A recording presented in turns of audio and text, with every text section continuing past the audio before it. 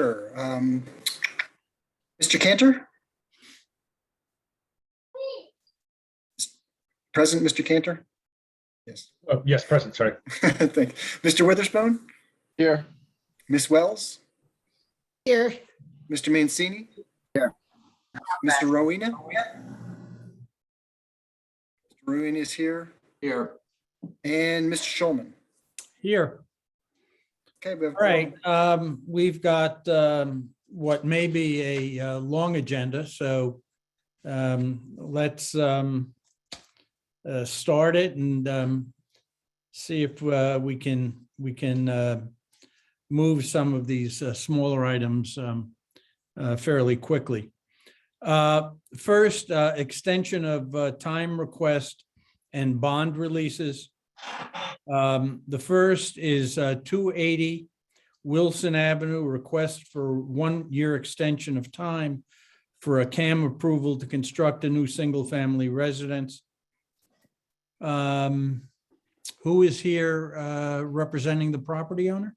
I'm here for the property owner, Okay. Adam Blank. Chairman, Commissioners, so this is actually a 2013 approval. It was a CAM approval for a single-family home at 280 Wilson Avenue, owned by Bruce Finefield.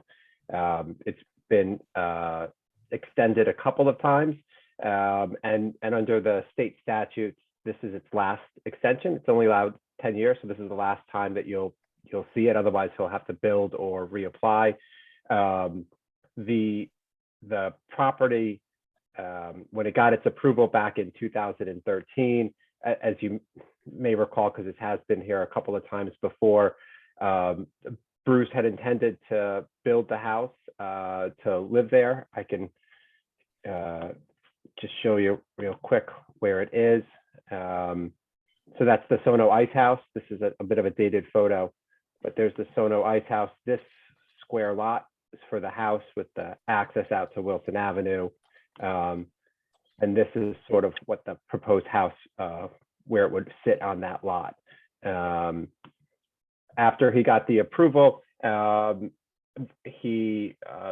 Farm Creek, a lot became available that enticed him. And so he had quite a lengthy battle to develop that property, which is where his house is now. Once he got through that process, he turned back his attention to this one.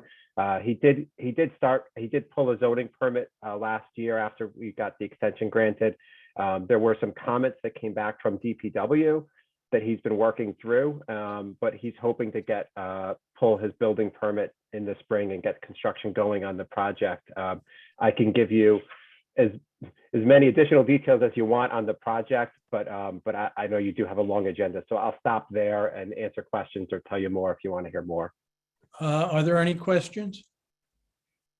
Okay, can I have a motion either to approve or to deny the extension? So moved. All right, Mr. Mancini has moved to approve it. Second. Any further Michael Witherspoon, was that motion, Michael, an indication that you're seconding it? Yes. Okay, so it's been approved and seconded. Any further discussion? All right, if not, with a show of hands, all those in favor? Looks to me as if it's unanimous. Any opposed? Okay. Thank you. Approved unanimously. All right, let's move on to the next item. I guess we'll do each of these individually. 14-15 SP 150 Glover Avenue, 150 Glover LLC bond release request for Grist Mill Village Building A. Is there someone here representing? Yes, Attorney Waters. Yes, hello, Mr. Schulman, members of the commission, Happy New Year. This is a straightforward request. That there was a sedimentation erosion control bond that was installed and posted by the applicant as part of the development of the first building at 150 Glover Avenue of Grist Mill, which is now the curb.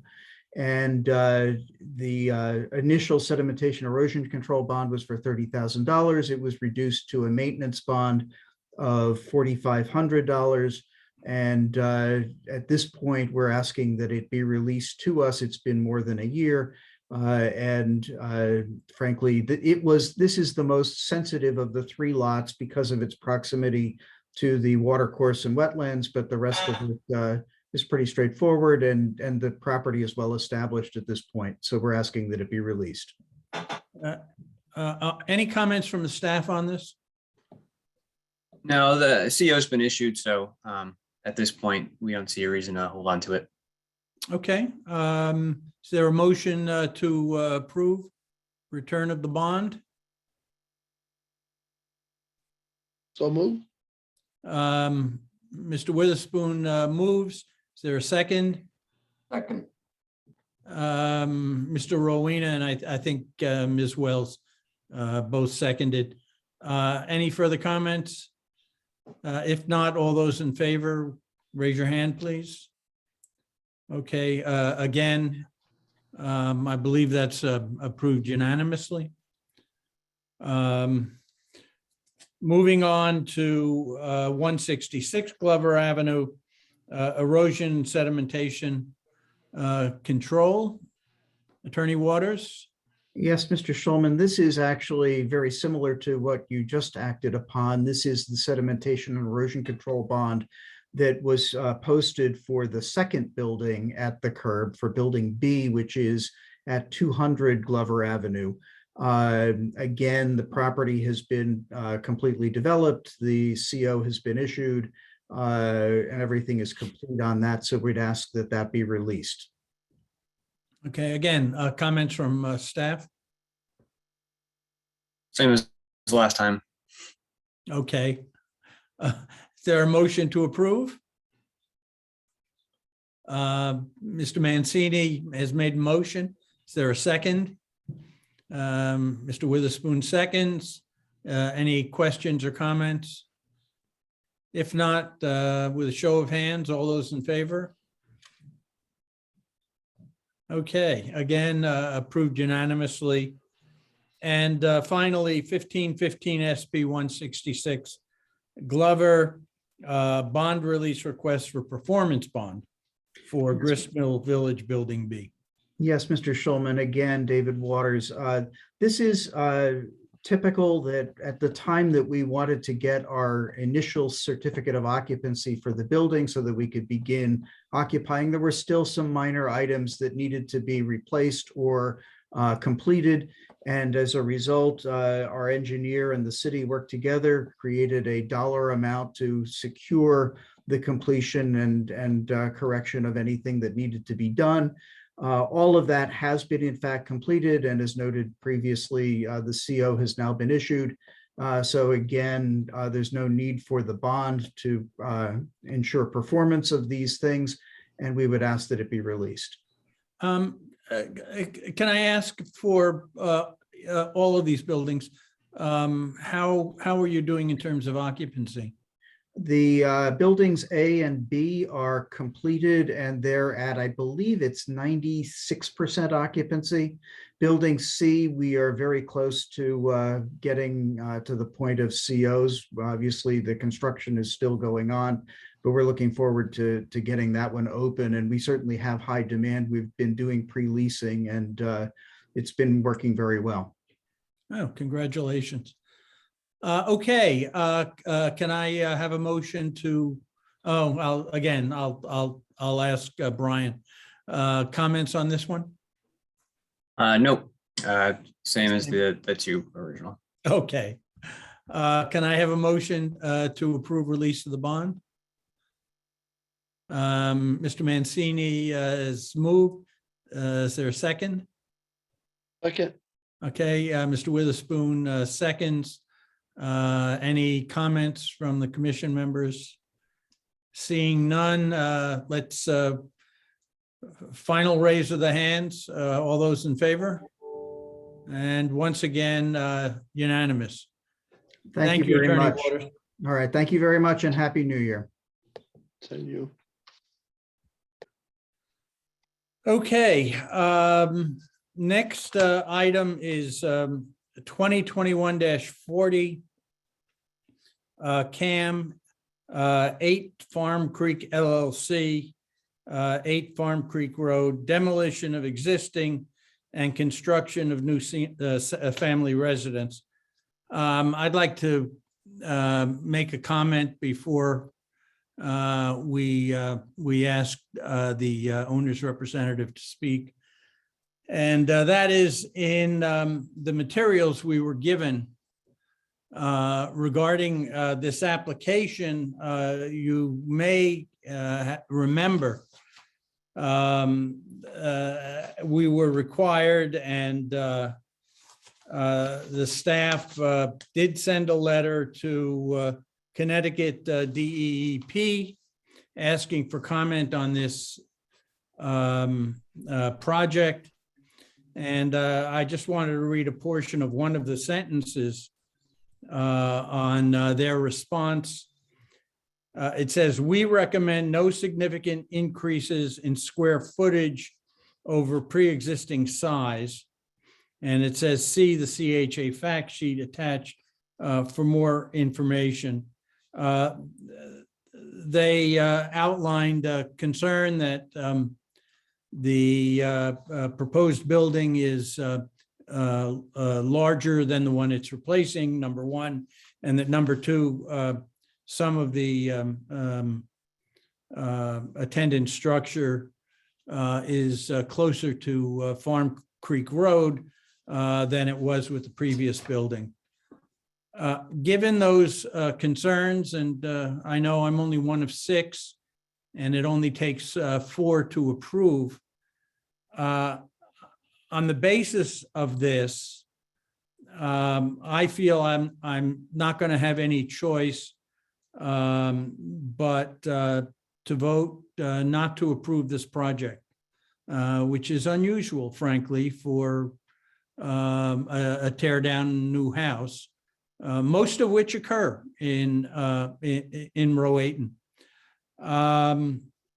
And I would like to ask, although there's no obligation on the part of the owner, to consider this evening pulling this application and giving the staff an opportunity to have further conversations with DEP to tease out exactly what is going on here, to see if we can get to a yes and approval of this project.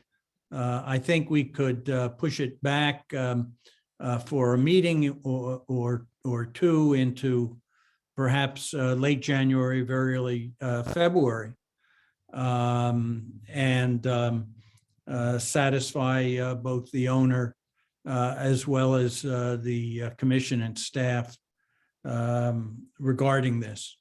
I don't know how other members of the commission feel, but if you'd like to express your own opinions, please feel free.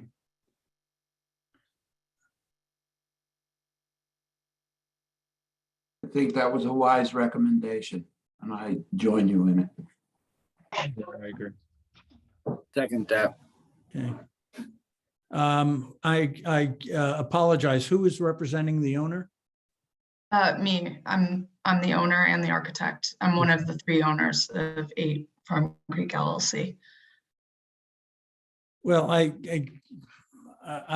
think you can see that if you force us to act on this, we're going to feel obligated to turn it down. Yeah. Would you be willing to withdraw and just delay our action in order to give the staff an opportunity to make their case to the DEP regarding this project? Yeah, of course. I think we got the letter late Tuesday, and when we bought the property in September, I immediately engaged with DEEP, and of course everything was fine up until 2 days ago.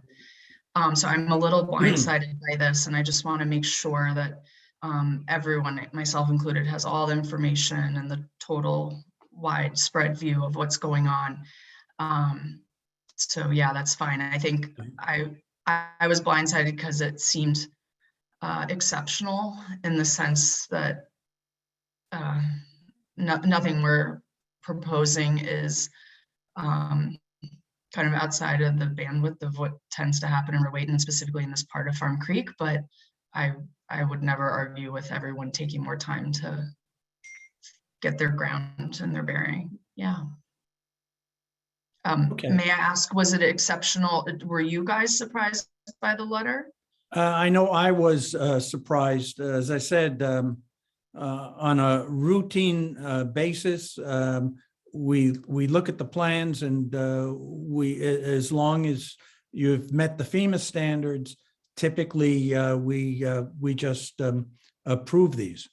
Unlike some other communities which are much more conservative in their views on these things, we tend to, especially on projects like this, we try to get to yes rather than no.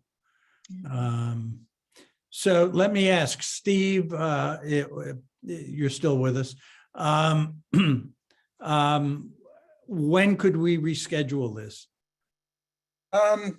I have to double check with Brian. The 19th is your next real meeting of, when you're doing applications. I don't know how packed that is in terms of adding another item.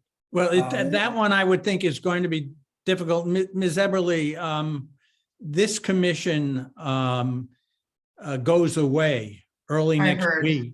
Yeah. And a new commission, many of us will be on the new commission, but it will be a new combined planning and zoning commission. Okay. And it probably is not a good idea to try and squeeze it in on the 19th, but perhaps the meeting after that? Yeah, so that'll be you're on your normal schedule. So first Thursday, third Wednesday. I'll February double check 3rd. with Brian. The only thing is that you have capital budget public hearing, but I don't know if that in and of itself is enough to kick it to the following meeting, but Brian and I can put our heads together and look at that and get back to the applicant. Okay.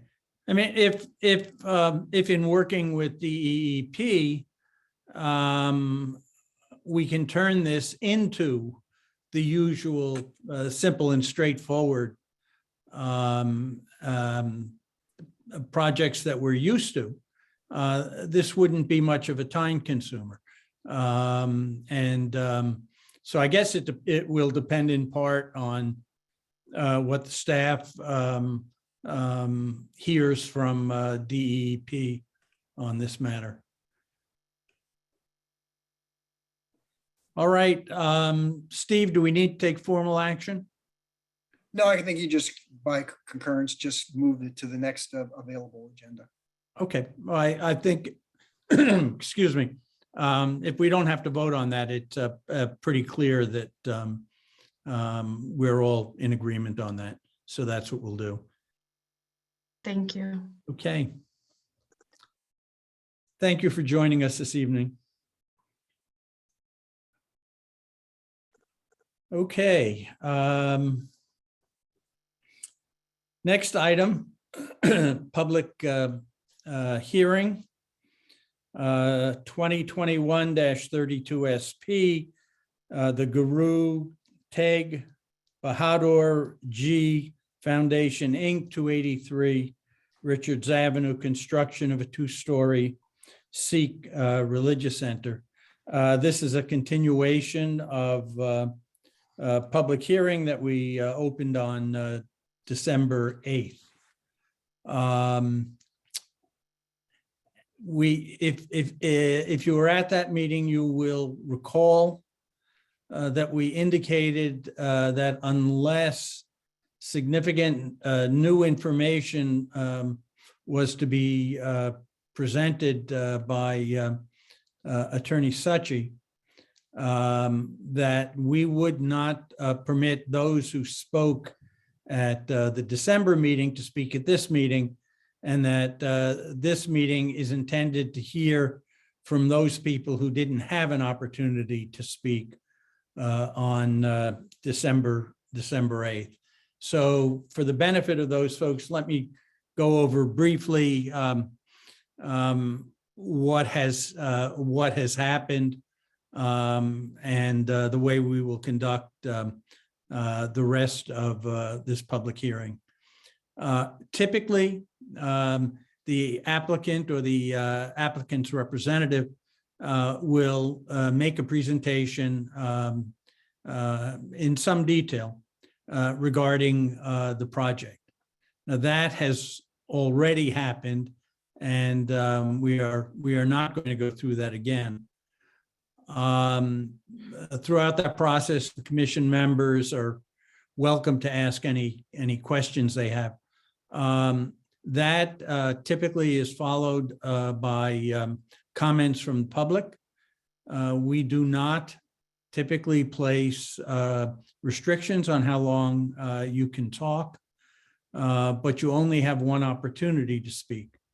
For the benefit of other people who wish to speak, and in order to keep the meeting to a reasonable hour, we ask that you be as brief as possible while also saying everything that you believe it's important for you to say.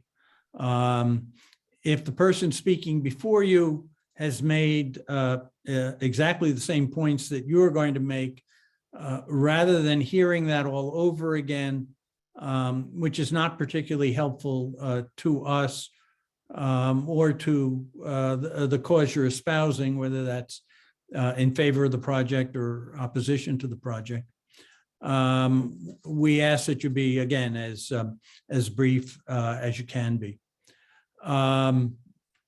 After all the members of the public have had an opportunity to speak, it is turned back to the representative of the owner for comment regarding the comments that the members of the public have made.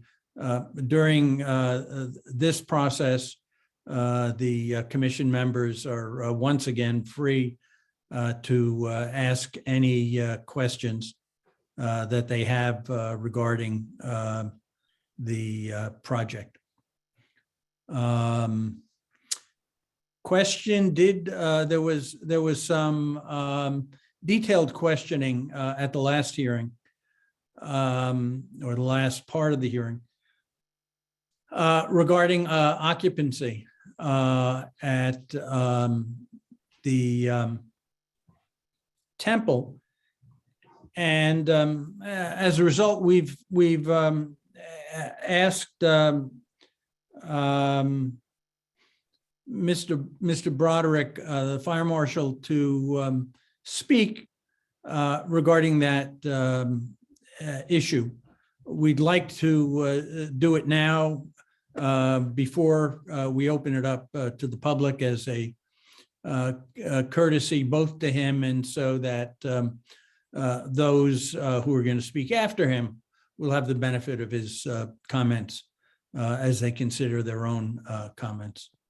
And with that, let me introduce Broderick Sawyer, the fire marshal. Steve, maybe you want to get us started with some introductory material regarding this issue.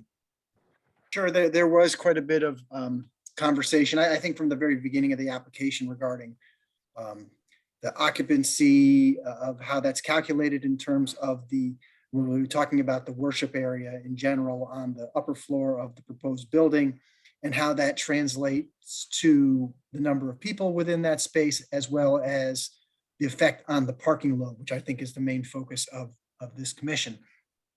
So I, probably thought it was a good idea maybe to have Broderick come in and just review that with the commission. We could pull up the upper floor plan of the temple space if that's helpful for everyone. And Broderick can just walk us through how he does that calculation, and you can ask any questions that, hopefully to him, because he's definitely the expert matter related to this.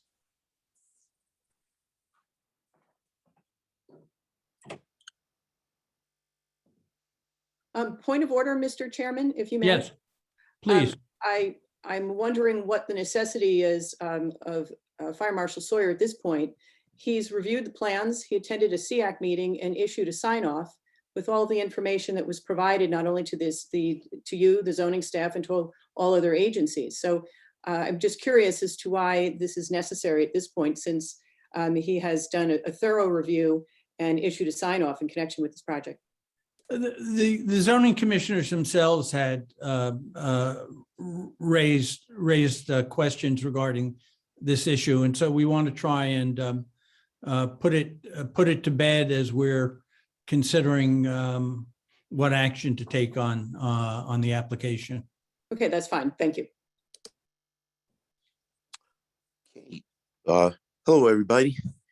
What is it you need from me? Maybe if, Brian, can you pull up the third floor plan in broader, maybe just briefly, assuming you can see the screen that we're going to have up, just, Yep. walk through the square footage numbers and what, just so I think the record's clear for the commission as well as the audience that's watching, just what is actually counted towards that, the attendance number within the space. The seats, there's 240 seats. They're fixed. The code, I gave information to several folks that had called in regard to how it's calculated.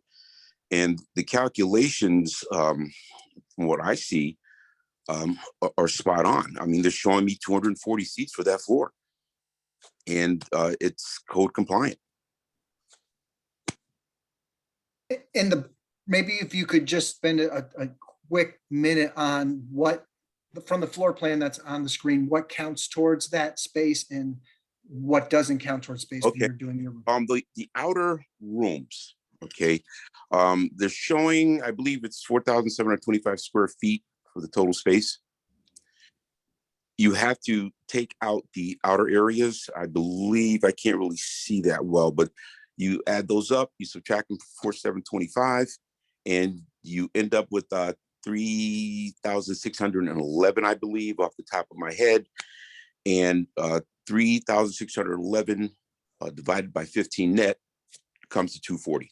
And the occupancy load factor chart is in the Connecticut Fire Safety Code, the 2015 International Fire Code portion, and it's spot on.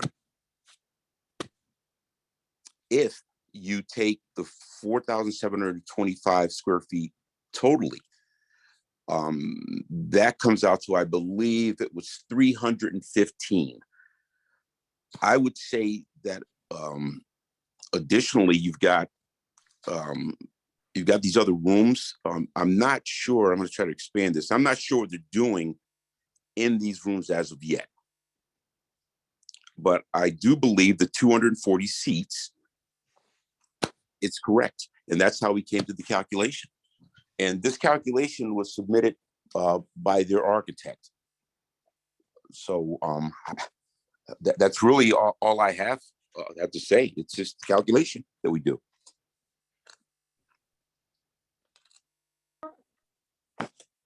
Okay, are there any questions for Mr. Sawyer? I have one. Go I have ahead. one question, Mr. Chairman. So when you're looking at the map and 240 seats is exactly what it's planned for, does the code give any consideration if there was some sermons, maybe there's 15 or 20 members that would be off to the side? Is that a total number allowed up there, or well, just an approximation? What would happen, there would be a posted occupancy load for that space. And once it's posted, that's what we have to hold them to. And 240 seats is what that occupancy load would be.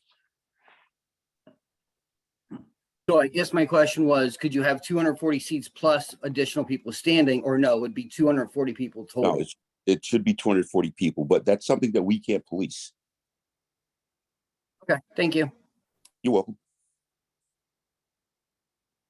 Any other questions? What happens if that changes, if the configuration changes? Well, is a question to me, sir? Yeah, I would start with you Um, on from that perspective that you have. Well, once we sign off on it and the building department issues a certificate of occupancy, unless they resubmit plans, they can't change anything. Gotcha. Okay, that's really helpful. Thank you. You're welcome. All right, anything else? All right, if not, Mr. Sawyer, thank you very much for your time. We appreciate your coming. Anyone can call me anytime. I'll answer any questions they have to the best of my ability. Thank you for that. You're welcome. Thanks for having me. All Bye. right, Brian, we'll open it up to the public. If you would explain to the public how they can access this. Let me just explain first. When you're speaking, please give us your name and your address. And we ask that you behave appropriately for a public meeting. Again, try to keep your comments for the benefit of everyone as brief as you can while making all of the necessary points that you feel you need to. Okay, Brian, show is yours. Sure. So anyone from the public who'd like to speak regarding this application, you can use the raise your hand feature right now. It's at the bottom of your screen. If you're dialed in on a phone, you would hit *9 and that raises your hand. If you would like to be on screen, have your camera on, or give any sort of presentation or anything like that, please let me know when I bring you over and I can send you a little prompt. It'll ask you to join as a panelist. You say yes, and then you can share your screen and turn your camera on. With that, we'll bring over Janet Evelyn.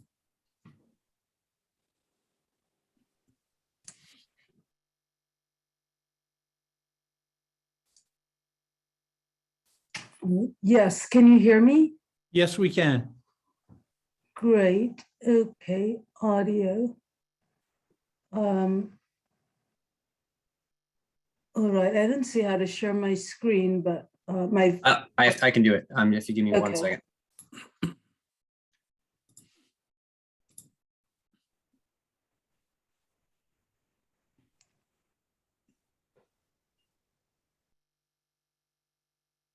Okay, you should now be able to share screen or turn your camera on.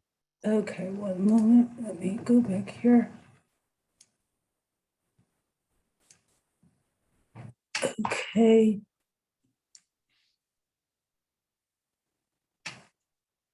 Okay. Great, thank you very much. My name is Janet Evelyn, and I'm a resident here in Norwalk, have been for 23 years or more. I live at 20 Elmwood Avenue in Norwalk in the Golden Hill section. And I have written a letter on behalf of the Sikh community and their proposed building of their new Sikh Gurdwara temple. I wrote a letter to Chairman Lou Shulman, and I'd like to read that letter to the panel in support of the new Gurdwara in Norwalk. Dear Chairman Shulman, I am writing this letter on behalf of the Guru Tech Bahadur Ji Foundation of Norwalk in support of approval from the Zoning Commission on the building of their future Gurdwara at 283 Richards Avenue. I have been a resident of Norwalk for over 20 years and currently reside at 20 Elmwood Avenue, where I have been living. Prior to that, I lived on Osborne Avenue. my first resident in Norwalk was on Osborne Avenue when I migrated to the city in 1998. Over my many years in Norwalk, I have been an advocate for a number of programs and activities. I currently serve as the executive director for the Norwalk International Cultural Exchange and as a voting member of the Norwalk Arts Commission.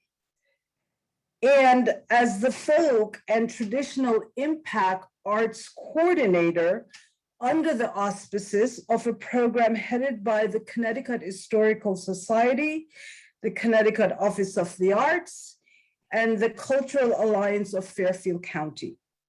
I have also volunteered for numerous programs and organizations, including the Carver Foundation of Norwalk and Person to Person. My knowledge of the Sikh community and the Gurdwara on West Avenue goes back a long way.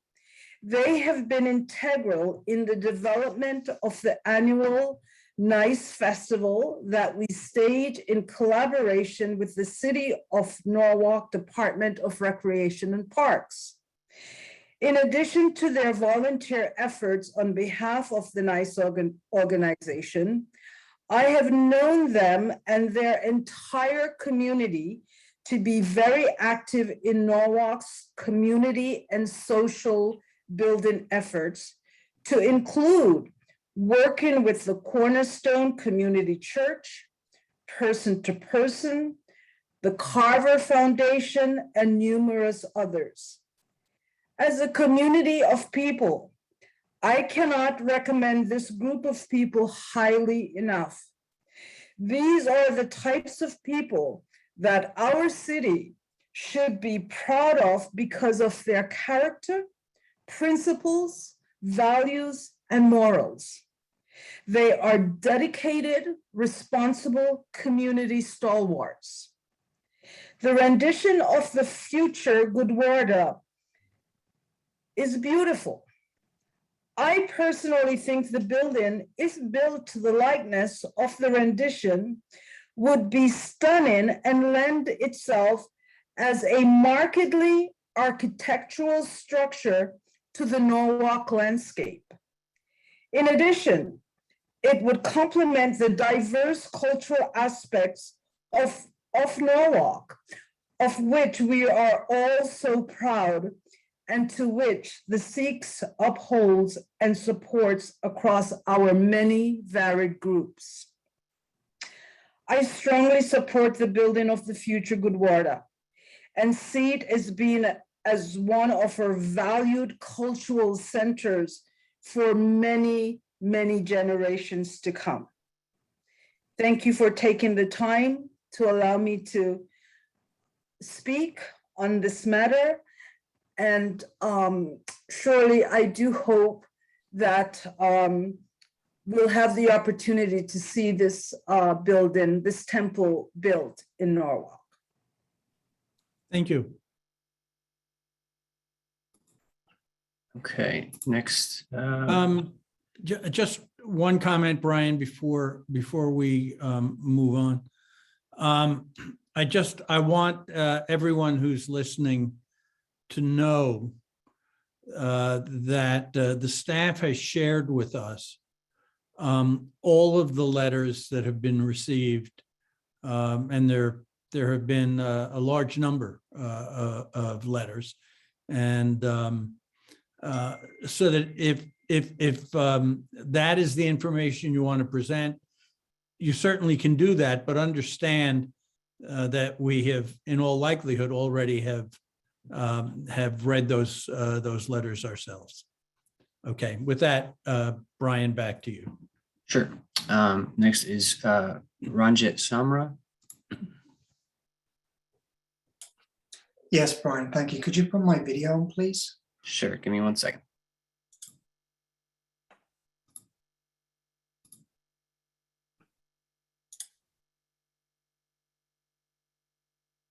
Okay, you should be able to now.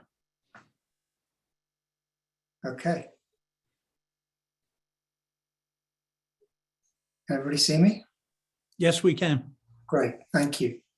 So first of all, thank you to the Zoning Commission for giving us this opportunity for everyone to share their thoughts, whether it's for the project or against. We truly appreciate and respect the process.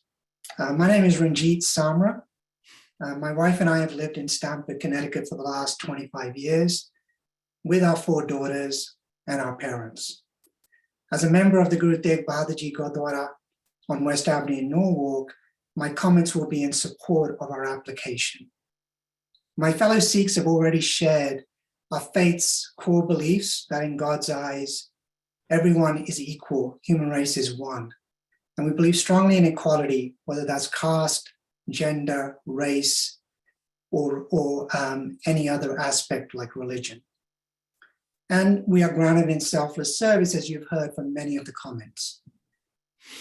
I will focus my comments on who I am, my role in the community, and what I'd like to do is try to respond to some of the concerns that we have heard in these public hearings. First of all, to explain who I am, I'm a managing director at JP Morgan Chase. I've had a 30+ year career on Wall Street. As you could probably tell from my accent, I emigrated from England back in 1997, which is where I was educated and grew up and also married. I've also served as a trustee and a chair of our Gurdwara several times over the last 2 decades, in addition to co-founding our Sunday school in 2008. I also chair the Build On Connecticut New York Board, which is a nonprofit serving underserved communities in the Bronx and Bridgeport, as well as building schools in developing countries such as Nepal or Haiti. I also am the treasurer of my local road association. Having moved from England 25 years ago with no family here, the Sikh congregation welcomed us with open arms. And through their service programs, they helped us become integrated into our community. I'm very pleased to say that all 4 of my daughters are very immersed and integrated into the Lower Fairfield community. And we have been very involved, whether it's dance programs, swim, sports, education, the NICE festival that we heard about earlier. We've been very active.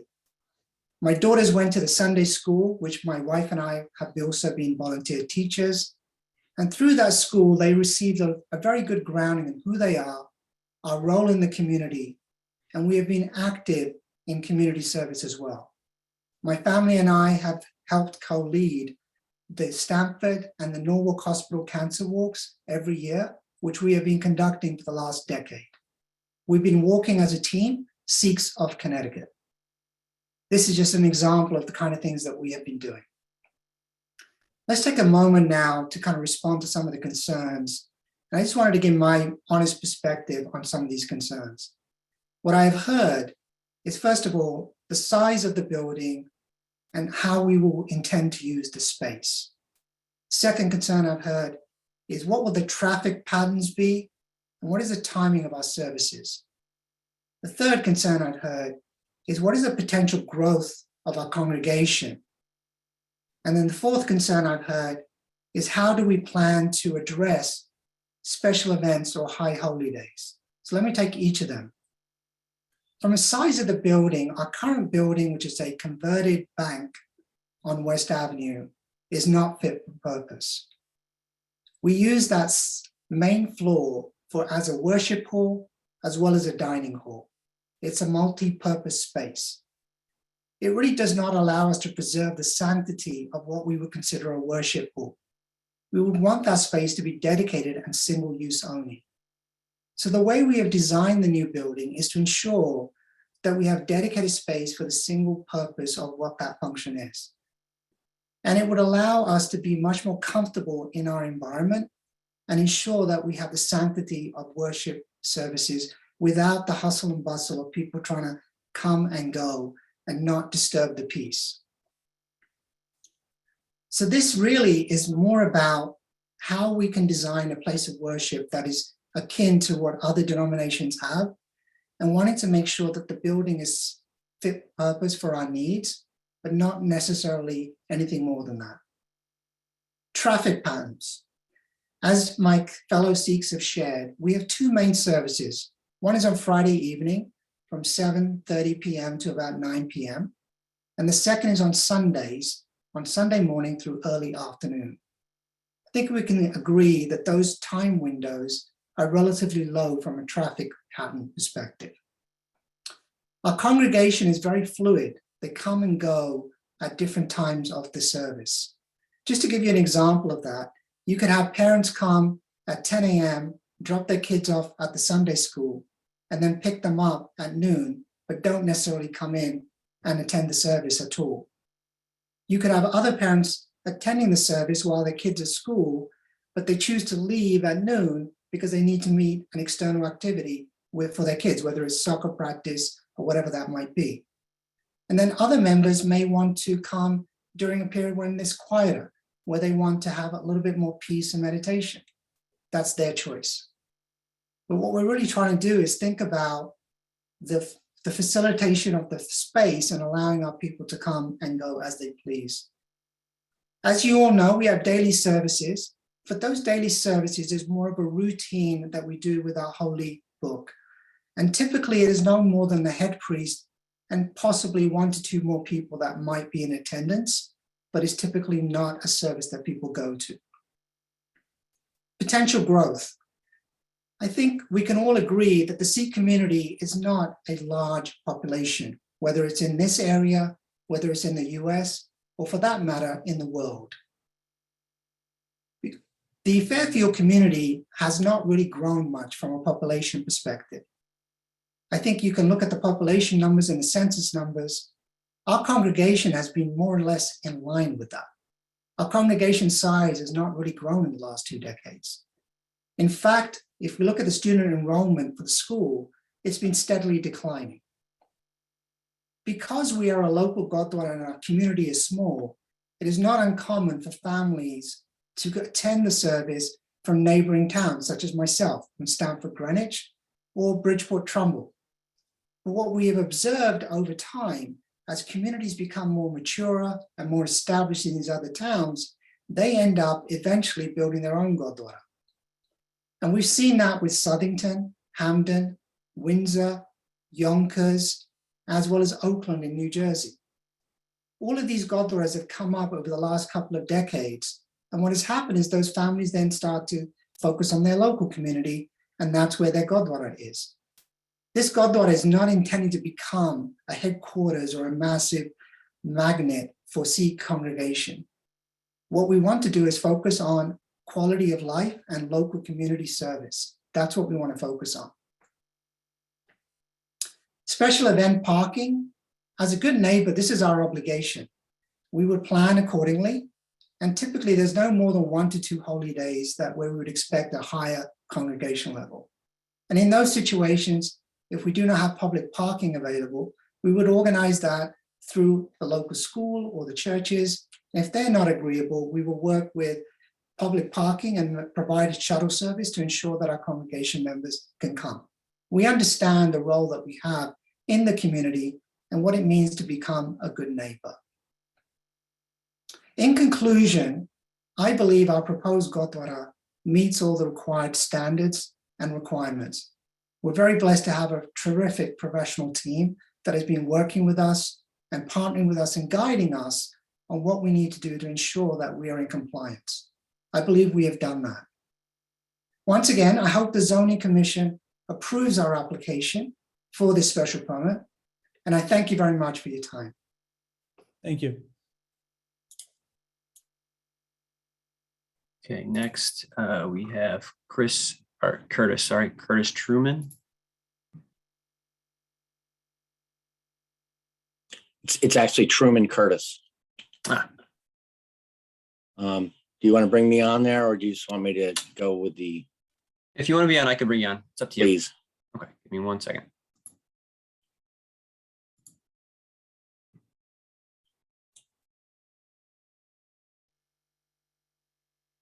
Okay, you should be able to turn your camera on. Here we go. Good evening, all. I want to thank you for hearing me individually. My name is Truman Curtis. I live at 14 Priscilla Road in Norwalk, Connecticut. I live in the immediate vicinity of this proposed temple. I want to say, first of all, we're grateful and welcome that the Sikh people are here. And we welcome all races, religions of any kind. I think our biggest issue we have, though, is that this area has become saturated with traffic. And it's unsustainable for a temple that has 240 attendees to park themselves in 60 parking spots, whether it be regular or any kind of special services. We've already had an expansion at St. Matthew's Church, which does have adequate parking. And we've had an expansion at the Norwalk Community College, which has really caused some traffic duress here. When I talk about the two previous people, Janet Evelyn and Mr. Ranji, I'm very grateful for what they have, but their own personal accolades don't have anything to do with my immediate community. So I'm grateful that they've done what they've done, but they live, Mrs. Evelyn lives over a mile away and Mr. Ranji lives in Stamford. So this doesn't have an immediate effect on him. This is the equivalent of them going to Veterans Park for Oyster Festival and then going back to their own personal communities. This is my community.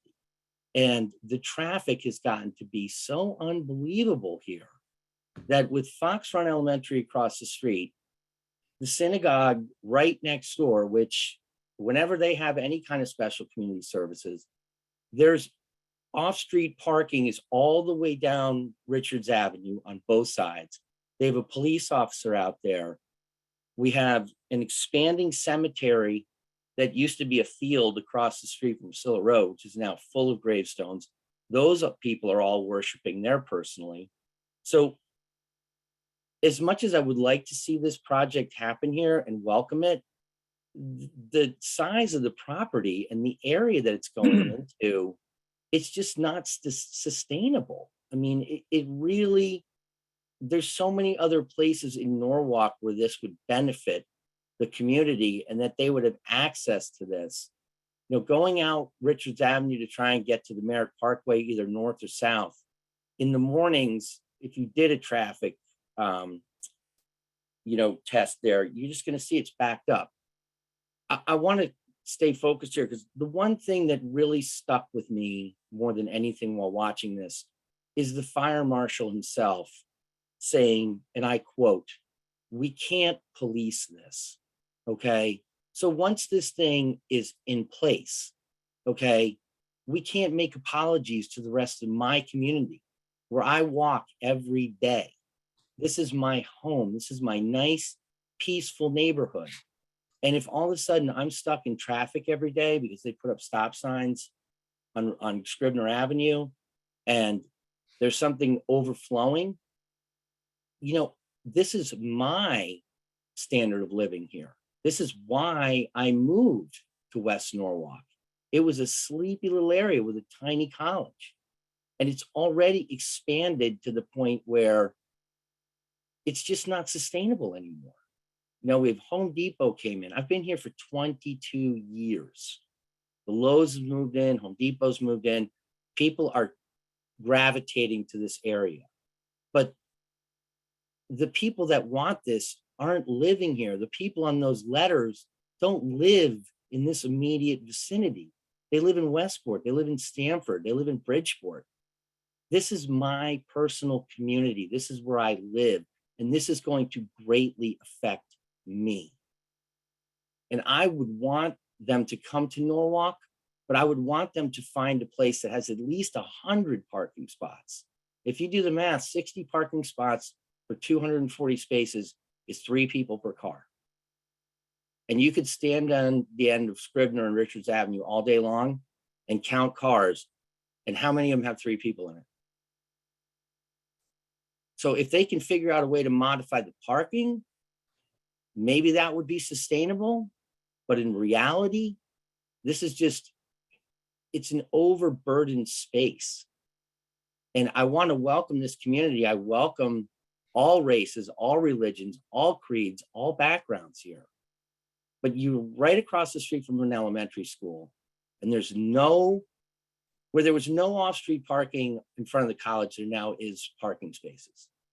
That's been created since the expansion of the college. There's no possible way that you are going to be able to put any more parking down there, and you're just going to really turn over the apple cart on Philo Street, Weed Avenue, all around that area. And the overflow is going to end up going into the Fox Run or the Congregational Church. So I don't know how you guys are going to be able to remedy that problem, but I live on Priscilla Road and I already see an inordinate amount of traffic due to the college expansion. St. Matthew's has adequate parking. They've done an expansion there. They have the parking. This just does not have the parking and to be able to sustain the traffic in that area. So for that, I thank you for your time. I really hope that everybody makes a very dedicated decision on this, but you have to understand that it's the immediate area, the people that are here that pay the taxes in this immediate area that are going to be most affected, not somebody who lives in Stamford or who lives on the other side of 95 or Westport. They're going to be here and gone. You know, I have to watch that traffic every day. So I would hope that you would be able to reevaluate and find a different location for this, somewhere in Norwalk. Thank you. Have a good evening. Thank you.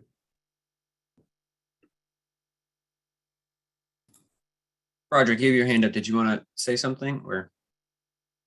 Yes, Brian, I just wanted to clear up on my comment. Mr. Curtis mentioned it. When I use the phrase, we can't police this, it's the occupancy load within the building. We post the occupancy load and it's up to them to abide by it. It has nothing to do with the traffic or the parking. It's the interior occupancy load I'm talking about, something that we, the fire marshal's office, can't police. Just wanted to be clear on that. Thank you, Brian. Thanks, Patrick. You're welcome. Okay, next we have Victoria Teefenthaler. Can you hear me? Yes, we can. Can you please, can I present? Yep, give me 1 second.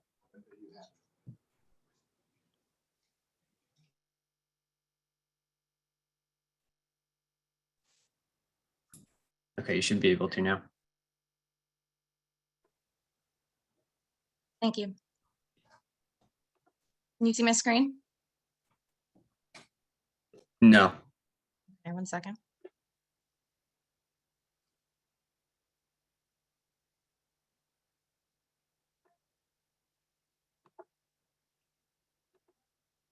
Okay.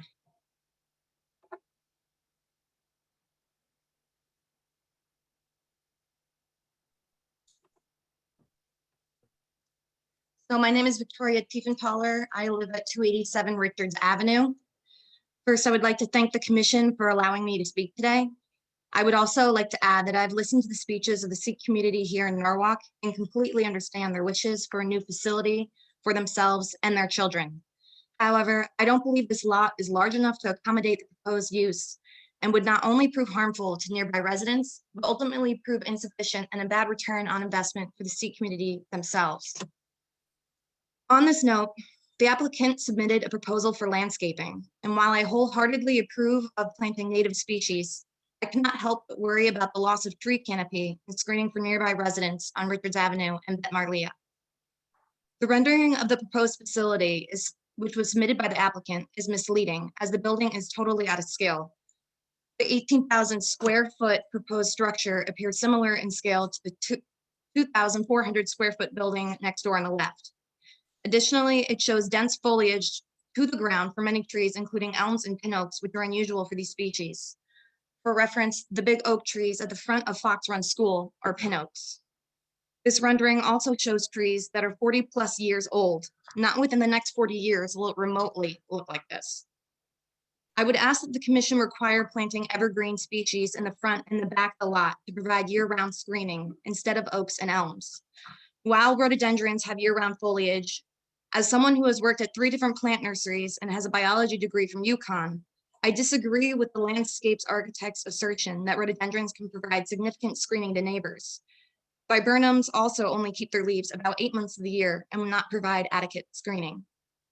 Screening is a crucial issue for nearby neighbors to maintain their property values, quality of life, and for noise and light reduction from cars.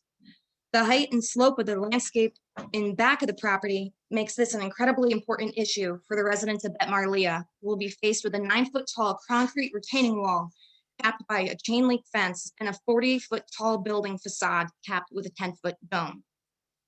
I hope the commission will require the applicant to change its plans to keep the forest mature trees at the back of the property, which includes 80 to 90-foot tall sugar maples, swamp oaks, and red oaks, and require the applicant to convert the bottom floor of the proposed structure to underground parking to meet the parking requirements. Also of concern, on P&Z's website, there is a resolution for the approval of the application for special permit that states 5 times a year the applicant may exceed their 240 maximum capacity in the worship hall area. This capacity was set by the fire marshal, the applicant, and P&Z themselves. This would be unequal treatment for every building and religious building in the city of Norwalk that is limited by the P&Z and the fire marshal's maximum capacities. This is not codified, is unsafe, and is a fire hazard.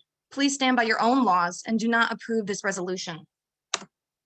Finally, I would respectfully ask the commission and the applicant to update plans to reflect P&Z's determination that all retaining walls be moved 3 feet from the property lines in order to allow the applicant to maintain them.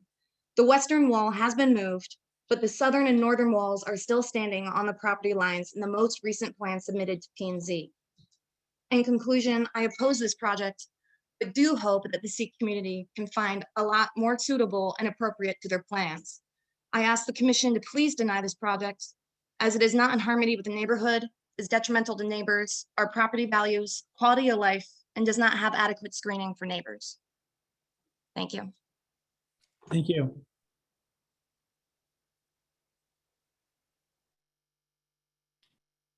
Next, we have Harry Chopra.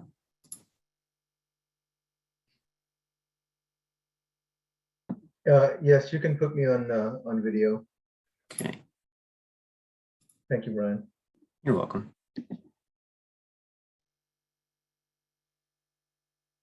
Okay, you should be able to turn your camera on. You can see me and hear me? We Okay. can hear you. We can't see you just yet. Should be in the bottom left corner of your screen. You should be able to. Okay, here we are.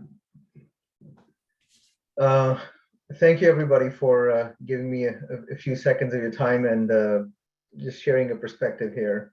I am a 20-year resident of Connecticut. I live in Weston, and I've been a part of the Sikh Gurdwara ever since I arrived here from Singapore. I'm sorry to interrupt. We know you live in Weston. Can you give us your address, please? Yes, sir. Yes, Mr. Schulman. My address is 27 Cadbriar Road in Weston, Connecticut. Thank you. Yes. I think one of the things that was different for me was as my family and I moved here and became a part of the Norwalk Sikh community was, becoming a part of what I call American generosity. And we learned how the Norwalk Cancer Walk operates and, became a part of the community. And this has been a really great experience for me and my children who have now grown up to be, young adults.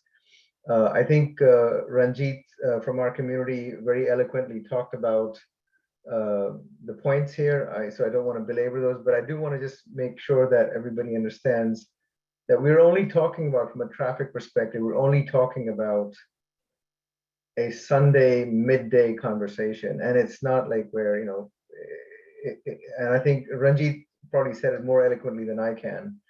And Friday evening is not a full congregation that shows up to the current Sikh temple as well. So that's something that I think everybody should consider. And finally, I think everything that we have done here is according to code. And we would not be having this conversation with you if we didn't go through the proper channels, work with our fire marshal as well, Mr. Sawyer, and everybody else in the community. We think this is a great step forward for Norwalk, the Sikh community, and for us to do even more. I'll give you a small example. In the height of the pandemic, we had a little food drive and the current temple, and we are very proud of the fact that we were able to make a difference to our community in Norwalk. And I'll leave it at there. Thank you so much. Thank you.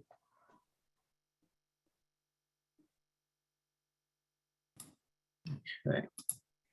Next is John Siebert.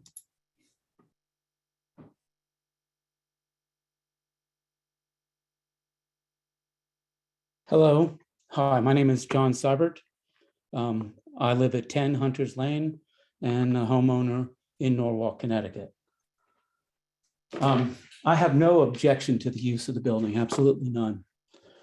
But what I do object to is the building itself, for it is not low density.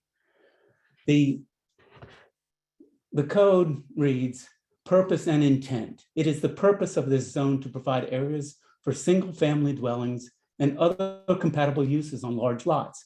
In addition, it is proposed that certain other uses consistent with the low-density nature of the zone be permitted by special permit. It is intended that all uses permitted in this zone be consistent with the local street characteristics. I feel that this building does not in any way attempt to be low density. There is, I know it's not codified of a method to quantify it, but if you use any method known in this country where it has been codified to qualify and quantify density, this project would never, ever, ever come close to being considered low density. And the fact that the applicant has made no effort to make a building that meets this low density standard, I find disheartening and disingenuous. So I really would respect if they would come back with something that meets the respect and dignity of the neighborhood, because at this point, this building does not. Second, the occupancy of the building. When I'm an architect and I have dealt with Mr. Sawyer on multiple occasions, and he is fair and straightforward. But one point that's missing is when this building is permitted and signed off for its building permit, the life safety plans, which we have not seen yet, which should be a package for permit, would give the absolute number of occupants allowed in this building. It will account for every mechanical room, office, kitchen, no matter how you want to do it, it will lay it all out.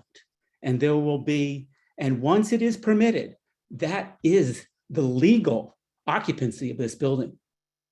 You can put that many people into the building, the entire building, which I figure from my own calculations would be anywhere north of 750 to over 1,000 people could be in this building legally at any one time. And there's no recourse later to come back and say, oh, the owner will just say, oh, I'm sorry, I don't mind. But it will be a detriment to the neighbors and everybody else, the parking and the traffic and you name it. It is just too much. So the occupancy is not low density either. Third, no matter what the size and shape of this building, it is a commercial building. It is not put together on any residential building code, not the IRC, which would be what any other house or other approved use of this would be based on. This is the IBC with Connecticut amendments.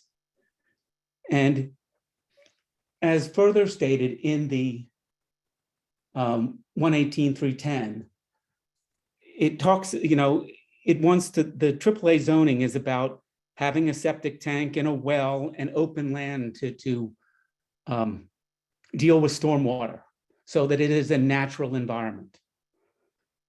By having a septic tank and a well and covering most of the land really constricts this property and the use that can be had on it. And it's expensive for the owner.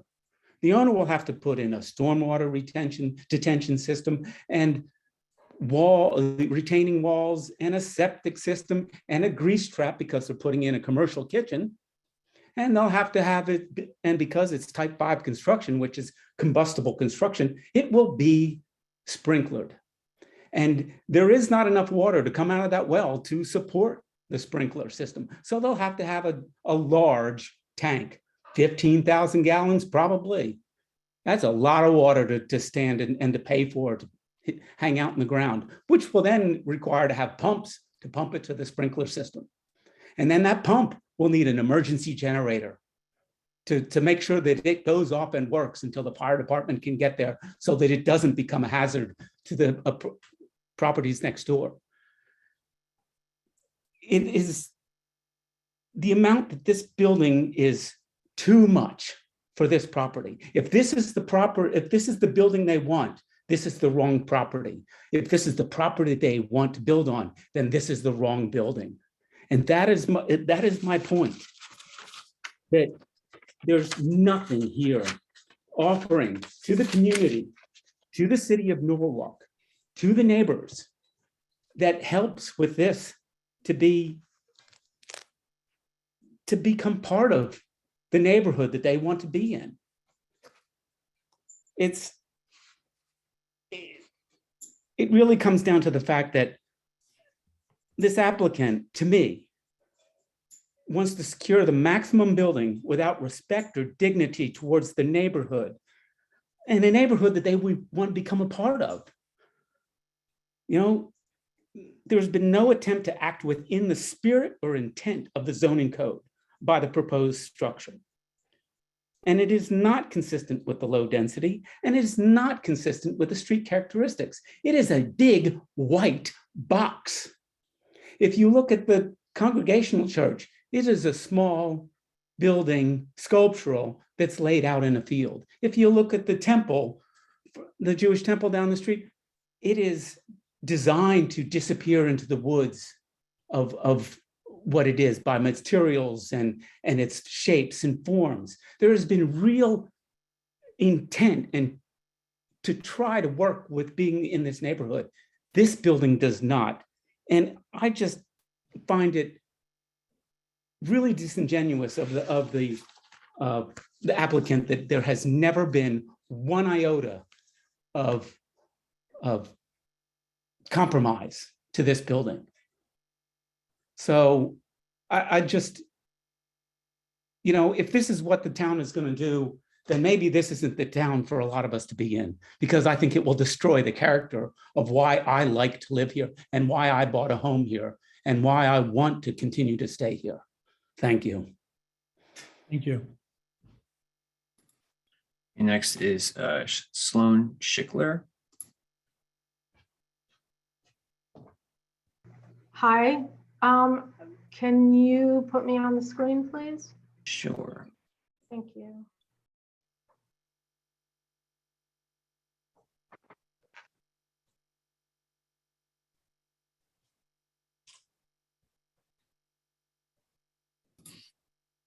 Okay, you should be able to turn your camera on.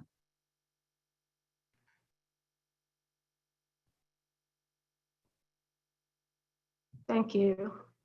Good evening, everyone. My name is Sloane Schickler. I live at 6 Fox Run Road, and like Truman Curtis, this is my neighborhood.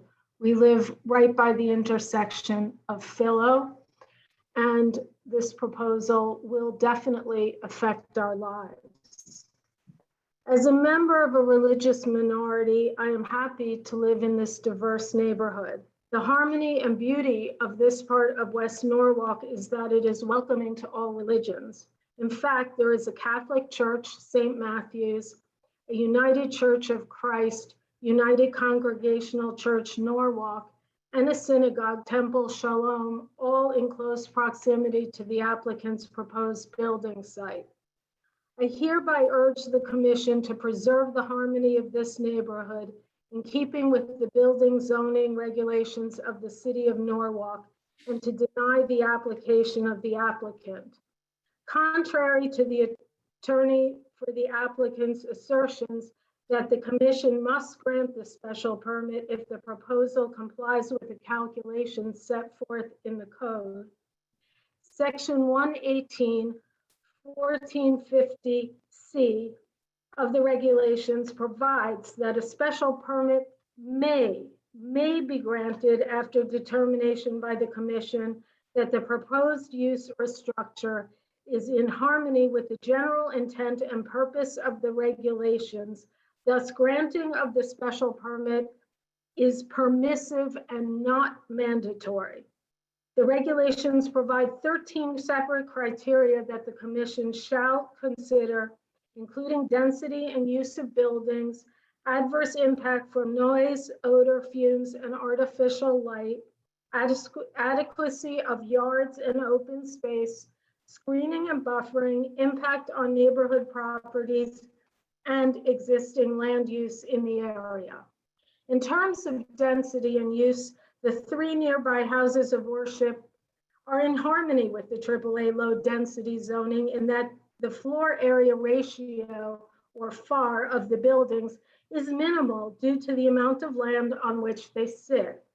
St. Matthew's has 52,000 square feet of building on a 21.53 acre lot with 238 parking spaces that equals a FAR of 6% of the land owned.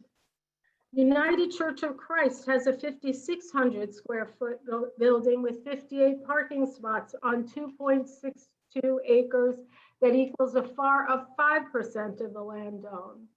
And Temple Shalom has 17,850 square feet of buildings with 48 parking spots on 5 acres that equals a FAR of 8% of the land owned. Compare those to the pending application for an 18,000 square foot building with 53 parking spots on a 1 acre lot, which equals a FAR of 41%, and the lot is jammed in between 2 residential houses.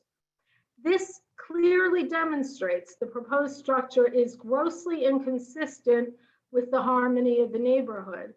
The attorney for the applicant claims the regulations do not contain a FAR calculation requirement. On the contrary, insofar as the regulations mandate that the commission shall examine the criteria set forth in section 118, 1450C, the commission must consider whether the proposed oversized building comports with the lot size and harmony of the zone. If the applicant had purchased a lot of adequate size to house this structure with enough parking spaces for its intended use, this discussion would be moot as the proposal would have been in line with the harmony of the zone. Next, the proposed building contains 2 separate bedrooms, one for a priest and the other for 3 musicians, with a separate living room, each room accessed through separate doors. Section 118, 310A and B of the regulations permit single-family detached dwellings and other compatible uses in the AAA zone. Under section 118-100 of the regulations, a single-family dwelling is defined as a dwelling having only 1 dwelling unit with 1 kitchen, as herein defined from ground to roof, and having independent outside access. The same section of the regulation defines a dwelling unit in part as any room or group of rooms for living, sleeping, cooking, and eating by 1 family. If the applicant maintains that this is a single-family dwelling composed of 2 separate bedrooms for a priest in one and 3 musicians in another, it is inconsistent with the definitions of both single-family dwelling and dwelling unit insofar as a family is defined under regulation section 118-100 in part as follows. A group living together as a single nonprofit housekeeping unit and sharing common bathing, sleeping, cooking, and eating facilities, and sharing at least one common living space. Said housekeeping unit may include any number of people related by blood, marriage, adoption, but never shall include more than 3 unrelated individuals. Without any information having been provided by the applicant, it appears that the 4 proposed individuals exceed the number of unrelated people set forth in the definition of a family and therefore equal together more than one family. If the applicant maintains this is a single family dwelling, it violates the definition of family. If, on the other hand, the applicant maintains these are 2 separate single family dwellings within the proposed structure, the proposal is contrary to the purpose of the AAA zoning under section 118.310 of the regulations, which calls for single family detached dwelling in the AAA zone. Assuming a variance were obtained for 2 such dwellings, the applicant is deficient under section 118.1220 of the regulations, as a single family residence requires 2 parking spots and a 2-family residence requires 4 parking spaces. Either way, the applicant has not demonstrated that it has the 2 or the 4 additional parking spots available for these residents, in addition to the parking for its 240 members. On another note, the attorney has claimed the applicant has agreements for overflow parking with Fox Run Elementary School. I've identified only one letter in the record with the school, which provides for 10 spots for one day on April 14th, 2024. And that letter is attached to my letter, which I submitted to the commission. This is not an agreement in perpetuity. Further, both the United Congregational Church and Temple Shalom have issued letters, which I also sent to the commission, dated respectively October 5th, 2021 and September 21st, 2021, stating that they will not be able to provide overflow parking. Where will the applicant find overflow parking? With respect to holidays, I would like the attorney for the applicant to answer a few questions about the 12 days in the Sikh calendar. Guru Gobind Singh birthday, January 9th. Maggie Laurie on January 14th. Guru Har Rai birthday on January 31st. Holi on March 18th. Hola Mahala on March 19th. Vaisakhi on April 14th. Birthday of Guru Angad Dev on April 18th. Diwali on October 24th.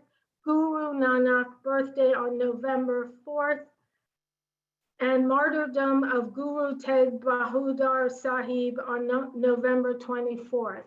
Excuse me if I've mispronounced those. Aren't all of the foregoing holidays? Aren't there services on each of those days? And with respect to each of the foregoing days, how many members are anticipated to attend? And how many third parties will accompany the members? What are the parking arrangements for all of these days? Next, the parking proposal. Putting aside the chair calculations, and we'll hear about that more tonight. We heard about it last time you met. Suffice it to say, the applicant and its attorney claim the applicant has either 200 or 240 or 185 members plus children. It is unclear. The applicant submitted an initial application for parking based on unfixed seating. Similarly, it has approval for unfixed seating at its current location at 622 West Avenue. The applicant later changed the calculations in its application to fixed seating. The attorneys claim that all houses of worship use the fixed seating methodology belies the fact that the applicant does not intend to use, nor has it ever used, any seats of any type in its religious services. Thus, when we strain over fixed seating, we are talking about a proposed house of worship that will not actually have seats bolted to the floor and could potentially fit many more people given the 4,725 square foot size of the worship hall, even if the fire marshal concedes 3,611 square feet, that is still room for far more people than we can even conjure up parking spaces for.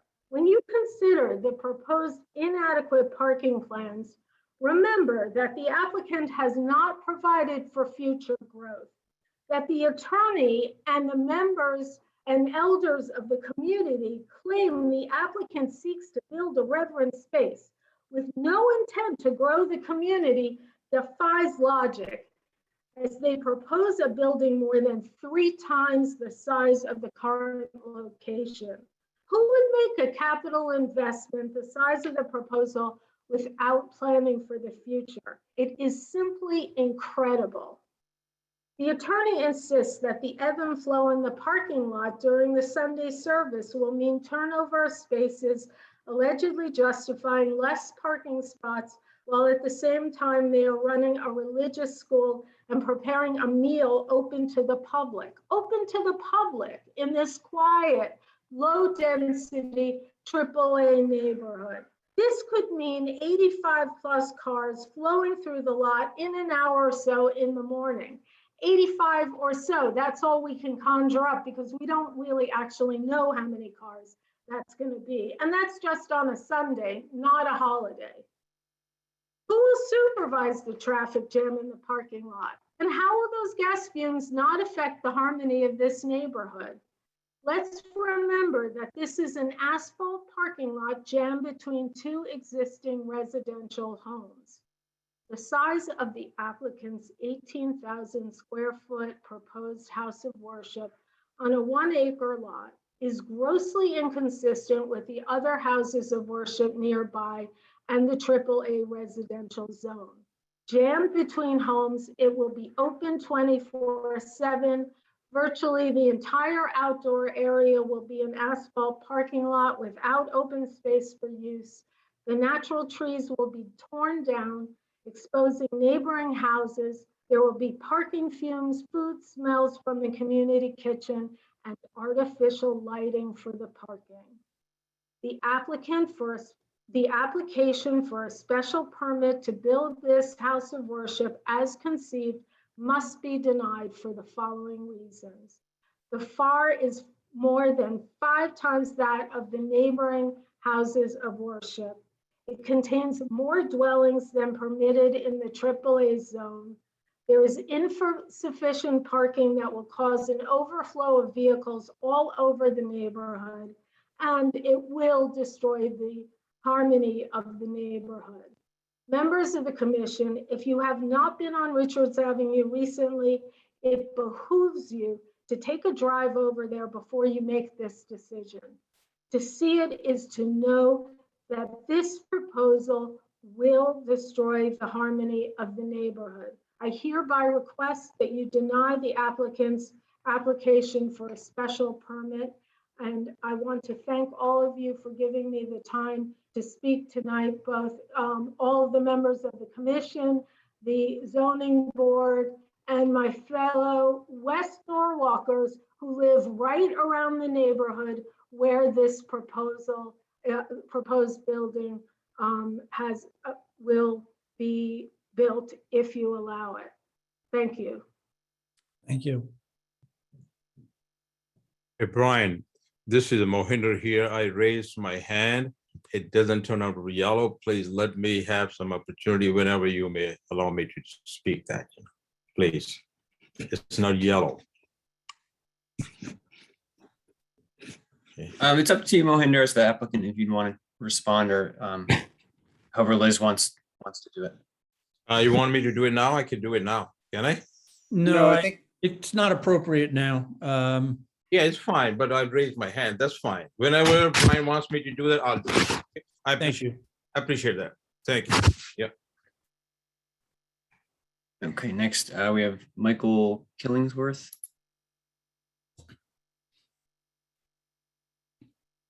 Thanks, Brian. Can you, so I can share my screen, can you give me access? Sure. Thank you, sir. You're welcome. Okay, you should be able to do so now.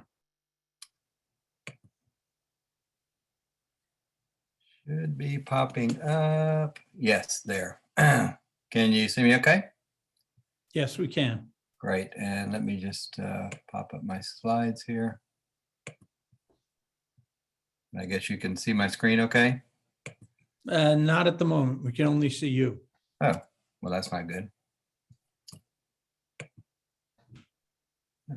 Share screen.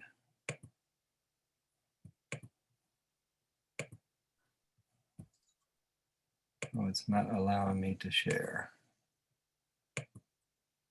Okay, for some reason not allowing me, but I don't want to delay. So you can see me though, right? We can. Okay, well, okay, thank you. Then I'll just walk through this without showing the slides.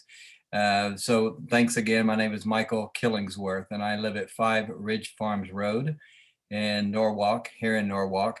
The topics that I'd like to cover very quickly at your request briefly are the hours of operation, the overflow parking, traffic, you've heard a lot about that, the community center, and then I have a conclusion and a summary. I won't repeat anything that's already been said because you've heard at your request, Chairman Schulman, please don't repeat things that have already been stated.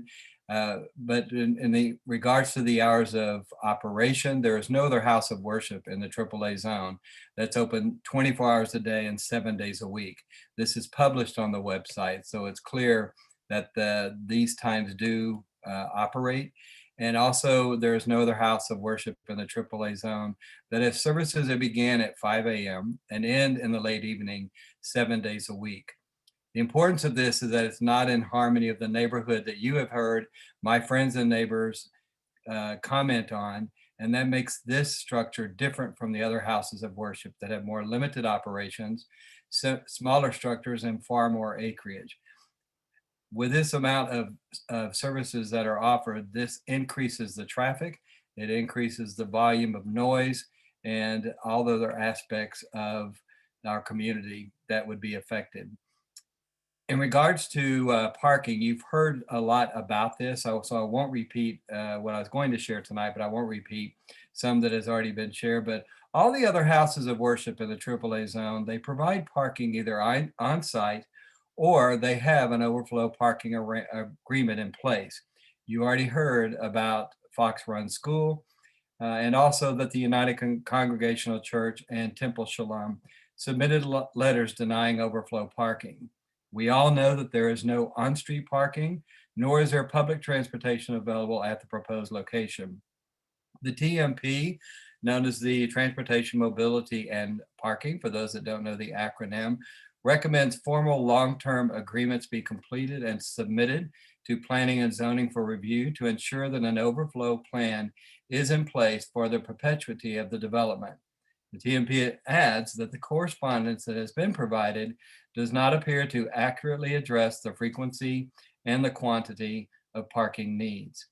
When you think about traffic and noise, it truly matters.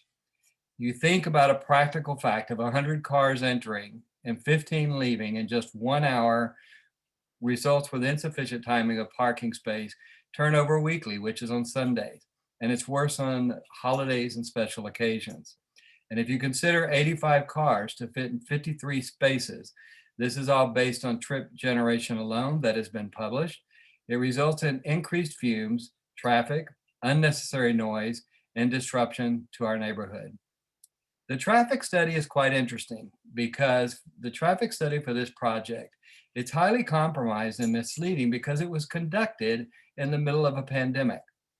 Now, I experienced this personally because I'm a commuter. and I pass this location at least 2 times 5 days a week. Just getting out of Ridge Farms Road to turn onto Richards today, it takes me several minutes. Even when the church across from us is letting out from service, they often will stop to allow me to actually get on to Richards Avenue. During this study that was done, Norwalk Community College, for example, was only providing virtual learning. So obviously there was no traffic. And the current 3 houses of worship had lighter attendance than pre-pandemic, as you can imagine. The other topic is around community centers, that mixed-use community centers are not permissible in the AAA zone. If you consider a worship hall, classrooms, commercial kitchen, catering hall, and a multifamily residence on 1 acre, the project is already pushing the capacity and the usage limit for a residential neighborhood. The Zoning Commission presentation in October, the attorney stated that on Sundays after the service, the center becomes open to the public for a communal lunch, which you just heard from the previous speaker. This further exasperates the very tenuous parking choreography where parking spaces already need to turn over multiple times during the Sunday prayer service. The question is, for the public, where will they park? And no other house of worship in the AAA residential zone has a community lunch that is free and open to the public at large. In conclusion, because I promised to touch on these few topics, this is a very special permit application. It's unlike any other, yet it must be considered, as it should be, with every other application. We know that you as a zoning commission cannot ignore the zoning codes or the regulations and wouldn't expect you to do so. However, there is a systemic view of all the surrounding factors that is required in respect of our West Norwalk community. So this proposal is unlike the surrounding houses of worship, such as lack of sufficient parking, operations 24/7, a community center that's open to the public for lunch on Sundays, which in essence creates what's called a C-level traffic jam. And additional parking, public parking is required for special events, such as a community center. So in summary, I know that this is the last meeting of the Zoning Commission and it merges with the Planning Commission on January the 11th. If approved, please note that this project will severely and permanently change our historic neighborhood and our community for so many reasons that you've already heard. We do expect your deliberations will be thoughtful and know that they will be. And I kind of thinking about this, categorized it into 4 C's. 1 C is a code. A code is a code, is a regulation, is a code. We know that you have to adhere to codes, but we ask that you respect the many systemic factors that are impacted by the building of this building. The 2nd C is compassion. We have the utmost compassion to the Zoning Commission because we know this is a challenging decision for you. And we hope that it's a 2-way street, that you will have the same compassion for us with the extreme impact on our community. Our community, which of pride, history, security, our property values, which you've already heard about, and our neighborhood respect for peace and quiet that we're used to. And then final C is in consideration. We know that you've been listening to a lot of people, that you've read a lot of petitions, a lot of letters, there's been a lot of presentations and even more to come tonight. And you've heard a lot of verbal objections. So we hope that you will consider all that has been placed before you. And with that, I thank you I know this is a challenge and a change for the commission to think differently and to take the courage to make this change. And as Gandhi once said, you must be the change you wish the world to see. Thank you. Thank you. Okay, next we have Catherine Sherwin.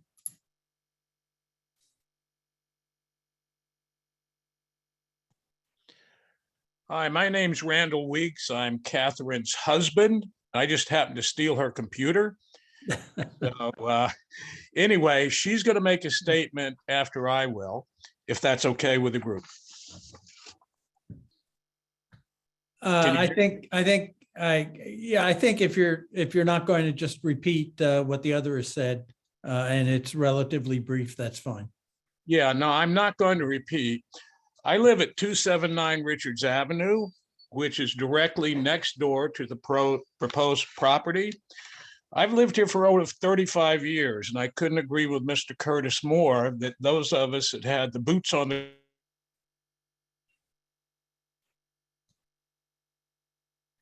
We appear to have lost our speaker. ground Randall? and paid a lot of taxes and want you guys to listen to it. The proposed property will, hello?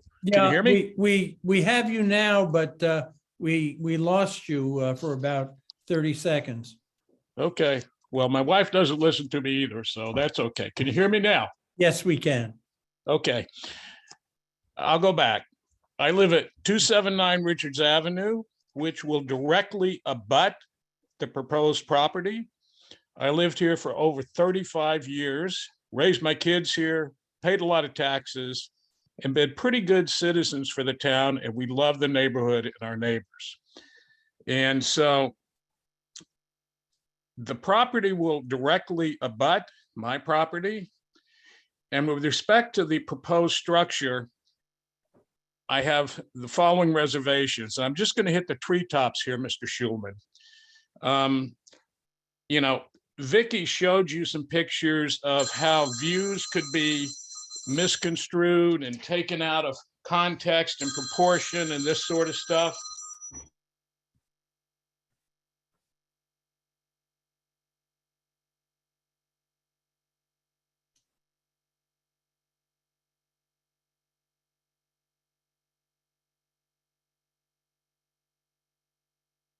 Need you to unmute Randall if you're still going.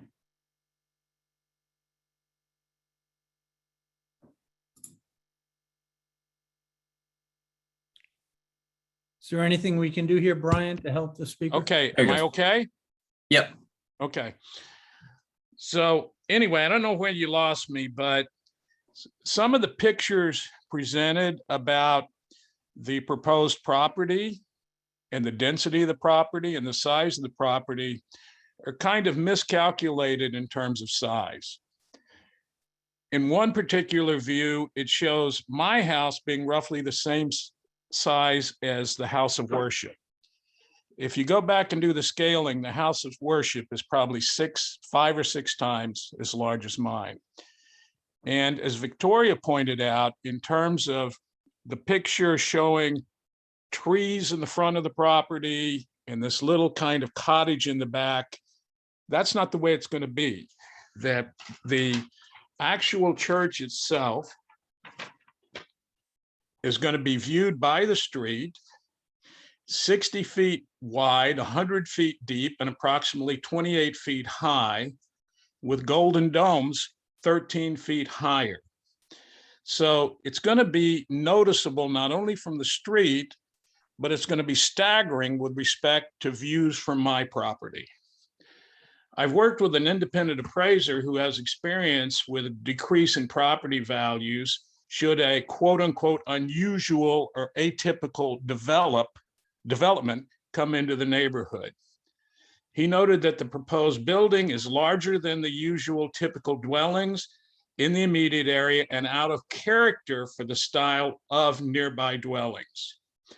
Abutting this property, in his opinion, will cause what he says is external obsolescence. That's a negative influence to property values. So he's done similar work with other properties that were negatively influenced by quote unquote unusual developments. His opinion is that there will be a decline in 10 to 15% of my property value. For me, that translates to a loss of over $75,000 to $113,000. I'm not a rich guy. My property is my most valuable asset. So that is a significant cost to me.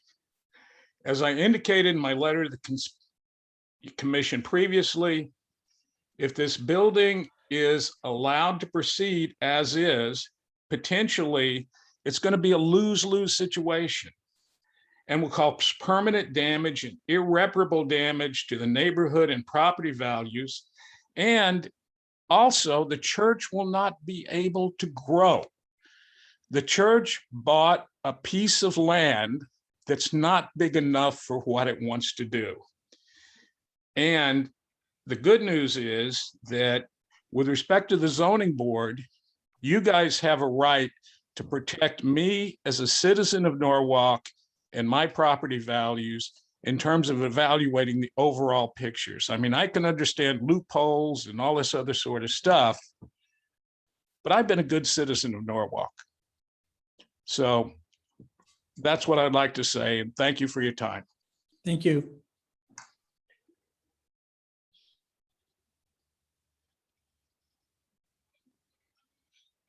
Catherine? Catherine?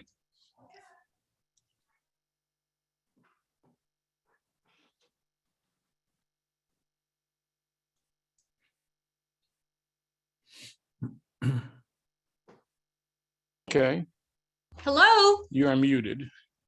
can you hear us? Yes, we can. Okay, thank you. In terms of what my husband just said, we bought this home 35 years ago because we loved the neighborhood. There were a lot of antique homes. It was a very charming area, you know, from Scribner on up to the northern end of Richards Avenue. It's a AAA for single families. And the property next door at 283 Richards Avenue used to have a single home there. They had rented it out over the years, and then it became abandoned and was raised by the city. So when the property went on the market in July of 2020, it was only on for 3 months before it sold. And in the fall, our new neighbor came over and introduced himself to us and told us that he had bought the property next door and was going to build a house for his son. And we were really pleased and excited to have a new neighbor. To our surprise, this new home turned out to be an 18,000 square foot religious worship center with 56 parking spots. And I've watched this project develop, and it has become increasingly clear that this is a very bad idea. I'm not opposed to living next to a house of worship. In fact, my neighbor at 275 Richards Avenue is the United Congregational Church. So we are already living next to a church, and they've been very wonderful neighbors. But the difference between the two properties has to do with the numbers. And as a few people have already pointed out, the United Congregational Church has 5,600 square feet on 2.6 acres with 58 parking spots. The proposed 283 Richards Avenue is 3 times that size for the religious center and half the property size with 2 less parking spots. I know that every religious group wants their populations to grow. That's a good thing. And, you know, the current location at 622 West Avenue is 1/3 the size of the proposed building that would be next door to us. And I think it's wonderful that they want it grow. If you build it, they will come. So there's no way that a building of that size is going to be held to such a small number of attendees. I just don't believe it. And you know, I just think, as my husband said, the building is too big for the property, and we would love for this organization and group to grow and thrive, but it just doesn't seem like they've picked the right spot in terms of giving themselves enough room to grow. So I ask that you oppose this project. I know you have a very important decision to make, and I hope that you consider everything that's said tonight. Thank you for your time. Thank you. Okay, next is Kelly Danziger. Hi, Brian. Could I share my screen, please? Sure. Thank you.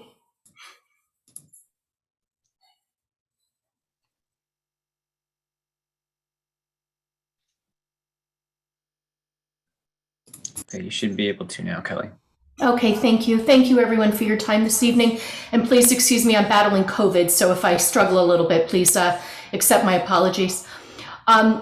This has been a very challenging time for all of us here in West Norwalk. And just to comment on, to back up on Mr. Curtis, Mr. Seifert, Ms. Schickler, this is our home. And this is a home we love. We love our neighborhood. We love the quality of life that we have. I live directly across 282 Richards Avenue from where this proposal is looking to build the structure. Understanding that as the commission, when reviewing a special permit, there are certain things that need to be taken into consideration, as is city and state codes, the federal laws, and the commissioner's considerations, since special permits are not a matter of right. The attorney for the applicant in our last meeting on December 8th stated that the only thing that matters is code, when actually there are many other considerations under the code beyond technical compliance, which include density, tree canopy and shading, outdoor space, fumes, noise, and the impact on the property values, none of which can be taken back once they're allowed. There are a few corrections from the December 8th public hearing that I would just like to get stated for the record, please. During the meeting, architect Reinheimer stated that the code for fixed seating in a house of worship is 7 square feet per person, which is actually the code for house of worship without fixed seating. Architect Reinheimer also states that the code for the unfixed seating is 15 square feet per person, which is incorrect and nowhere does appear in the City of Norwalk code. Architect Reinheimer also says there will be fixed seating in chairs in the worship hall, which contradicts a memo from Planning and Zoning to the Commission on December the 3rd, where it states clearly that the congregants will be seated on the floor. The definition of fixed seating. Fixed seating is seating where chairs are secured to the floor in some fashion, such as by bolts. Congregants sitting on the floor does not constitute fixed seating, and for the commission to accept this otherwise is a violation of the current codes and sets a very dangerous precedent for future applications. In the previous meeting on December the 8th, the applicant's attorney again states that the plan is for fixed seating, adding that having fixed seating is very important as it relates to the parking requirement. Switching from unfixed seating to fixed seating, the applicant's current location at 622 West Avenue has no fixed seating, and the parking was calculated by dividing the entire worship hall area at 7 square feet per person, following regulation 118-1220, when they were granted a zoning permit for their current location.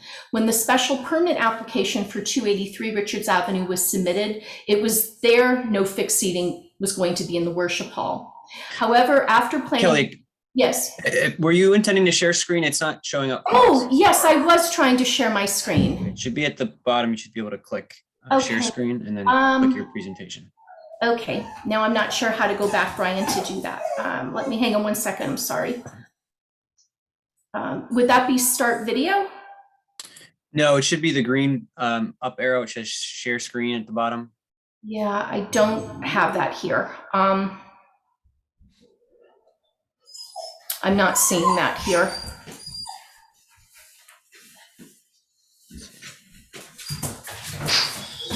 Can we try that again?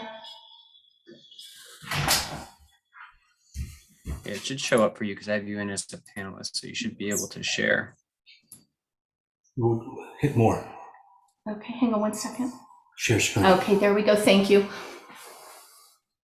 The COVID brain fog is a real thing. I'm sorry about that. Okay, can you see my screen now? Yes, we can. Okay, thank you very much for letting me know. Okay, so we'll go to the next, my next screen here. Okay, so seating at Gurdwaras, in a quote from Ranjapri Kaur, who is the Senior Manager of Communications at the Sikh Coalition, she talks about at Gurdwaras, all people sit on the floor as a sign of equality. And we know that the applicant currently sits on the floor in their current house of worship on West Avenue. In a memorandum on December the 3rd, it talks about without fixed seating, how the occupancy is calculated, and it talks about with fixed seating, how the occupancy is calculated. If we look at the memo, and it clearly states, the applicant has presented a seating arrangement showing the areas in which congregants will sit during ceremonies. Based on this arrangement, and it talks about a maximum of 240, but it also talks about the congregants will be sitting on the floor. Sitting on the floor does not constitute fixed seating. Other houses of worship in the city of Norwalk have had to showcase that they were going to be providing fixed seating and that their seats were being bolted to the ground. No other house of worship with fixed seating has been able to submit a seating chart that has such a large amount of square footage per person as this proposal is suggesting.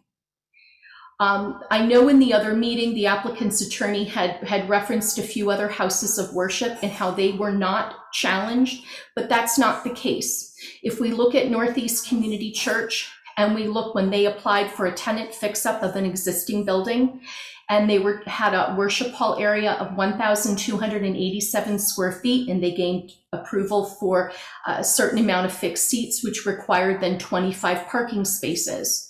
When the city of Norwalk did their inspection on April 20th of 18, they found 81 chairs, but they were not bolted to the ground.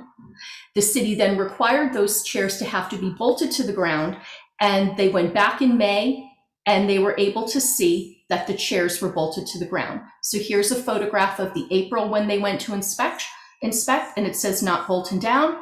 They went back on May the 16th, and the chairs were bolted down. So this was another house of worship that was held to this fixed seating. Then we look at the Lighthouse Baptist Church in June of 1996 on a 1.9 acre in a AAA zone. They applied for an addition. The new addition would require 80 parking spaces per the maximum seating plan of 400 people. They only supplied 48 spaces and asked for a waiver. In September, they wrote to the city and respectfully withdrew, knowing that they were not going to be able to meet that need. So they too were challenged, and they withdrew.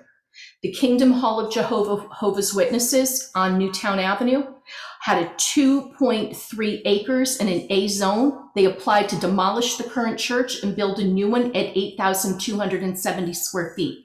They designed 2 auditoriums, totaling 4,416 square feet, showing fixed seats of 360 in the chart, plus 8 pews with 5 seats each for a total of 400 fixed seats.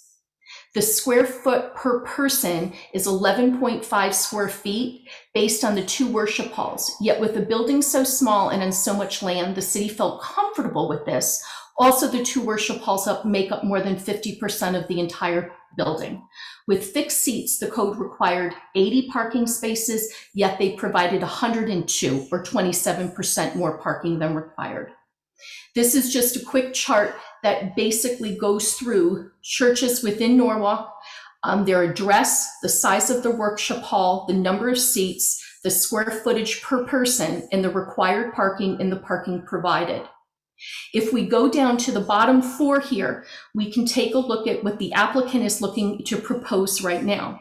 We can take a look at that full worship hall square footage space of 4,025 square feet.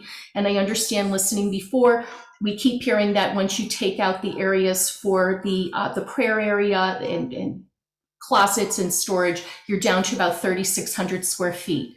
With 240 seats, that's 15 square foot per person. This is not maximum capacity. If we go without chairs, and if we go with the lower number of 3,600 square feet with no seats, that's 514 people, which would require 103 parking spaces versus the 53 that they have. This just doesn't make sense for the size of this tiny lot that we're talking about, folks. That's what this is about. Again, sitting on the floor doesn't constitute fixed seating. The Norwalk Fire Marshal capacity, the applicant has also obtained approval from the Fire Marshal for 240 people using a provisioned assembly use from the state of Connecticut. I guess it's a less concentrated use without fixed seating at a rate of 15 square feet per person. Granted, the fire code is not the zoning code that determines parking requirements. This demonstrates how the applicant claims fixed seating when it serves its purpose, then unfixed seating when it serves another purpose. And Mr. Schulman, you did say this on December 8th, we can't have it both ways. Reasons, just overall reasons for denial of this permit. It's a very compromised proposal. It is truly going to alter the landscape of this entire neighborhood. We're looking at an applicant who is claiming fixed seating without actual fixed seats. So how can we cap this at 240? And as the fire marshal said, the fire marshal can't police this. That's not their job.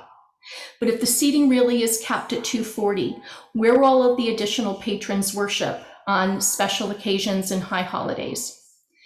If the unfixed seating of 240 is accepted, the application must still be denied for lack of parking, since this would not be the maximum capacity of the proposed worship hall, and the applicant cannot apply the regulation of 1 parking space for 5 patrons. Commission, I really do appreciate your time this evening and bearing with me through this. I do, as Mr. Jim Michael had stated, this is not an easy decision for you. We understand all that has to be taken into account. We understand that our Sikh community has been operating here within the city for 25 years. They have a home of worship, understand they want an upgrade, they want to expand. We all go through that in our life. We understand that. I think it would just behoove to find the right space for them so that their vision of the building that they want to create to serve their worship services, their communal kitchen, their education, and to be able to host weddings and special events, find a place that's going to permit this so that it can truly be enjoyed. Thank you very much for your time.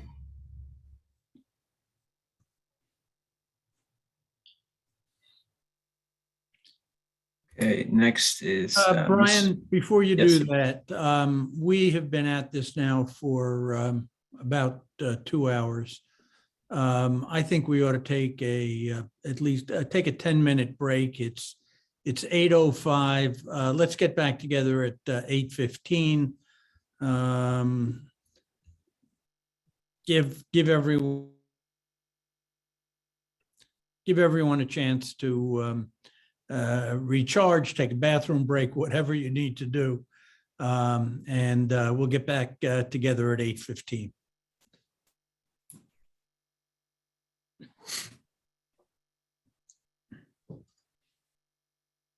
Are you there, Broderick, or do you want us to keep going public? I'm sorry, Brian, I missed mute there. Thank you.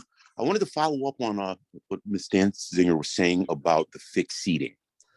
The fire marshal's office signed off on 240 fixed seats on the drawing. When we go for our final inspection to test all the bells and whistles and do our walkthrough to make sure everything is as we signed off on, before we send an email saying everything's okay to the building department, if those fixed seats aren't there, we are not going to sign off. I highly recommend anyone having questions in regard to fire code, I encourage them to email me or call me so I can clear up any confusion. But we signed off on fixed seats, 240. If 240 fixed seats aren't there, they are not going to get their certificate of occupancy. Thank you, Brian. Thank you, Mr. Sawyer. Thanks, Broderick. You're welcome. Thank you. Okay, next we have Mr. Aponte. Hello, can you hear me? We can.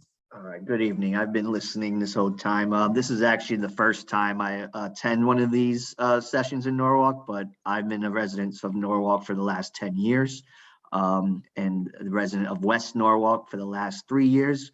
My name again is Jason Aponte. I live at 45 Fox Run Road, literally less than 30 seconds or a minute from this location.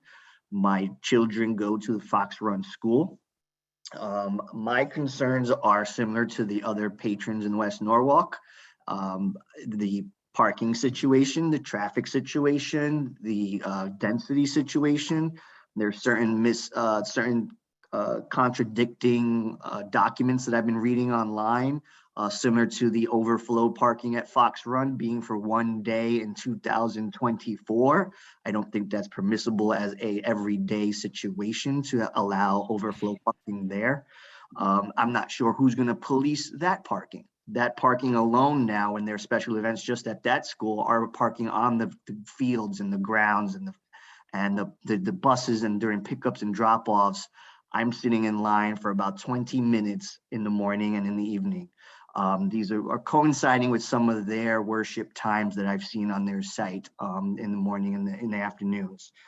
My wife currently, who's a Norwalk Hospital employee, picks up my youngest son across town in East Norwalk. She takes the road that is currently leading up to the location at today on West Avenue, on Union Street, I believe, where there's no on-street parking, but consistently Fridays, where they say potentially the evening session at 7 p.m. is done off hours.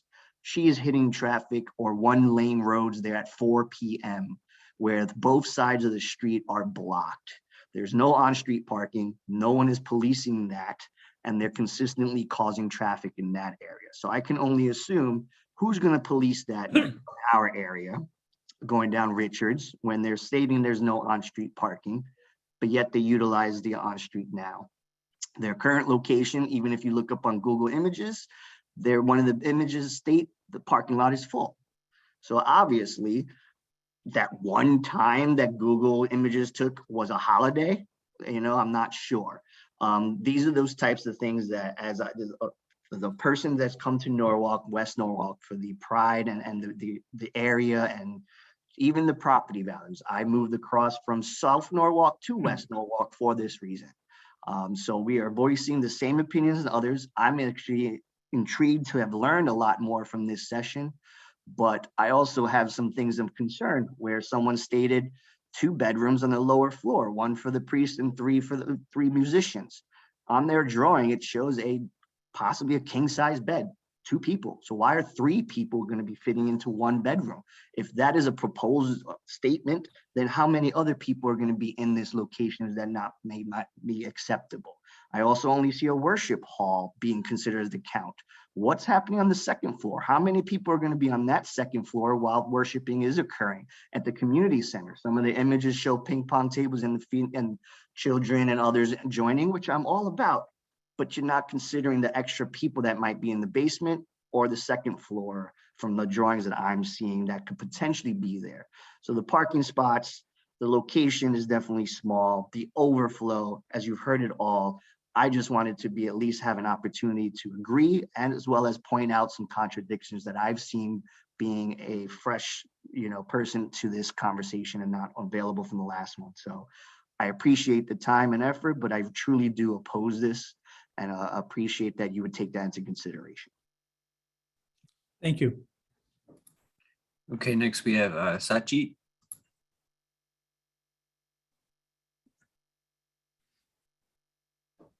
Hello? We can hear you. Okay.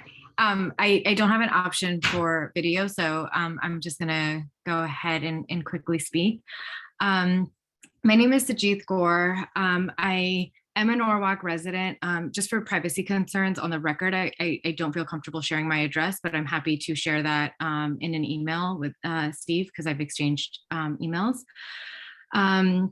I live in Norwalk with my husband, my daughter, and my in-laws. My husband's family's actually been here for over 2 decades. My husband and his brother both went to Norwalk High School and currently serve the residents of Connecticut as first responders. And so I truly understand and can empathize when we're talking about tax-paying residents of Norwalk. I am one, and so has my family been for many, many decades now.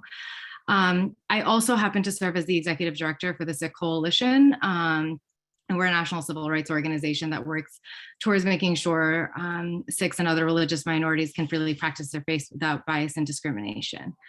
And so I know you've heard a lot about the Sikh faith, and I'm not going to repeat those things, but I do want to just call out some of the coded bias that has been seen in some of the comments that I have read through from the last meeting, and just, and how we approach this. And I don't believe that all of it's intentional in any way, but I do want to call out that there is coded bias. And I know this because it's the work that I do every single day, and what I deal with every single day. And so when we're saying things like, statements like the design is going to mimic Abu Dhabi's skyline and it's saying is out of character with the neighborhood, or that property values will simply decline because of the architectural structures, that's problematic. Saying that the smell of food prepared in the proposed gurdwara will permeate the neighborhood, like that is also problematic. And we wouldn't make these comments if we were talking about the incredibly beautiful churches, synagogues, and other houses of worship in Norwalk. And so I want to make sure that when we are making decisions about zoning, that they are based on zoning and occupancy and these other really important issues that we are discussing, and not based in rooted in bias in any way. And again, there was a call about the city of Norwalk standing up for tax-paying Norwalk residents. That implies that Sikhs are outsiders. And again, like I shared right at the beginning, I am a tax-paying resident of Norwalk. So is my family. And we deserve to be able to worship here as well. And so, truly, I really hope that we don't repeat the same mistakes that we've made in relationship to the Norwalk Mosque. Differences in how we pray or the design of our houses of worship should not be a barrier to sharing the neighborhood. We have an opportunity to embrace inclusivity and religious pluralism and find a way to work together. And I hope that that's the path that we take today. And the last thing I'll underscore for the commission is, a couple of the comments made here are really about, prayers 24/7, that we start praying at 5 a.m. and how many people are involved in that. And I know that there have been detailed responses provided and what that actually means when we say prayers start at 5 a.m. I can guarantee you 240 people are not going to prayers at 5 a.m. That's not how we function. It's about making sure that we maintain services throughout the day and that certain prayers are met, but those are led by certain individuals. It is not 240 people showing up at 5 a.m. So I just want to underscore, when we're making some of the arguments, to actually understand in the same way that we are being asked to understand the intent of the codes and of what is required in zoning rules, and the spirit in which they were written, please also understand in the spirit of which we are describing how we practice and how we pray, and that not all of those fit into maybe Judeo-Christian principles that other people can understand or have better knowledge of. And so I'll end there for the sake of time. Thank you. Next is Merjam Aliza.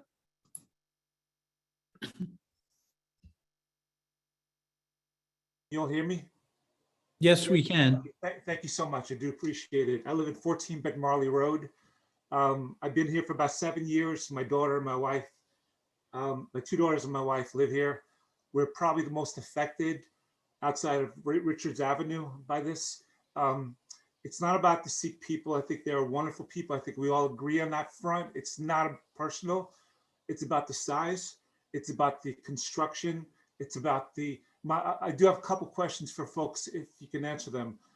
Will this be well water and septic tank, or will it be city and water and sewer? Does anybody have the answer to that? The applicant will reply at the end, Merjam. Okay, because that's a huge concern, because if it's going to be on 1 acre, if you have this many folks at one time, and the septic cannot support it, you're going to have porta potties there. And what's that going to do to the area? There's also seepage that could happen at that point as well. Father's Brook Holy Ghost is right on Bed Marley Road, and that leads into the Norwalk River. Is that going to get contaminated? I have many concerns about this. I'm not sure if these have been addressed. If they have, I apologize. But our quality of life with the parking, Bed Marley Road is right around the corner. We're going to face the brunt of it. The overflow is going to go there, and I have a very big concern about that. Like others, I was born overseas. I'm an immigrant. I love the country. I'm living the American dream. I bought a house here 7 years ago, and I love it here. I just don't want that quality to change drastically. That's it. I agree with a lot of what other people have said before. My opposition to it is strong because of the monstrosity of size. As simple as that. If it was smaller, if it was one level, if it was consistent with the church and synagogue, beautiful. We'd welcome them with open arms. It's not about the people. It's about the size, the scope, the parking, the quality of life change that's going to happen. That's it. That's my piece. Thank you very much. Okay, next is Hira Shabra.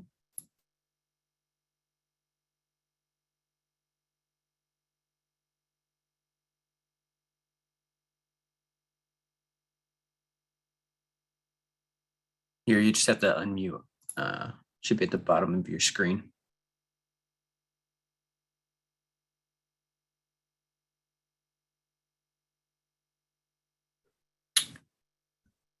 All right. If not, we can come back to you.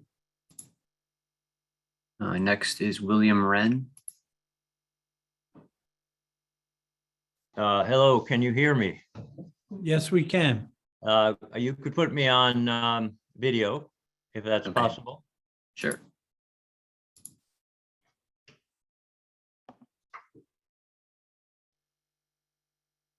Okay, you should be able to turn your camera on.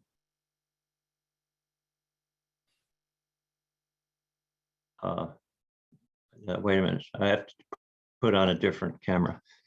Logitech. Okay, hello there. Thank you for holding this meeting and hearing this very challenging decision. My name is William Wren. I live at 67 Weed Avenue in Norwalk. I've been here for 25 years with my wife, Betsy, and I served on the Common Council for 4 years. And I feel very passionate about Norwalk and maintaining the quality of life and the reason people want to live here. So I agree very strongly with the people who are opposed to this application. The property is too small, et cetera, because I know you don't want to hear anymore. And I think you've all got all the most important information and plenty of reasons to turn it down. But I just wanted to share one point that I thought of while I was listening to all these speakers. There's a motto in medicine: first do no harm. So how would that apply to this case? In the case of this decision, somebody's going to be unhappy, somebody's going to get hurt, but who gets hurt more? Is it the people whose property values are going to decline, who will have a much lower quality of life based on the reasons given previously, or the Sikh community? The Sikh community, I think, would probably benefit by finding a better location for their temple. And I'll just leave you with one more thing. They always say a picture is worth 1,000 words. I want you to just take a look at this rendition of the Sikh temple that would be placed on a 1 acre property in West Norwalk. And I want you to just think about it for a moment. If you were living in a similar neighborhood or any neighborhood, would you like to wake up every morning and have this next door? Not because of the architecture or because of the people, but because of the size and scale of the building. Thank you very much for your attention. Thank you. Okay, next we have Minty Kaur.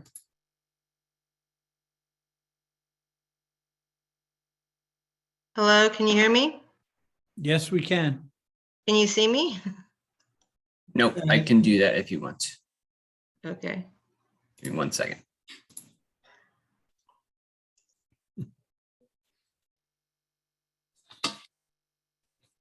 Okay, you should be able to turn your camera on. Okay.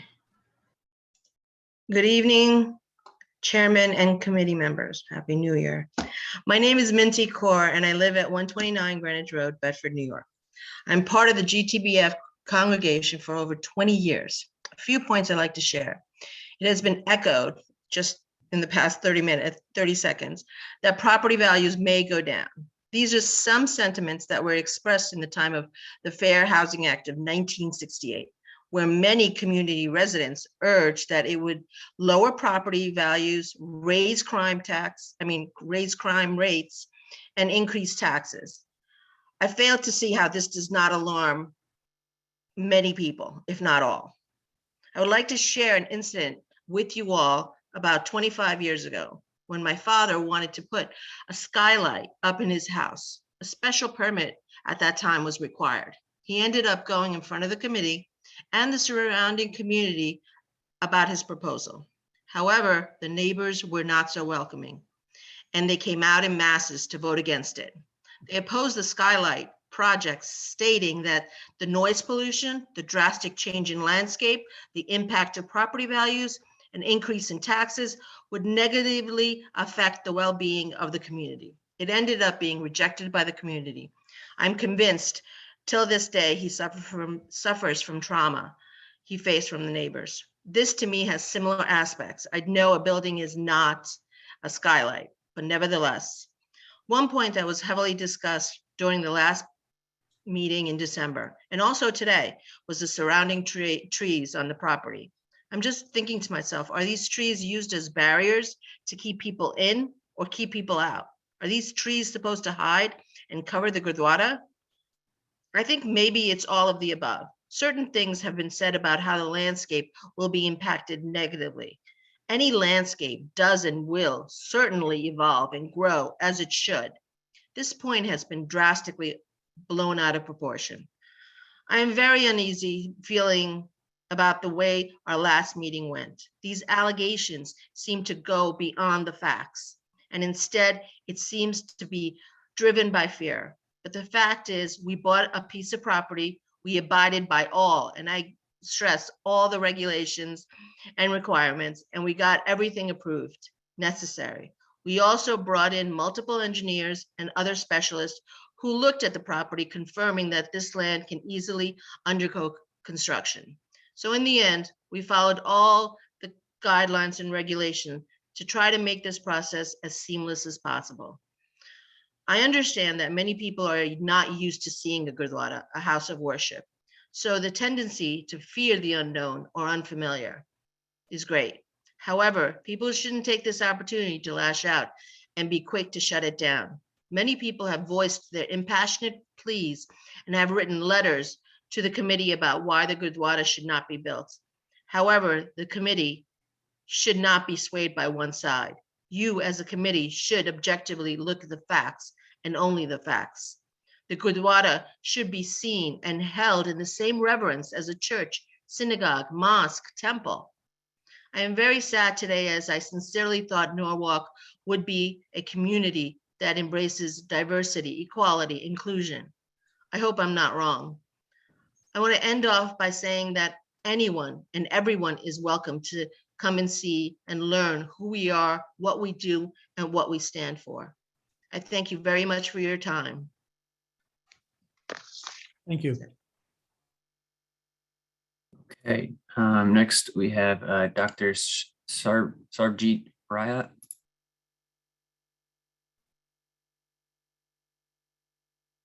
Yeah. Hi, can you hear me? Yes, we can. Can you turn my camera on, please? Sure, give me 1 second.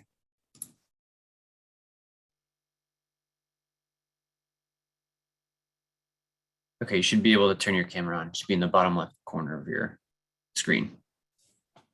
There you go. Okay. All right, cool. Good evening, Mr. Chairman and Commissioners. Thank you for the opportunity to share my comments. My name is Sarbjeet Singh Rayat. I live at 100 Richards Avenue. My wife and I have been Norwalk residents for several years now. I was a researcher and a college professor teaching business at the University of Massachusetts and at the State University of New Jersey. I'm now the founder and CEO of a financial technology company. As I said, my wife and I, we live at 100 Richards Avenue. We often go walking and running on Richards Avenue. We drive daily on Richards Avenue. So when I hear about the traffic concern, I understand where it is coming from. It's a valid concern. Even crossing on foot to the other side of the road at peak times can be frustrating. I get it. But I also happen to have a good handle on how the Gurudwara related traffic typically flows during the week. And I agree with the findings from the professional traffic studies that show that the added traffic on Friday evenings and Sunday afternoons is not a cause for concern. However, what I have noticed is that in opposing the project, the whole kitchen sink is being thrown at the project, hoping that something, somehow, somewhere will stick. Something will give a reason to refuse the permit.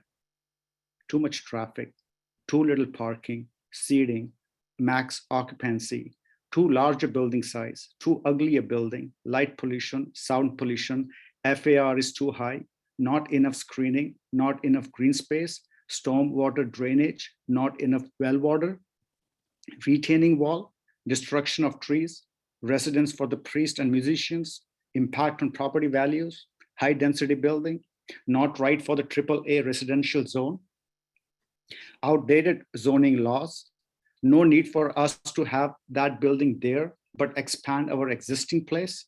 And one comment, and I'm not kidding, this letter is on record with the zoning commission that says having this building here will make it look like Abu Dhabi. And let's keep this the United States of America and not Abu Dhabi.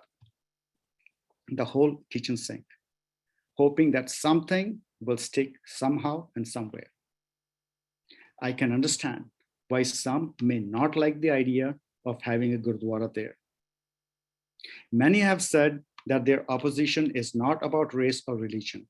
I agree with them. This is not and should not be about anything else other than the zoning regulations, about what is allowed and what is not, what matters and what does not. FAR does not matter as per the zoning regulations, so it should not be considered for the same reason that other things that should not matter should not be considered. The proposed Gurdwara complies with the code. Mr. Chairman, don't get me wrong. I don't intend to demonize the neighbors. Everyone has the right to oppose the project and they have their reasons, which I may and do disagree with. However, in all sincerity, I understand that it is not easy to have a denomination that they are not a part of or crazy about, build its place of worship in their backyard, and they have to live with it 24/7, while we may come and go as we please. I get it. I do not want to downplay their concerns. As homeowners, they should be worried about their property values. And as our legal team will present, our research has shown that property values have actually been positively impacted by the existing places of worship.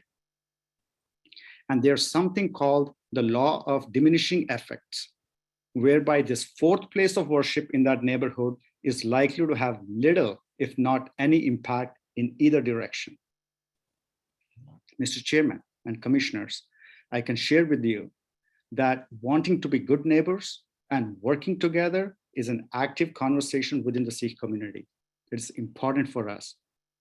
And the day we get the approval, whether tonight or a year later, we will be reaching out in good faith to work together. I get asked the question, are you sure you want to build your place of worship in West Norwalk? The community that pushed out the proposed mosque a few years back is now pushing out the proposed Gurdwara. Is this the neighborhood on Richards Avenue really inclusive? I strongly believe it is. All these years that I have been on Richards Avenue, my interactions, my experiences with my fellow residents on Richards Avenue, my fellow walkers and joggers have been overwhelmingly positive. These are good people. I'm sure some of the callous, ignorant, and insensitive remarks are not representative of the larger community of West Norwalk. And once the Gurdwara is built, Think about it for a second. How many other towns can boast of having a synagogue, a church, and a gurdwara right next to each other? It's going to be the jewel of the Norwalk City. Mr. Chairman and Commissioners, I do not envy you tonight. Either way you vote, you're going to receive flack. I'm not here to tell you how to do your job or how to interpret the codes. All I hope from you is an impartial evaluation of the application and a fair and equal treatment as received by the other houses of worship in the same neighborhood. Whichever way you vote, approve or deny, we know that we have a lot of work cut out for us in the Sikh community. Getting the approval is not a milestone just to be celebrated, but it's a milestone to recognize the responsibility that comes with the permit to ensure that the Gurdwara and we add value to West Norwalk, as we have been doing to Greater Norwalk all these years. Given that the Sikh community for centuries has always been a giver, not a taker, I have full faith in the sincerity of our efforts to reach out, work with the neighbors, and contribute to West Norwalk. Thank you for the opportunity to speak. God bless you all, and God bless America. Thank you. Okay, next we have Kathleen Weller.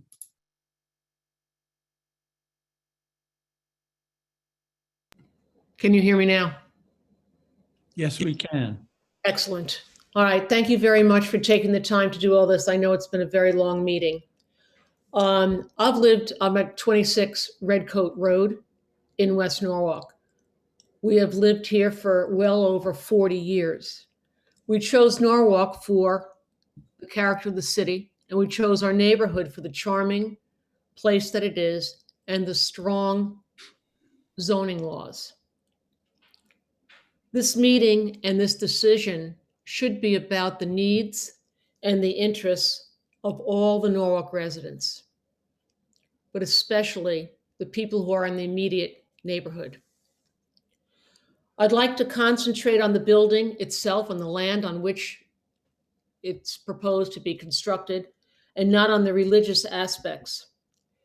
If you just consider the building itself, it is grossly out of proportion with the land. It does not fit the neighborhood or the land itself. You have only to look at how much of the property is to be used for the building itself. We have spoken about other houses of worship in the neighborhood. This new house of worship will take up 40% of its land. The other 3 houses of worship take up less than 10%. That should tell you something about how out of proportion this is. It is just too much for the property. In the last couple of years, a whole variety of buildings have been allowed. The college has expanded. We have senior housing, memory places. I think that if you're going to even consider this, you have to look at what the traffic is like now, not the way it was a year ago in the middle of the pandemic. I think you will find out that it is far greater than what is being proposed for this time. I really want you to consider not doing this project on the basis of the size of the property, the size of the building, and the traffic it's going to be bringing in. I travel these roads every single day, either on foot or by car. There's a lot of traffic here, and it's only going to be made worse if we put in another building of this size and of this use. But I thank you very much for taking the time, and I look forward to your decision. Thank you. Good night. Thank you. Okay, next we could try Hira again. Okay.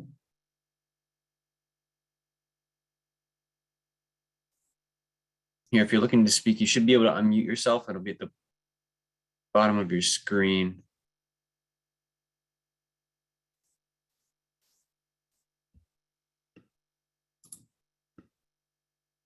Okay. So then we'll go to Jeff Danziger. Hi there. I'd like to share my screen if possible. Okay, hold on one second. So I join as a panelist, okay?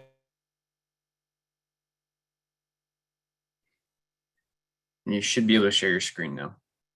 All right, let me see how I can share it actually. Can you see me or? No. Oh, here we go. All right. Almost there, hang on. Let me just find it. Here we go.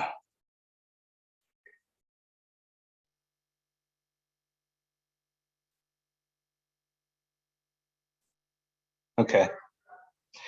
All right, so my name is Jeff Danziger. You heard from my wife Kelly earlier. We live at 282 Richards Avenue. We're directly across the street.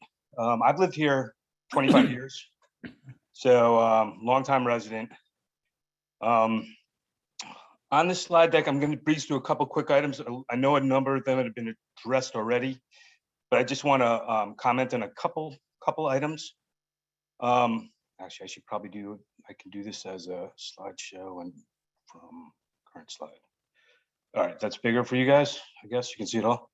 So you guys heard earlier from Sloane about section 118.310 that only permits single family dwellings in a AAA residential zone. I'm not going to reread what you said earlier, but just for the record, you have it here. And she talked about the fact that a building containing one or more dwelling units, actually, hang on, let's reduce this out of my way. So I have my, that's kind of getting in my way here. I apologize, hang on one second. There we go, thank you. A building containing one or more dwelling units, but in the case of building having two or more portions divided by one or more party walls forming a complete separation of each portion shall be considered a separate dwelling. And I know she talked about that. She also talked about a family, a person living alone or a group living together as a single nonprofit housekeeping unit sharing common bathing, sleeping, and cooking facilities and sharing at least one common living room space. Said housekeeping unit may include any number of people related by blood, but shall never include more than 3 unrelated individuals. As she mentioned earlier, two-family housing is impermissible in the AAA residential zone.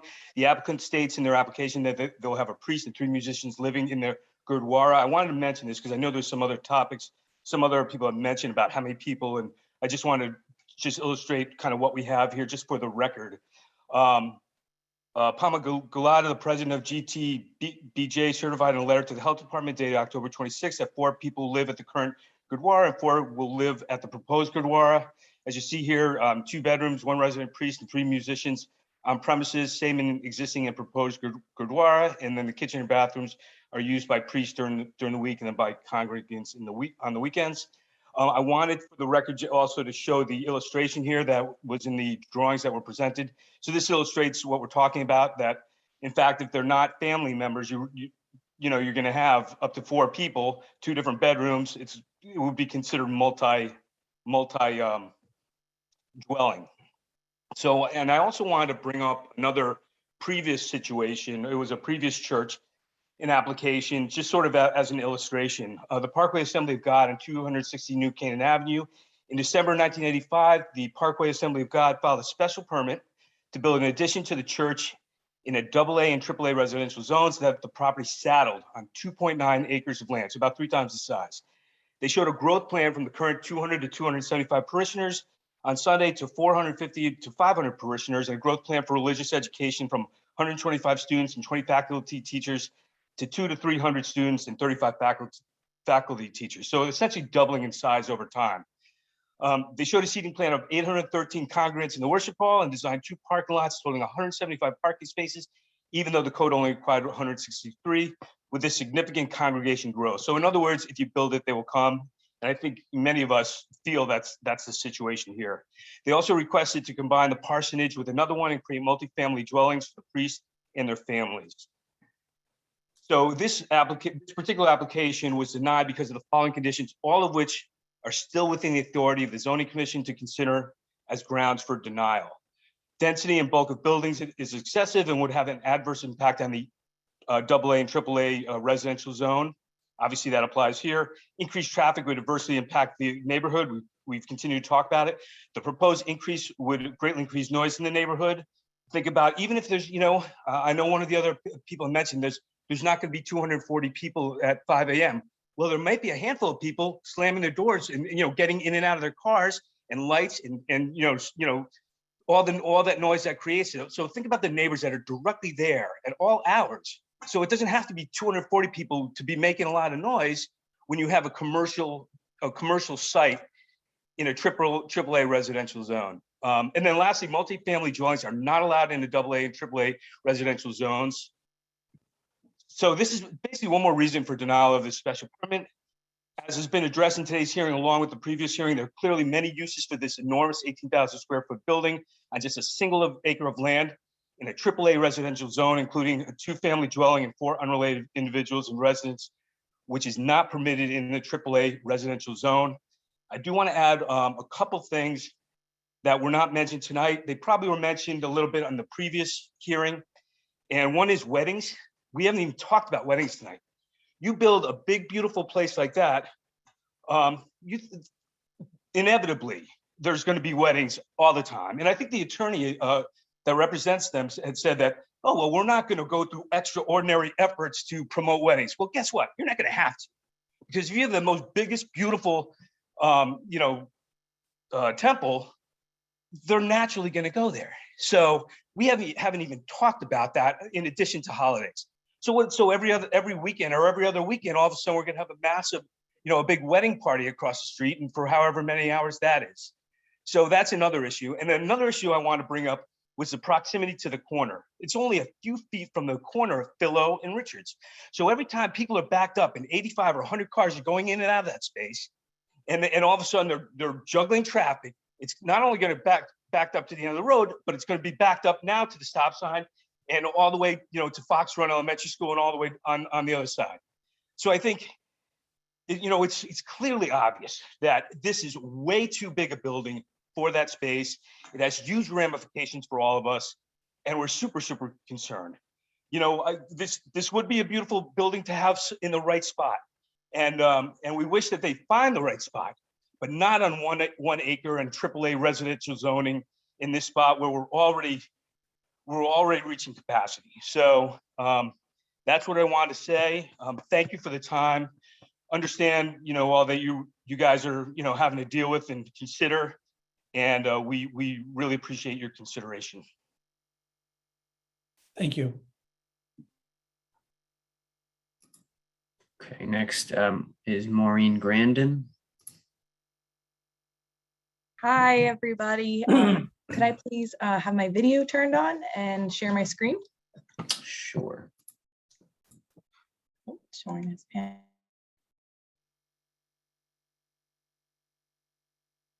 Okay, you should be able to do both.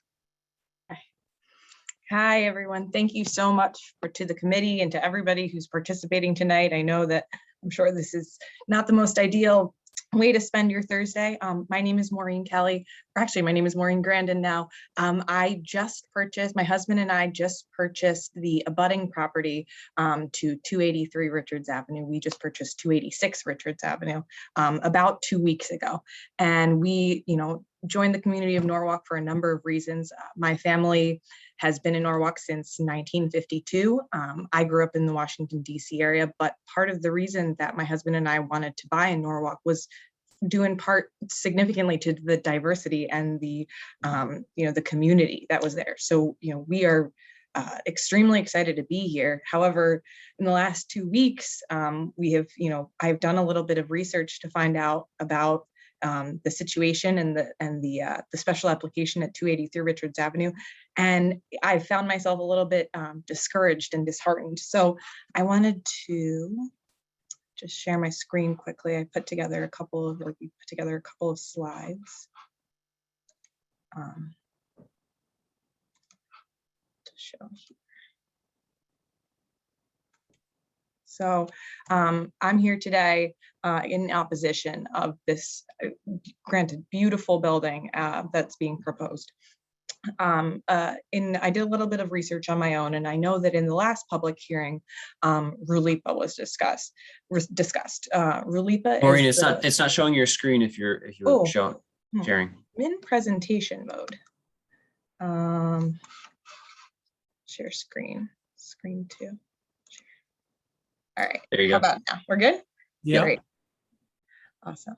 Let's do it this way. So RULIPA is the Religious Land Use and Institutionalized Persons Act. So just brief overview, RULIPA prohibits local governments from totally excluding religious assemblies from a jurisdiction or unreasonably limiting religious assemblies, institutions, structures within a jurisdiction.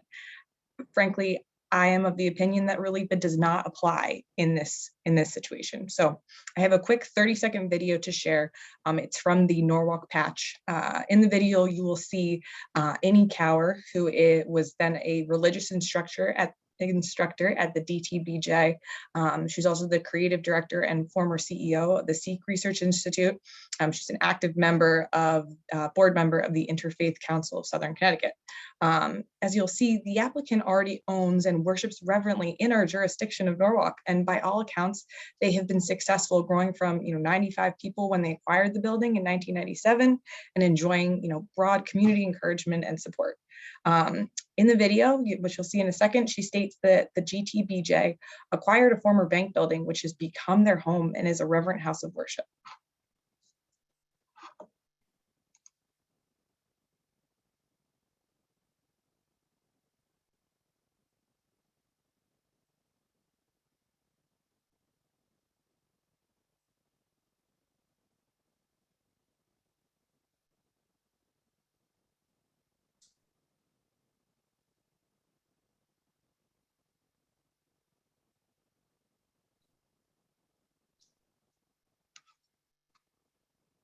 So as you can see here, and as we've mentioned, what is the real size of the GTBJ congregation, and how quickly is it going to grow and rebound, especially in this post-COVID era? Something else I wanted to note that we discussed tonight that kind of came to my attention.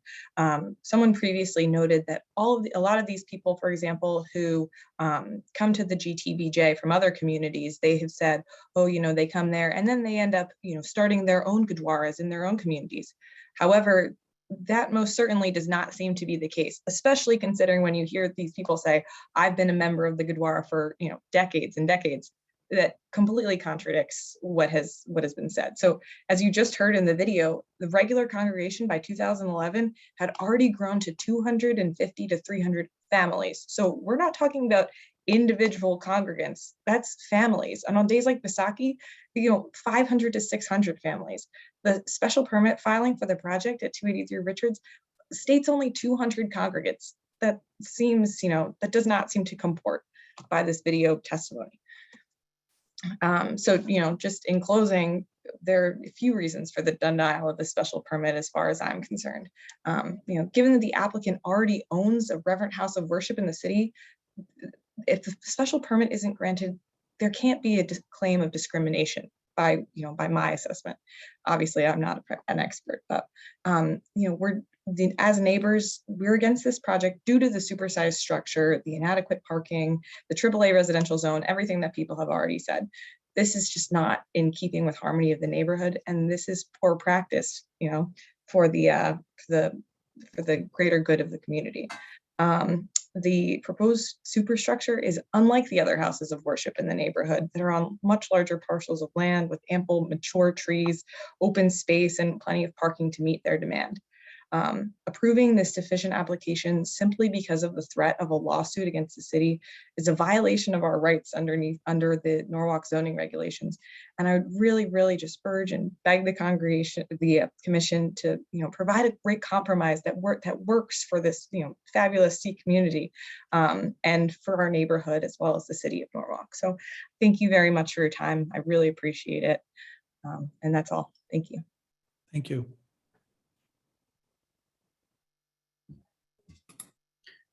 Okay, next is a telephone number, so we'll just have to have you say your name for us.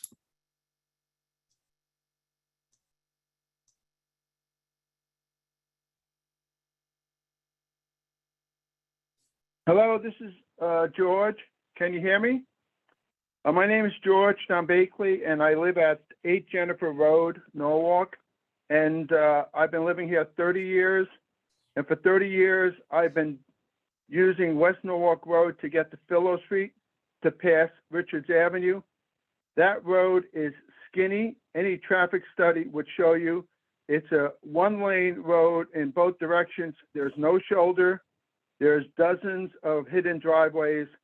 It's not suited for added traffic. It's barely surviving as it is. The intersection of Richards Avenue and Philo Street, it has 3 access roads: Philo Street West, Philo Street East, and Richards. 3 stop signs. There will need to be a traffic light if any such mass gathering facility is located on that corner. I'm talking about traffic safety. I'm talking about cars not familiar with the neighborhood traveling on Philo Street, past hidden driveways to get to regularly scheduled church events. My second concern, which is a large area of concern, is the expectation that a private organization would build on that corner of Richards and Philo and then expect to use the facilities of the Philo Street School. It's a public school.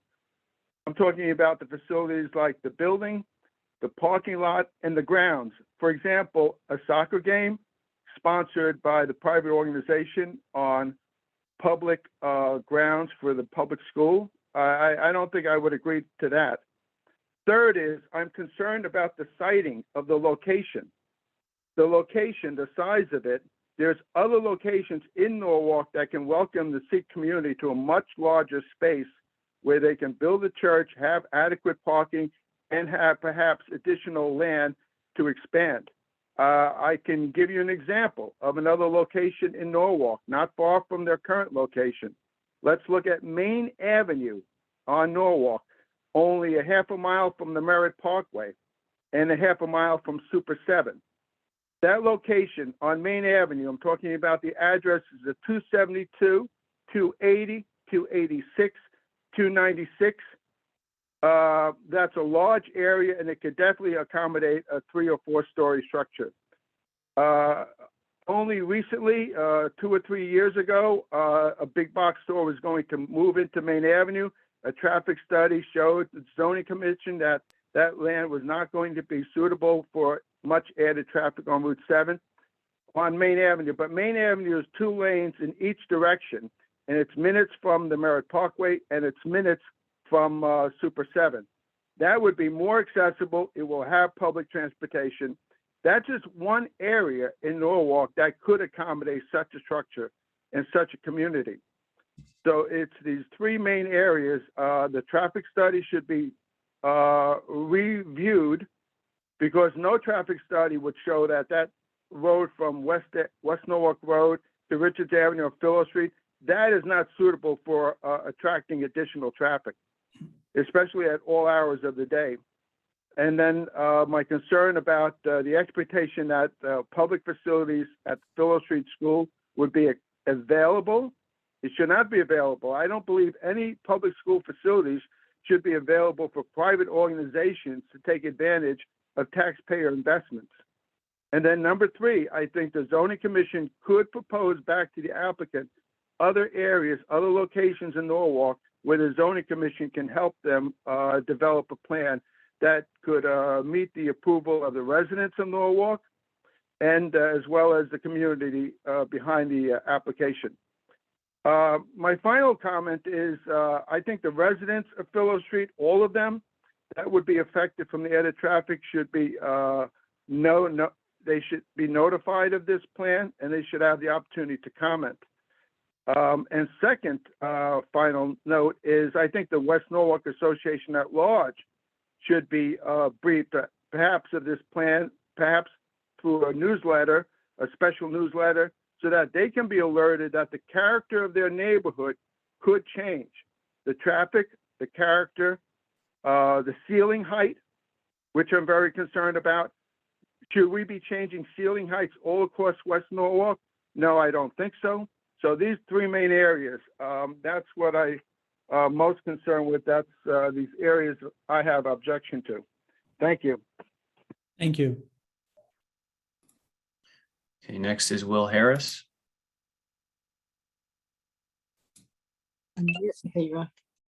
Yes, this is Will Harris. Can you hear me? Yes, we can.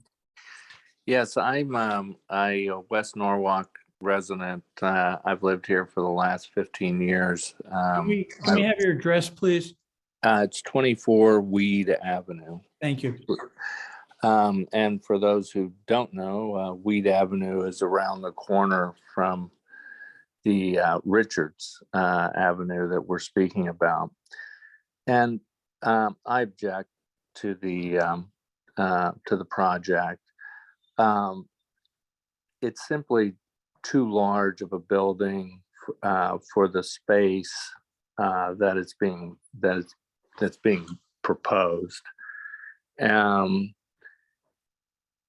I have to say that the traffic, I have to agree with the other residents who've spoken about the traffic and just the condition of the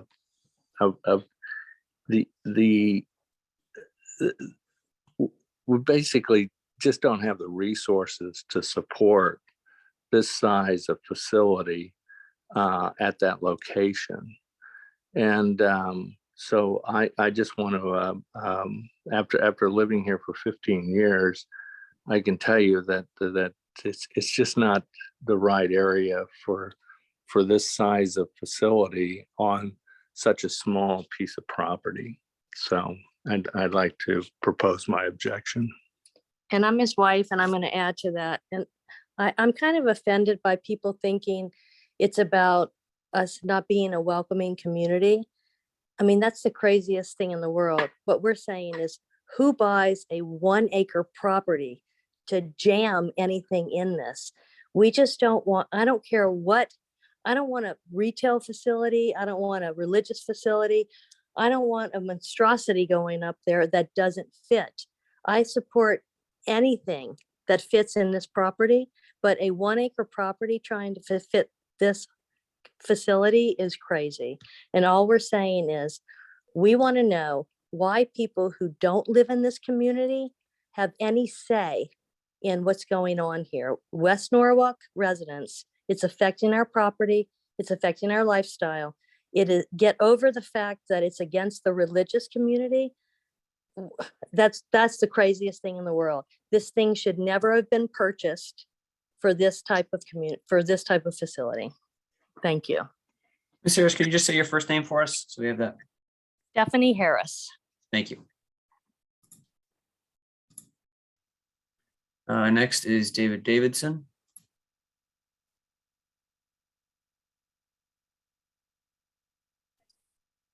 Can you hear me? Yes, we can. My name is Dave Davidson. I live at 16 Betmalia Road. I've lived there for 54 years. This applicant for a special permit has frequently expressed the need for fair treatment when conforming to the regulations. But you have heard this evening and on December 6th or December 8th, the many ways this application does not meet these regulations. I had planned on going through a lot of detail with respect to the religious institutions that have no fixed seating, but Kelly Danziger did an excellent job, so I'll shorten my presentation by saying that just applying the fire marshal's 3,600 square feet and the regulations properly as they are applied in regulation 118-120-1220, that would require twice the parking that is in the applicant's application. 53 seats was calculated on a fixed seating capacity, which we've heard many times, both at the last public hearing and tonight, is not applicable, that they have no fixed seating, and therefore they're subject to the regulations for religious institutions without fixed seating, and therefore they should require well over 100 parking spaces. Therefore, the commission is urged to deny the permit as submitted. And that's just one specific reason to reject it, but there are many others that you've heard tonight. And so I'll shorten my presentation by stopping right here. Thank you. Thank you. Next is Jaspreet K.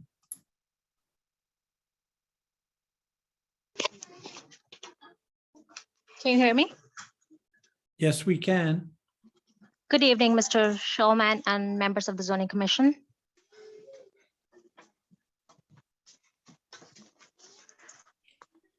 My name is Jaspreet. I live on 21 Fairview Avenue, Norwalk.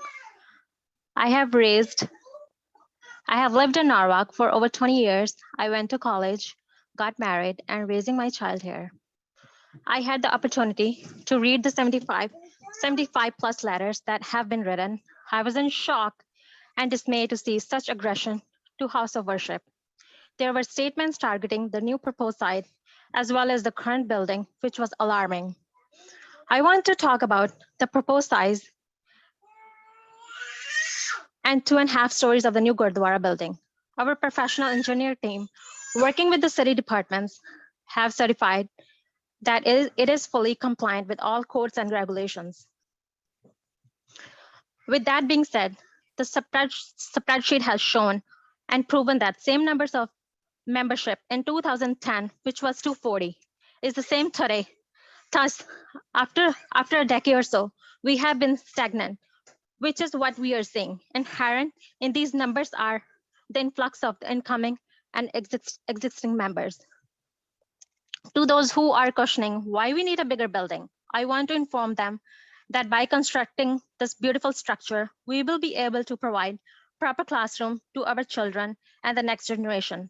All Gurdwaras, which are designed for the purpose, have 3 separate areas for worship, education, and dining.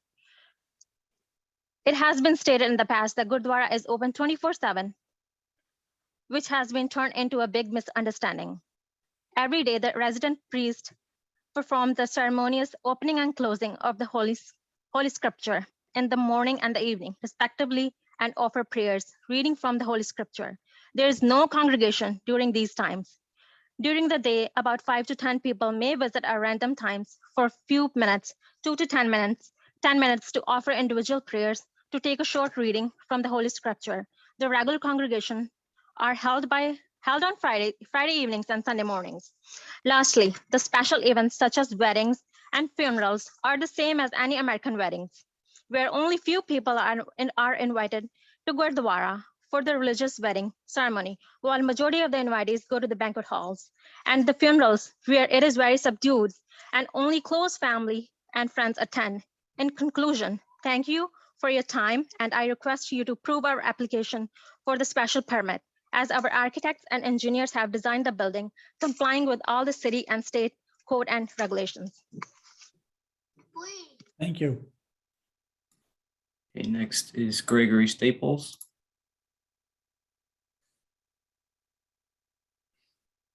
Brian, can you open up my screen, please, my video? Sure, hold on one second.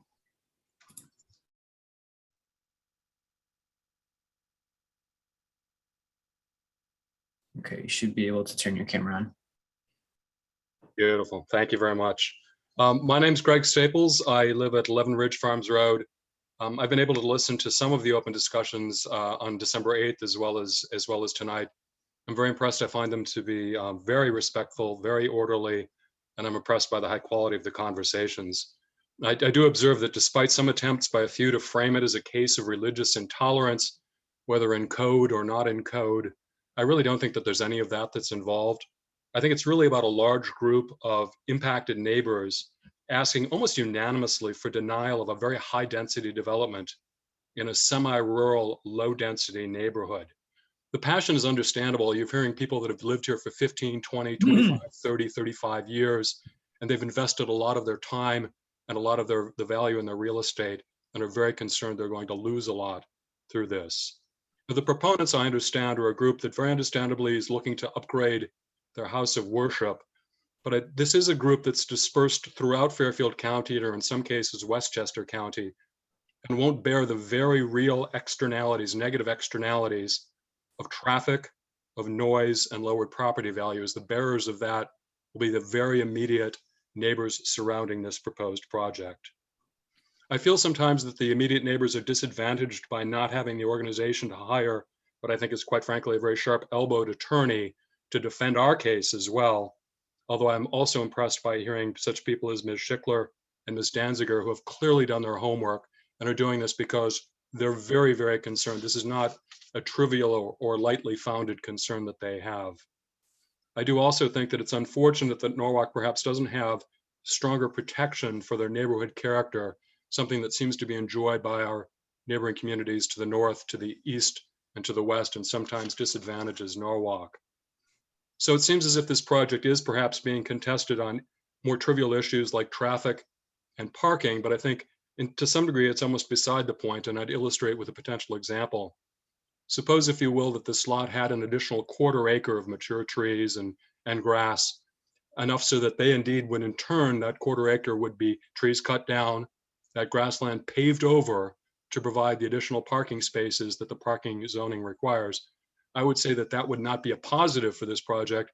I would say more green land within West Norwalk, paved over with blacktop, would actually be a negative, but somehow that seems to have would potentially satisfy some of the zoning concerns. Finally, I'd say that we've heard some people talk about the proud Sikh community, and I think that's not an issue. We all very much are very impressed and truly believe in the beneficent Sikh community, and we welcome them into West Norwalk. But like we've welcomed the United Congregational Church, Temple Shalom, and St. Matthew's, we welcome them with a project that is appropriate to the scope and the size and the scale of the West Norwalk community, one that does not pave over the entire lot, one that does not have commercial kitchens, one that does not have multiple residences. This is really not a project that fits in within a neighborhood like ours, and it's one that I don't think the Sikh community would propose if they really truly wanted to be good neighbors. Thank you. Thank you.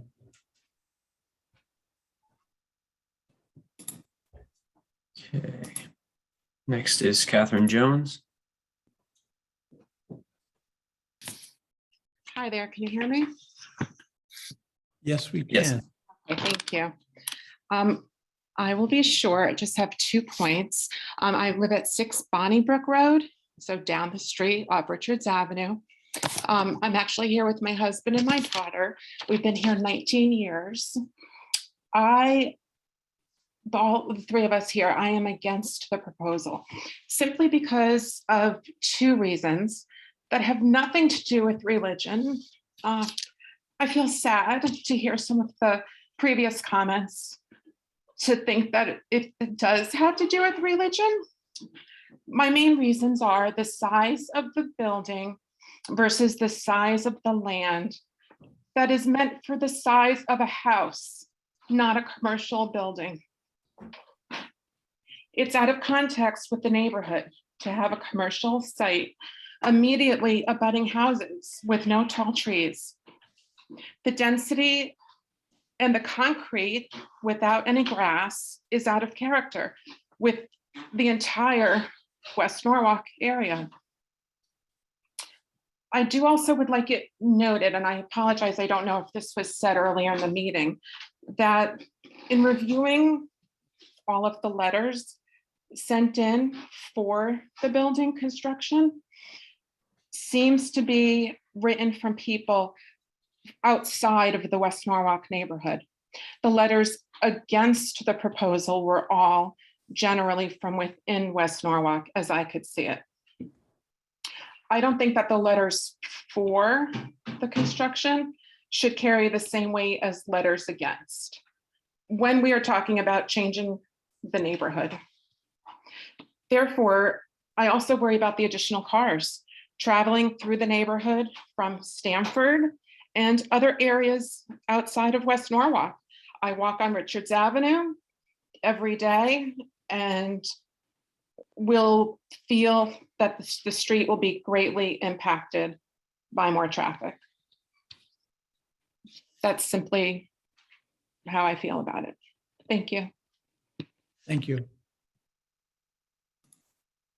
Okay, next is Tyler DSO. Hi, good evening. Can everyone hear me? Yeah. All right. My name is Tyler DSO, and I live at 50 Princess Pine Road. I'd like to thank the committee for their service and for the opportunity to be heard in this matter. As a local resident and a parent of a young child, I came here to express my objection to the proposal out of the safety concerns due to the impact of increased traffic at an already busy intersection, very dangerous intersection that sits directly across from an elementary school. However, I'd like to spend my time addressing another aspect of these hearings, which is Ms. Suchi's candor towards the committee during the prior hearing. As a resident, I found her comments to be highly offensive, but as an attorney myself, I found them to be highly inappropriate, the equivalent of a legal bully tactic of the worst order. I can certainly appreciate zealous advocacy on behalf of one's client, but the number of times she cautioned the committee was undoubtedly an implied threat of litigation, with an inference being made to a prior mosque litigation that impacted this community nearly a decade ago. What Ms. Suchi and others really meant was, you saw what happened in that case, so if you deny my client's request, you can expect a similar outcome here as well. Weaponizing the threat of litigation as a way of coercing the committee's vote in a local democratic process is that bully tactic, namely because it's a misrepresentation of the facts and the law applicable in this case. The commission should feel empowered to ask questions and address the concerns of many from this community without simply being disregarded on the basis of discrimination. There is no doubt that Ms. Suchi's comments were meant to have a chilling effect on this committee and others who voiced their opposition to this project on an entirely legitimate, non-discriminatory concerns on how this project will impact their property and their community. This is certainly not a way to build bridges in our community and amongst those most impacted by the proposal. I hope that the committee has sought competent legal counsel to address these issues in earnest. The issues being raised here are distinguishable from the prior case involving the mosque. Both the committee and members of the community should be aware of and apprised of those differences as to not capitulate to the legal threats being made on behalf of the petitioner in this matter. Thank you. Thank you. Okay, and next we have Avneet Singh.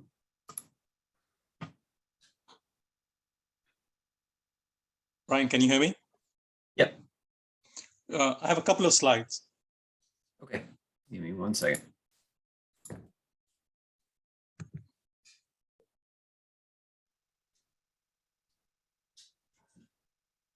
Okay, you should be able to share screen now.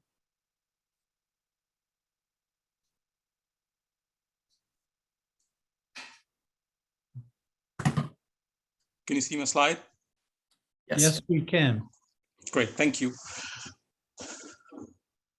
Thank you for taking the opportunity to give me a few minutes. Good evening, everybody. My name is Avneet Singh. I'm a West Norwalk Road resident. I just want to highlight 2 points. I had a number of slides, but I've deleted several of them in the benefit of time and try to keep it brief today.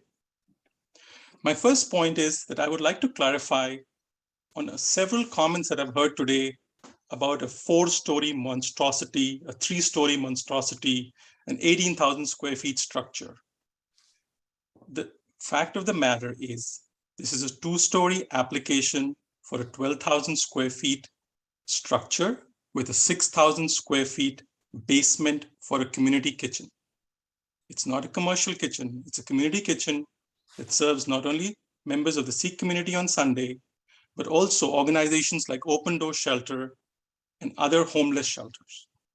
So please, whenever you're doing the math, whether it's FAR, whether it's comparisons to other respected religious institutions, if you want to use 18,000 square feet, you have to add the basement size of all the other institutions.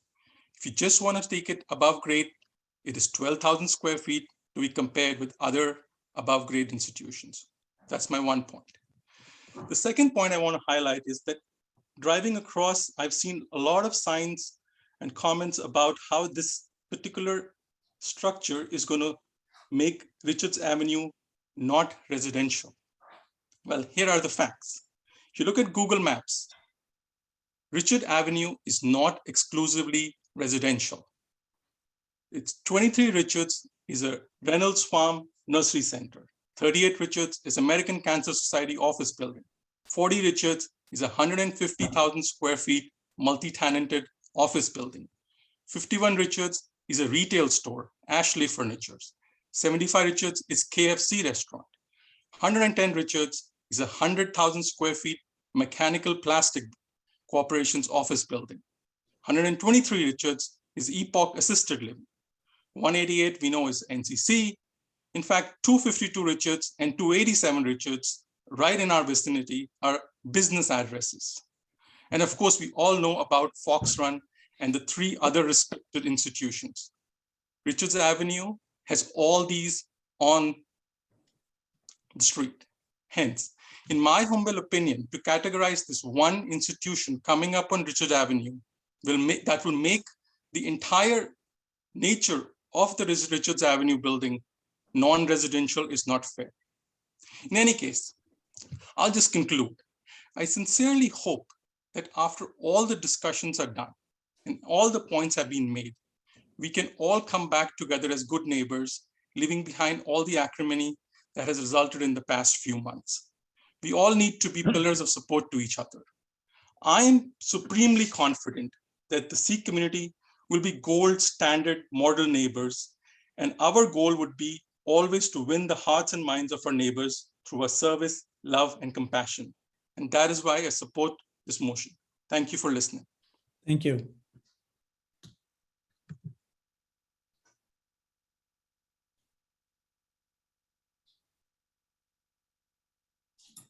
All right, I'll give Hero one more shot. Let's see.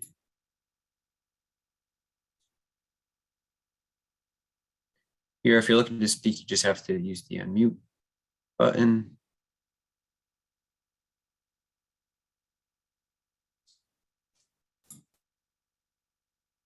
Okay.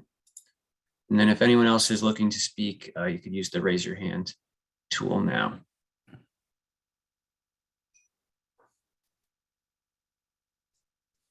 Okay, we have Spencer.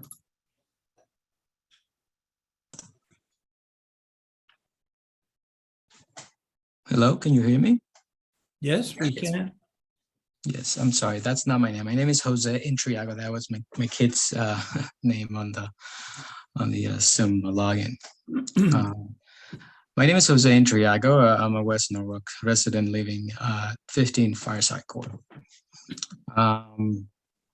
And as a part of the, to preserve the West Norwalk low density, I'm writing to express my opposition against this development. I moved to this beautiful neighborhood 3 years ago in hopes to raise up my family in a peace and quiet area from Stamford, which has become very, very high density with all the buildings that they're doing in the past 10 years. And I believe that the goal of the town is to preserve the few existing quality neighborhoods here in Norwalk. My opposition is based on this negative effect. It's nothing to do with religion, as I respect and embrace diversity. But first, I think it's as everyone here is concerned about the decrease in the market value of our home. And I think a lot of people would agree that if this affects if you live close to buildings like this, it would happen.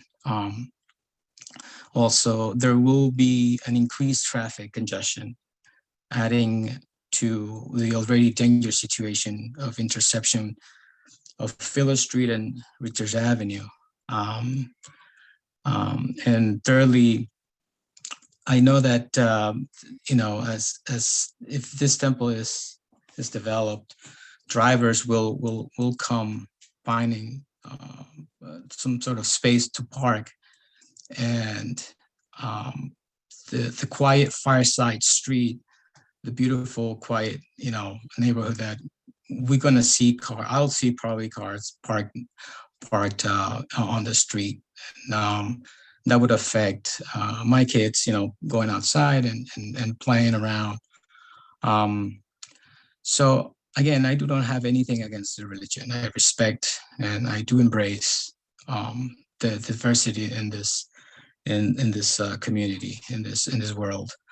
But it's just that this bill just does not fit into our triple A family neighborhood.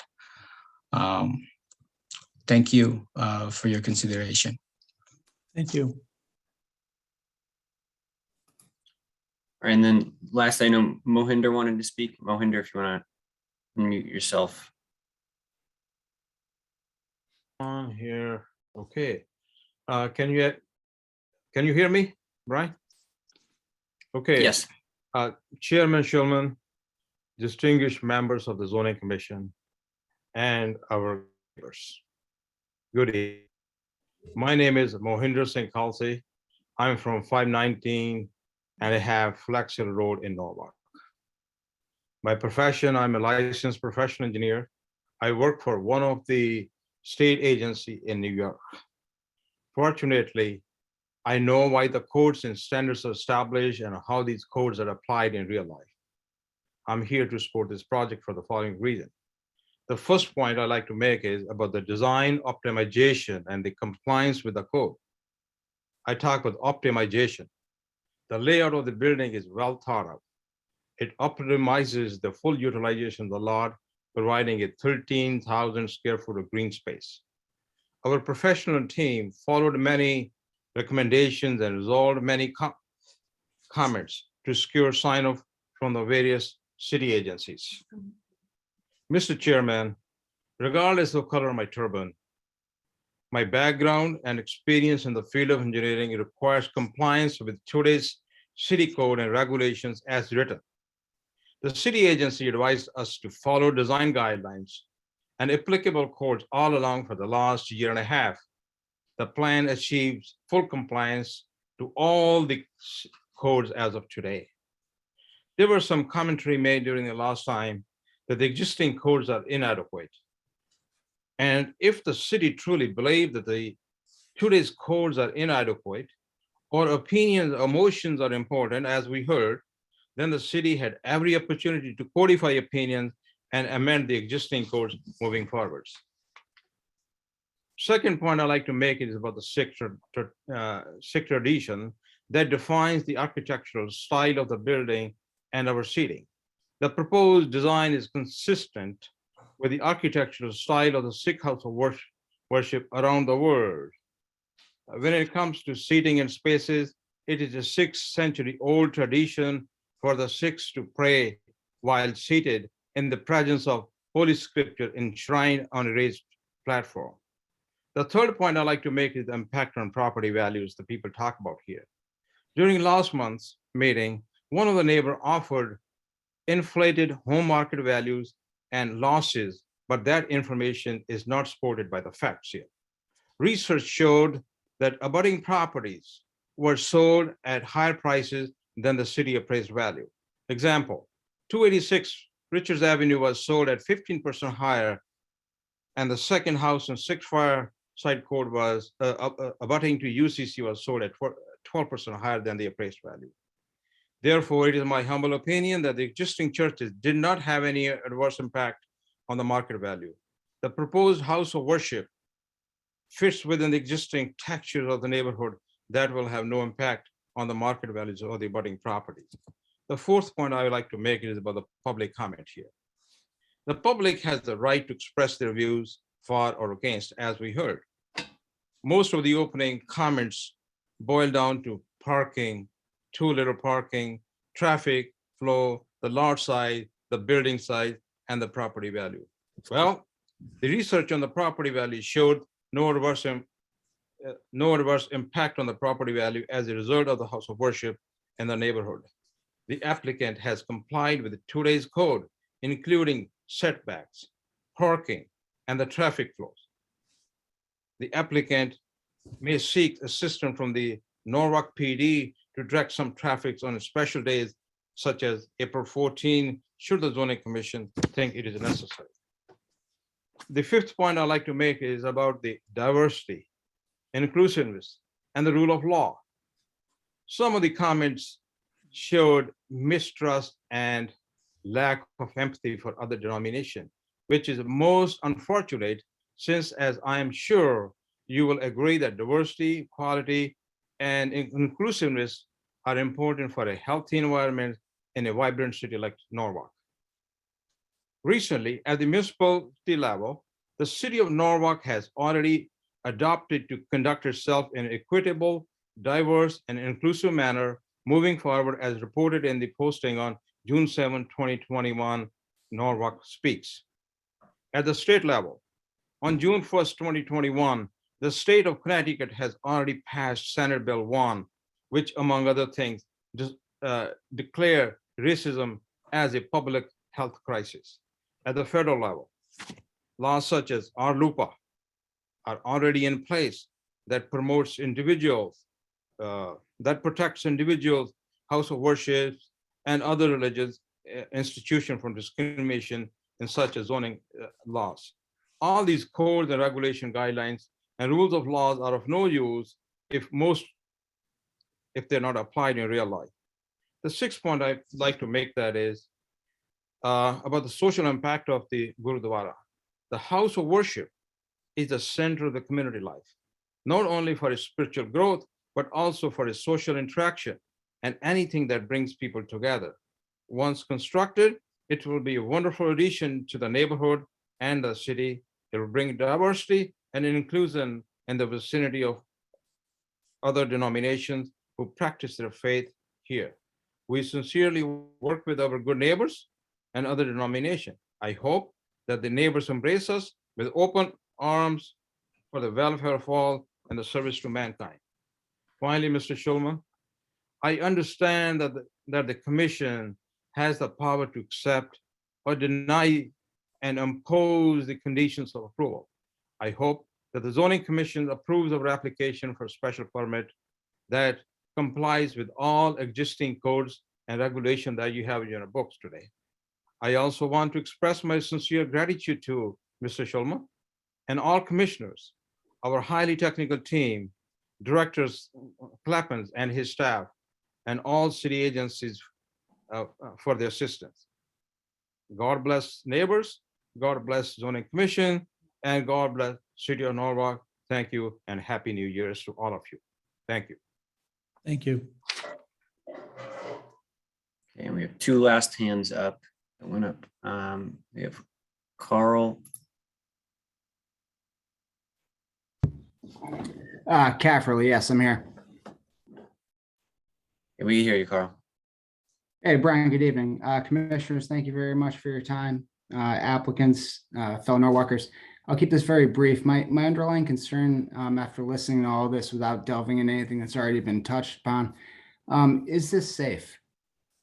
I mean, what we're talking about here, everything else being aside, if our bravest have to show up to, in effect, a rescue and deal with the situation at this, are they going to be able to? We're already completely maxed out on the parking there. If you have a truck pulling with a ladder to get to the back side of the building to put out a structure fire, they're not going to be able to make that turn. Now you factor in people leaving the building at a rate in a panic that goes into a bottleneck on the way out of the building, and they're already maxed out on parking there. I mean, the whole thing has a recipe for a very bad situation that I wouldn't wish on anybody. And at this point in the evening, after listening to all this stuff, I feel kind of sick because I wish we could all just hug each other and just say, you know, come on, man, let's get past this. But this just looks like it's very dangerous. There's no way that our boys can get in there, take care of what they have to do, and be able to safely have people get out. It's too much there from a safety perspective. And that's my point that hasn't been brought up this evening. And thank you very much for your time. Thank you. Brian, I don't know if you've noticed, but the fire marshal has his hand up. Sure. Go ahead, Patrick. Okay, thank you. Just responding to what the gentleman just said in regard to, I believe he was speaking of fire safety. This building is fully sprinklered. It'll be fully alarmed. We have yet to see those plans. So that's down the road. For firefighting, there will be pre-plans. It would be just like any other occupancy for us if we had an issue there. we would do our jobs. So if you want to talk to me, I can give you more on strategy and tactics, or anything you want to do. If you contact me, I'll give you more information on that. But it's a very well, thought out, I believe. I really can't say for sure until I see the plans for sprinkler and fire alarm, but it seems like it's going in the right direction. That's all I got, folks. Thanks, Roger. You're welcome. All right. And lastly, we have Paula Napolitano. Yes, hi, good evening. My name is Paula Napolitano, and I live at 5 Redcoat Road in West Norwalk. And I simply want to add my voice in opposition to this project at 283 Richards Avenue. I've listened both evenings to the people in support and the people who are in opposition, and I'm adding my voice as a neighbor to those in opposition. Thank you very much. Good evening. Thank you. Okay, Brian, let's turn it back to Attorney Succhi for response. Thank you, Mr. Chairman, members of the commission. It's been a long evening, but we appreciate your time and effort spent tonight. First of all, Happy New Year to everyone, members of the commission and members of the public. On behalf of my client, I would like to thank the staff, the commission, and other city agencies for the time and effort they spent on this application, as well as the residents who took the time to review files and to spend their time on December 8th and this evening to share their comments, concerns, questions, and suggestions. I think Dr. Ryat most eloquently addressed all of the concerns, and I ask that you consider his comments as you deliberate. Putting aside fears and conjecture and speculation and unsubstantiated claims, the comments from the public relate to generally 4 areas, as I understand it: traffic, use and density, parking, and impact on property values. And we will answer the questions raised tonight and on December 8th and make clarifications as necessary. First, as far as traffic is concerned, as you know, a complete and thorough traffic study was conducted by SLR Consulting, which was then evaluated by the city's peer review consultant, AKRF. Sightlines, Connecticut DOT growth volumes, and study intersections were all deemed acceptable by AKRF. And you can see that in their October 28th report on pages 1 to 2. Levels of service, which indicate delays at intersections, with the exception of one turning movement, were all levels of service A or B, which are considered excellent in this industry, and which are levels that this commission and the AKRF on page 3 of its report concluded would not create significant impact on traffic operations in the study area. At this point, I would like Neil Olinsky, who is one of the team members and in principal with SLR, to make specific comments and answer specific questions with respect to traffic.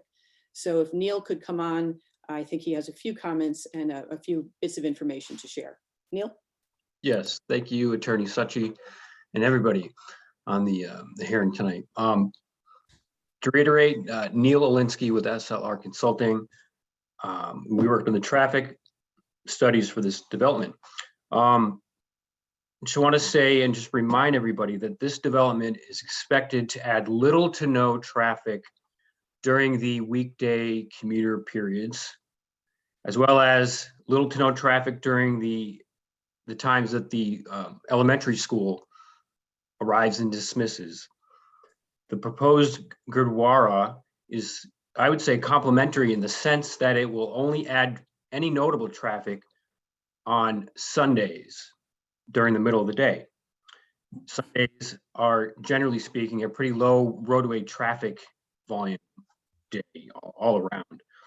As Attorney Succhi mentioned, we looked at the busiest time of when the Gurdwara is anticipated to operate, and we're talking levels of service A's and B's during those times on the Sundays, with one level of service C, which roughly, this one in particular equates to like 16 seconds of delay for that particular left turn movement from Philo Street to Richards Avenue. In the grand scheme of things, that is not a big issue. Generally speaking, anything level of service D or better is generally considered acceptable. in suburban areas like this. Let's see. There were some questions and some commentary brought up about safety. We did look at traffic crash history put out and published by the Connecticut Crash Data Repository. That is summarized in our August traffic study. What it boils down to is there really was no unusual history of crash patterns. Anybody can look at this, it's on the record. It's in our August 2nd report on pages 2 and 3. AKRF, the town's consultant, town's traffic transportation parking department, did not bring up safety as an issue, traffic safety. And the only thing else I'd like to add is there was comments that were brought up about the timing of the traffic counts, whether or not it was appropriate to do counts in COVID times. We did our traffic counts, the underlying roadway traffic counts in June of 2021. We confirmed with the Connecticut DOT that this was an appropriate time to count. Quite frankly, they agreed. They did not have any objection to that. And they did not have any, they did not require us or suggest that we even adjust those counts. June was a pretty low period in the COVID pandemic, so to speak. If we were to go count tomorrow, you would definitely have some COVID impacts to traffic flow. But June 2021, things were not amiss there. So to reiterate, this, in terms of traffic, we're talking about Sundays when traffic all around is relatively light. And they also, the Gurdwara also has Friday evening service after the commuter peak in the afternoon. It was mentioned they start, I believe, at 7:30 in the evening. We did analyze that as well and did not find any traffic impacts there. That's pretty much it.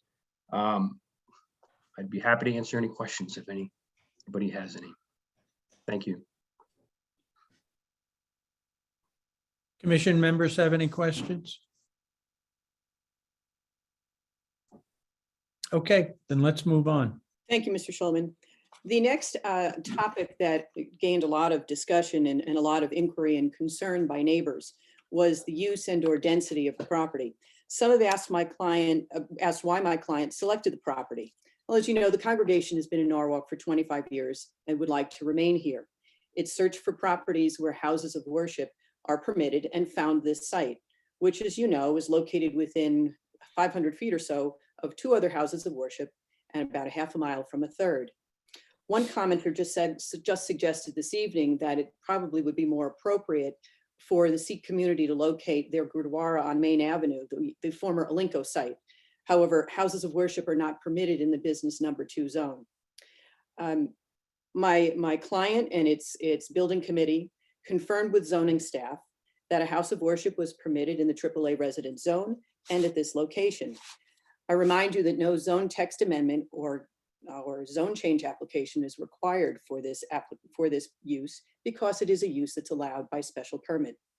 The plans detail 2 12 by 12 bedrooms, 1 for the resident priest and 1 for a visiting scholar or musician. These are accessory uses to the main use, which is a house of worship. And there is excess parking on the site. 48 are required, 53 are permitted, 53 are proposed. So in the event that another parking space is needed for an addition for one of those residential units, it's available.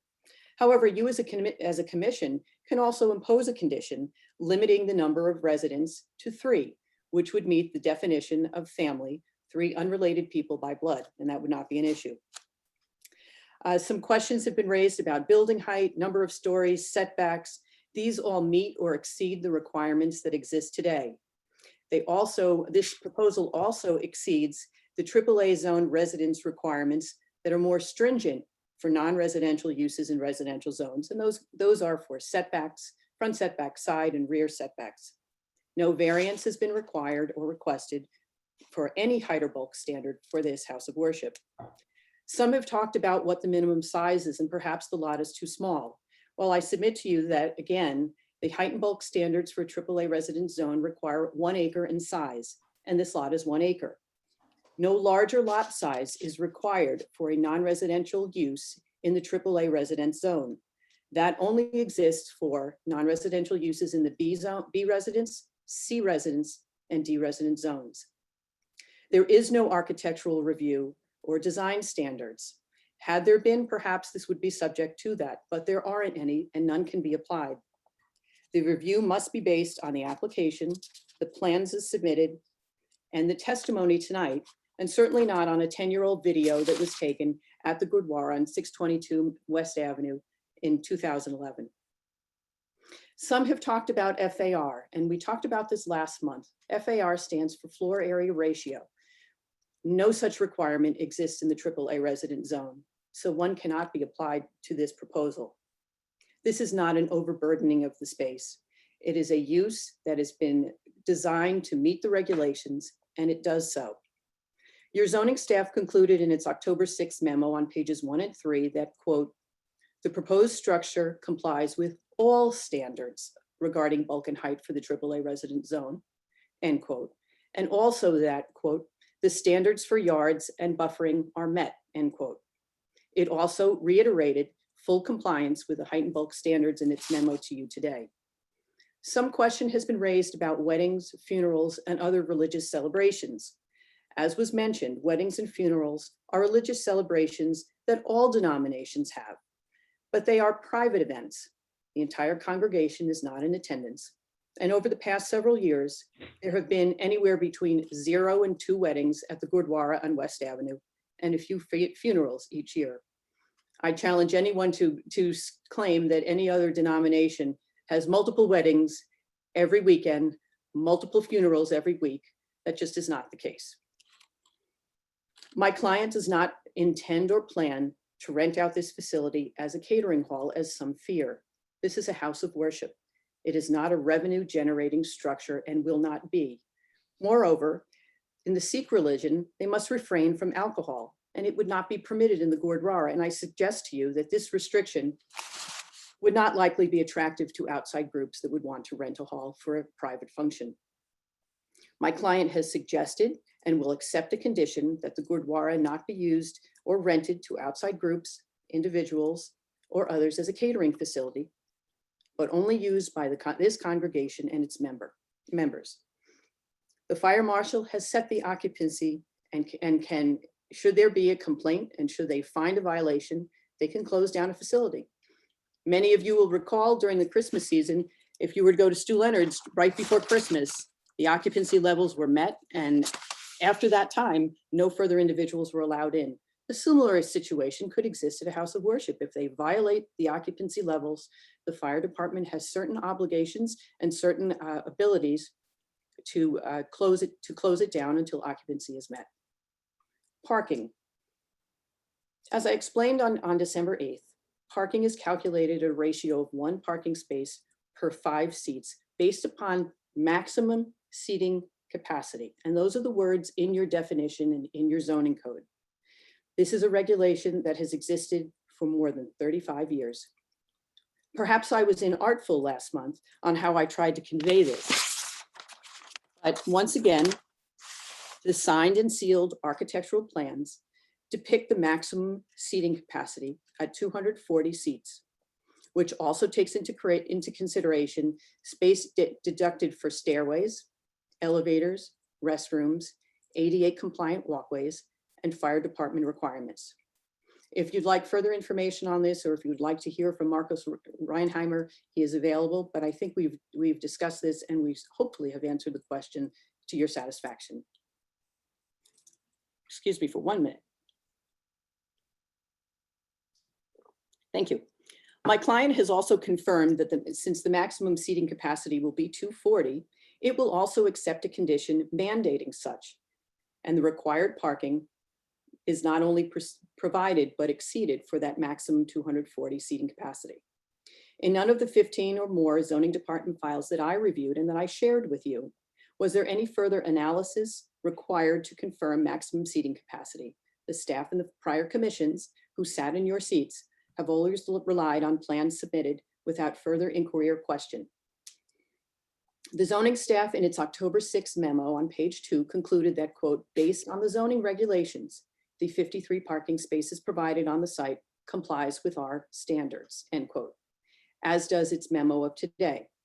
Your peer review traffic consultant, AKRF, in its October 28th memo on page 2 also said, quote, the proposed project provided 53 parking spaces, which would exceed the city code, end quote. And also that, quote, parking space and width dimensions meet the standards of section 118, 1230 D1, end quote. Impact on property values. Several neighbors have made claims and voiced concerns that this house of worship would have a detrimental effect on property values. One neighbor has submitted to you a document purporting to be an analysis of the impact of a house of worship on property values in its surrounding neighborhood. I would like to just address that one document since it was made part of the official record. First, the information provided dates to 2017. Second, it does not include or evaluate empirical data of abutting residential property values or actual sales data, nor does it track any changes to the marketplace. Third, there were certain adjustments made on the document provided for rear lot status and traffic with no explanation from the assessor as to those adjustments. Fourth, it did not provide any primary data about properties sold prior to and after the house of worship had opened. Lastly, and probably most significantly, it purported to evaluate the impact of a synagogue on a neighborhood, not in Norwalk, but in a community 15 miles away in Kaz Kab. I would submit to you that that I question why no Norwalk properties were evaluated.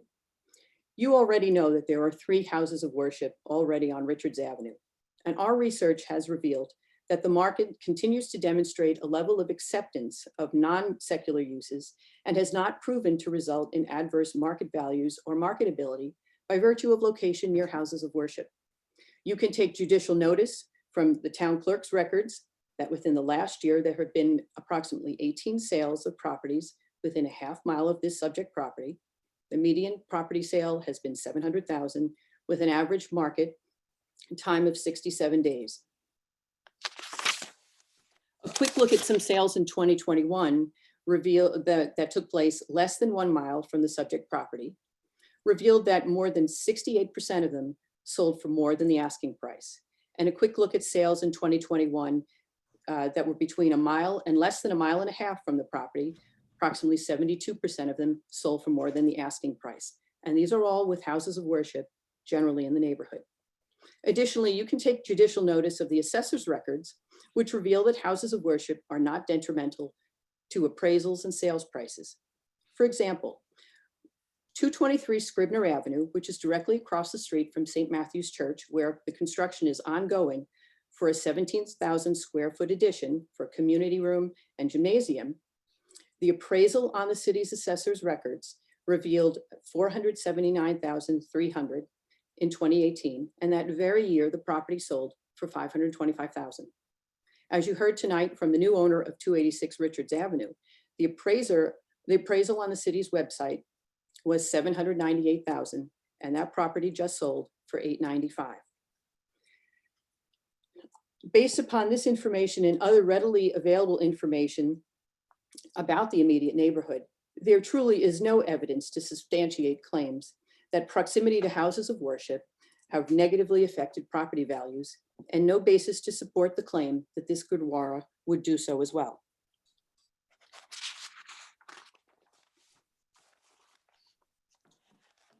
Last month, there was some discussion, and I wanted to address it once again, about what happens if there's a violation, and that's a legitimate question to ask. But the city has a variety of tools in its enforcement and compliance arsenal that could apply. Upon a complaint, a city can inspect. The city can bring a complaint to a hearing officer for review, and then a hearing can be held, a decision and other resolution rendered. If a violation is found, the city can issue a notice of violation and a cease and desist order. But a property owner must be afforded the opportunity to cure such violation. The city can move to rescind a permit after a public hearing, and the city could even bring an action in Superior Court. For example, if a resident is operating a business out of his or her home, but does not have a permit for a home occupation, planning and zoning can investigate and inspect upon a complaint. And if substantiated, the property owner would be afforded an opportunity to correct the violation. And if not, the city can move forward with other options. Just as this applicant seeks a fair and impartial hearing before you and equitable treatment as a house of worship, and with the application of existing codified regulation, it also has the obligation to abide by its proposal, the zoning regulations, and any conditions of approval should this application be approved. It is not exempt from enforcement action because it is a house of worship. To reiterate my opening remarks on December 8th and relating to concerns shared by the public, and in closing, first of all, the use. It is unequivocally clear that houses of worship are permitted on this site in a AAA zone by special permit.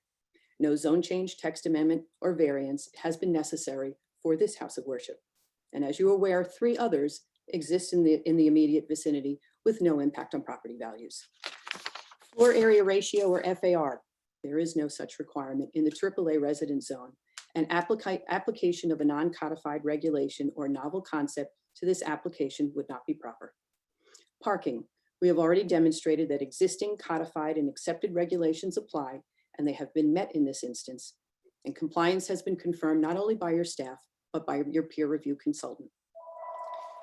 The applicant has secured the applicant plans to secure and has confirmed that at Fox Run from the Recreation and Parks Department for its April 14th festival. Oh, excuse me.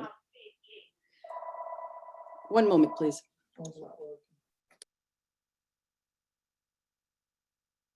My apologies for the interruption. Should the April 14th ceremony, we expect more than 240 people, then they will enter into a formal agreement with the City of Norwalk for Fox Run School, as they indicated they would do. There have also been discussions with Norwalk Community College, which has expressed a willingness to entertain a request, but would not do so at a time that is greater than 30 days prior to the event. Attorney Secchi, if I may, regarding special events, excuse me, you've spoken actually at each of our meetings about this April 14th date. Are there other dates during the year when it's estimated that you may exceed the number of, if you will, the number of parking spaces required? That's an excellent question, Chairman Schulman. And at this point, the Sikh Day on April 14th is the day where we would anticipate the larger number of attendees.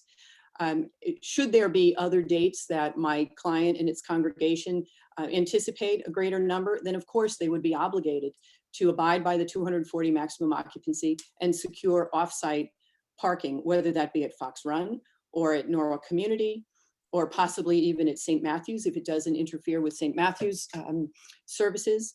And as we've even mentioned last month, should none of those be available, then my client and its congregants would avail themselves of public parking in Norwalk, pay the fee for public parking, and then we would shuttle our congregants to the site so that there isn't an issue with respect to parking on Richards Avenue, exceeding the parking spaces that are on the site, and creating a problem in the neighborhood.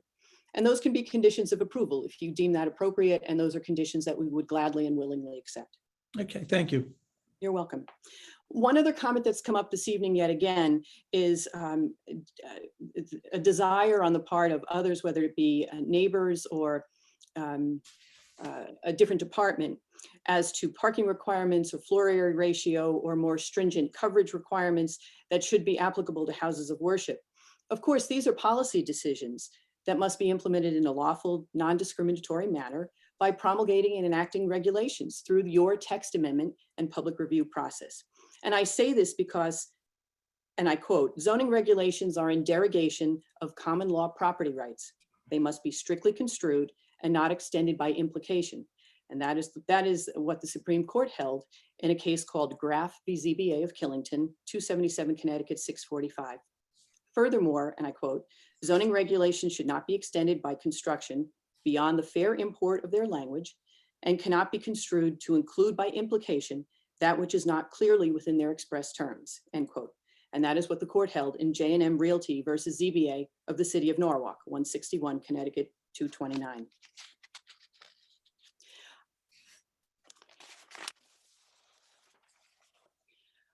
Some members of the public were dismayed with the way in which I interacted with Commissioner Rowena last month. I've known Commissioner Rowena for nearly 30 years, and I have nothing but the utmost respect for him as an attorney and a member of this commission, just as I have the same degree of respect for all of you. But I'm confident that Attorney Rowena recognizes my role in this matter, which is to be a zealous advocate for my client, its proposal, and its rights. Anything less would be an abdication by me of that role and a failure by me to zealously represent my client.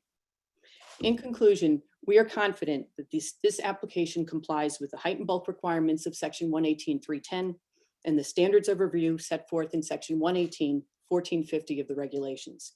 A, density of use and bulk of buildings. The proposed Gurdwara complies with all of the height and bulk requirements and special permit requirements for a place of worship in a AAA resident zone, including building height, number of stories, setbacks, parking. The domes are exempt from zoning regulations relating to height, and they are architectural features. And as I mentioned before, there is no FAR requirement in this zone. Stable traffic flow, B. The applicant submits that the site generated traffic will not adversely impact traffic. And you just heard from Neil Alinsky. And from his report, I quote, the analysis showed that the site driveways and study intersections operate at levels of service that are acceptable with no perceptible impacts, end quote.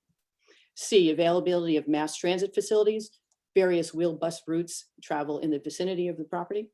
D, availability and compatibility of utilities. One member of the public asked if this would be served by city water and city sewer. The answer is no. It will be served by a well and a septic system.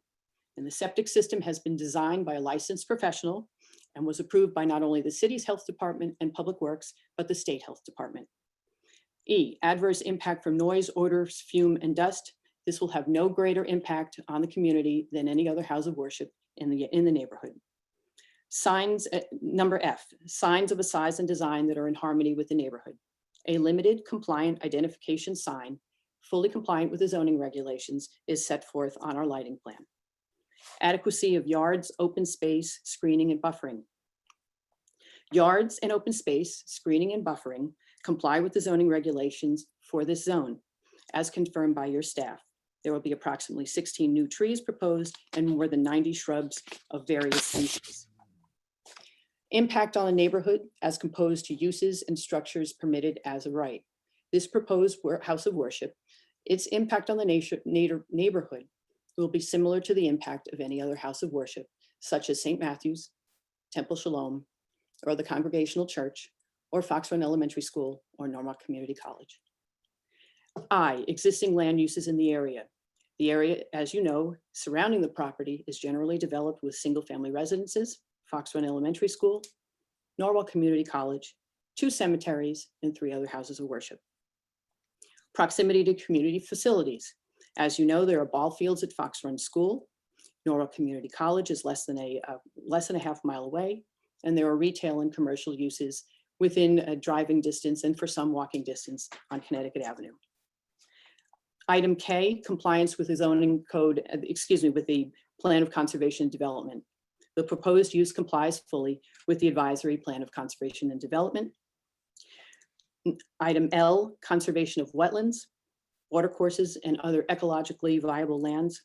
The property does not contain any wetlands or watercourses, and that has been confirmed by William Kenny, whose report dated May 26, 2021 is part of the file. And lastly, no zoning violations exist on the property, and there are none. We've also complied with all of the special standards in section 118.1450D, which I've mentioned before. We have encouraged commissioners and members of the public and others to visit the Gurdwara on West Avenue and see how it functions and see how my clients practice and what their religion is all about and who attends their luncheons in the afternoon. This project complies with your regulations. It meets all the codes. It's a use that's allowed. So I am confident that this commission will properly apply the regulations and standards of review for special permit applications, which have been consistently applied to all other houses of worship, and will follow the rule of law. This concludes our rebuttal.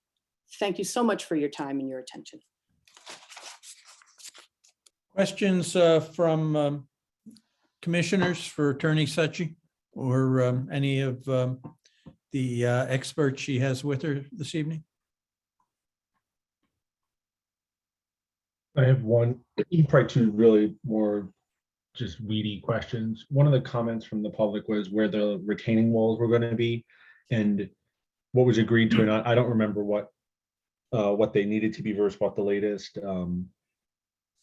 submitted documents were. But if we can just look at those and make sure they need to be what we would previously agreed to, which I think was, if I remember, somewhat removed from the line, but maybe I'm misremembering that. Commissioner Cantor, yes, there was a request that they be adjusted so they were brought back off the line so that additional landscaping could be installed between the property line and the retaining wall. And I believe that is part of a revised plan that was submitted. Perhaps Chris DeAngelis, who's the project engineer, could come on and just confirm that for me. Chris? Yep, that is correct. We moved the wall back on the rear side of the property, which is the western side of the property. Originally, we had it right on the property line. We moved it back, so now that it is 3 feet off the property line, that will allow us to get some landscaping between the property line and the wall. And so that's the retaining wall is 3 feet off any prop. So it's not moved to addition. Anyway, it's not on, it was only on that one property line is where it's only on that western property. On the north property line and the south property line, the wall does return shortly. It's about 20-25 feet long along the north and the south lines. And that is within 6 inches of the property line. But at that point, the wall is it's tapering. So it goes from a height at the western end of maybe 8 feet, and it tapers down to 1 foot. So what you're looking at is a triangular piece of wall that tapers off very quickly. But we, on the western property line, it's that full 8 feet height, and that's the one that we felt needed the screening. And what's the thoughts on, I know a couple of residents have commented on potentially evergreens versus some of the, deciduous plants throughout. What are your all's thoughts on that? I don't, that's not like a, just curious to your all's view there. Again, thank you, Mr. Cantor. I think Aristolis, our landscape architect, is on the line as well, and perhaps he might be able to weigh in on that. Yes, Liz. This is Aristolis with Arisland Studio. So on the perimeter plantings we have are all evergreens, and it's a mixture between arborvitae, American hollies, some spruce, and the rhododendrons, which I know there were comments about, but my concern for the sides of the properties is to think about that screening in the long term, both what happens in 5 years and what happens in 20 years. Now, along the front of the property, those are not evergreens, and what we decided to do along the front is to basically sort of buffer the front of the facility, and the trees will be growing. I mean, elms grow at a rate of approximately 18 inches a year. They're installed at like 14 to 16 foot tall. And one of the things we identify in the plans is to decompact all of these soils, which often when that's not done, it leads to stunted growth. Great, okay. So that's why in the front you have those to give the height and whatnot, and yeah. So the front is kind of a layered deciduous effect. Okay, that's helpful clarification. Mm-hmm. Thank you. Other questions for Attorney Secchi? I have one. Go ahead, Richard. Right. So assume on some given Sunday that 200 people go to worship. Assume 75 cars. The lot doesn't fit that. The obvious choice in my mind, if I was a parishioner, I would park at Fox Run and walk the short distance. Does the congregation need to get any special permission for them to have the overflow parking at Fox Run? Yes, we do. We would need to enter into an agreement with the Department of Recreation and Parks, and that the groundwork has been laid for that agreement to be executed at the time when we're closer to having the need for excess parking, overflow parking at Fox Run. And that would be true for any other facility or any other private property owner if my client sought to obtain the right to park on St. Matthew's Church or even NCC, since that is the state facility. We would have to enter into an appropriate agreement with those entities. And the city, in one of its conditions of approval, has indicated that that is a requirement, that we not only notify the Planning and Zoning Department when we anticipate to have an event that will exceed the 240 capacity, but also when we will need to have off-site parking and to provide them with a copy of whatever agreement has been entered into between the parties. You think this is something that we could get done sooner rather than later, and specifically around the April 14th date, whether that's a school date and whether the parishioners are allowed to park at that facility? And if they could not, maybe the congregational members come up with a plan of where the parishioners can park and get transported to the house of worship. So there's, not chaos upon, once a year. That's another excellent question, Commissioner Mancini. Number one, there won't be any need for it this year, since presuming, and I withdraw that. There won't be any need for that this year, since we would not be through a process of construction, presuming that this application is approved for at least a year, if not more. In 2023, April 14th falls on a Friday, and I think that's questionable if this facility, if approved, would be constructed by then. So April 14th in 2024 falls on a Sunday. So in all likelihood, that would be the earliest possible date that we would need to secure off-site parking, an off-site parking resource. But if you deem it necessary and appropriate for us to secure those off-site facilities in a greater distance, in an expanded length or duration, more than 30 days in advance, I'm sure my client would be more than happy to do that. And it would be to their benefit, and they would like to make sure that they have those off-site facilities available to them in a greater time than just 30 days prior to. I don't know if that answers your question. Attorney Secchi, I'm not sure I asked my question quite right. So let me try it again.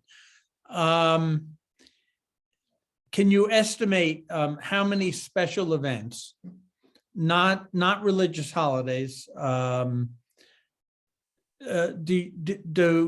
you estimate during a given calendar year you'll have? And I would call a special event any event where you anticipate more than 240 people attending. Again, Commissioner Schulman, an excellent question. As I understand from my client, the only event that they anticipate having more than 240 is the April 14th Basiki Day. The others, religious ceremonies, religious holidays, will not have attendance beyond that 240 number. However, they have committed to seeking additional resources should they anticipate that.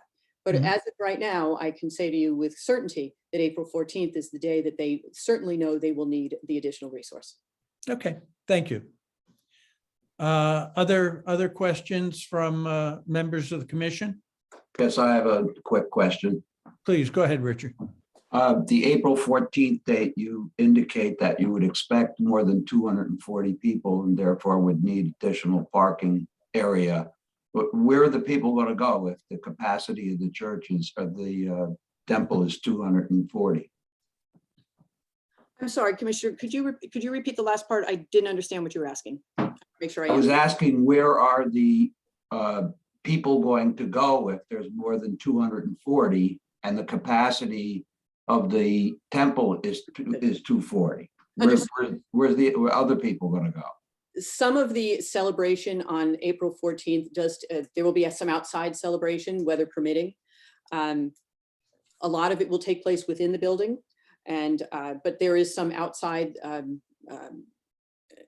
activities. So some of that will be why in addition to just an individuals attending, that we will need to have excess spaces offsite to accommodate folks coming and also some of the activities that would take place outside. Okay, I guess. Did I not answer you? Maybe I didn't understand. Not really, but you're saying that if there's more than 240 people, that any excess people would be outside? That's true. Some would be outside, but the 240, remember, that was for the house, the portion of the building where the worship hall is. There is space down below where the community room is, where the luncheon is often held. So there is some square footage inside the building where members could attend on that April 14th day. And that is the reason why we would need to secure offsite spaces to accommodate the needs and the parking generated on that day. And we're fully committed to doing that. Okay, I understand. Thank you.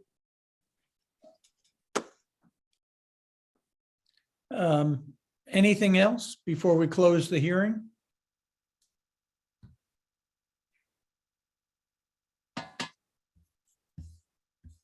Mr. Chairman, there were a Go couple ahead. of emails that came in during the hearing. I can get those into the record for you if you'd like. Okay, let's do that. I'll just read them off, assuming my eyes are still working at this point in time. Okay, this is from Andrew Grandin. Says, my wife and I recently purchased 286 Richards Avenue, and I was looking forward to be a Norwalk resident in the quiet and historic West Norwalk neighborhood. We love the house we purchased in December 2021, a charming colonial built in 1744. Our new home is across the road from the proposed new house of worship at 283 Richards Avenue.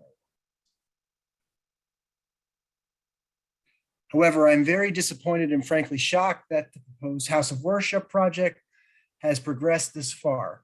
As an engineer with Amazon Robotics, who manages the construction of their commercial buildings, this 18,000 square foot house of worship is above and beyond what the 1 acre lot can sustain. The lot as it currently lies will require a septic and well, which will result in added structures and equipment to support the house of worship and destroy not only the environment of their lot, but all surrounding lots, also well water tied to the same groundwater table.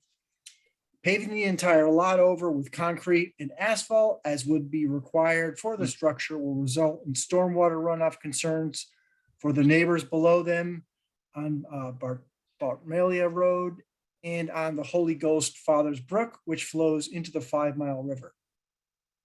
It was a beautiful night when we closed on the property. The biggest reason for us moving to Norwalk was to feel closer to nature, which we feel is shattered by an oversized structure, which will stand out like a sore thumb against bright outdoor lights.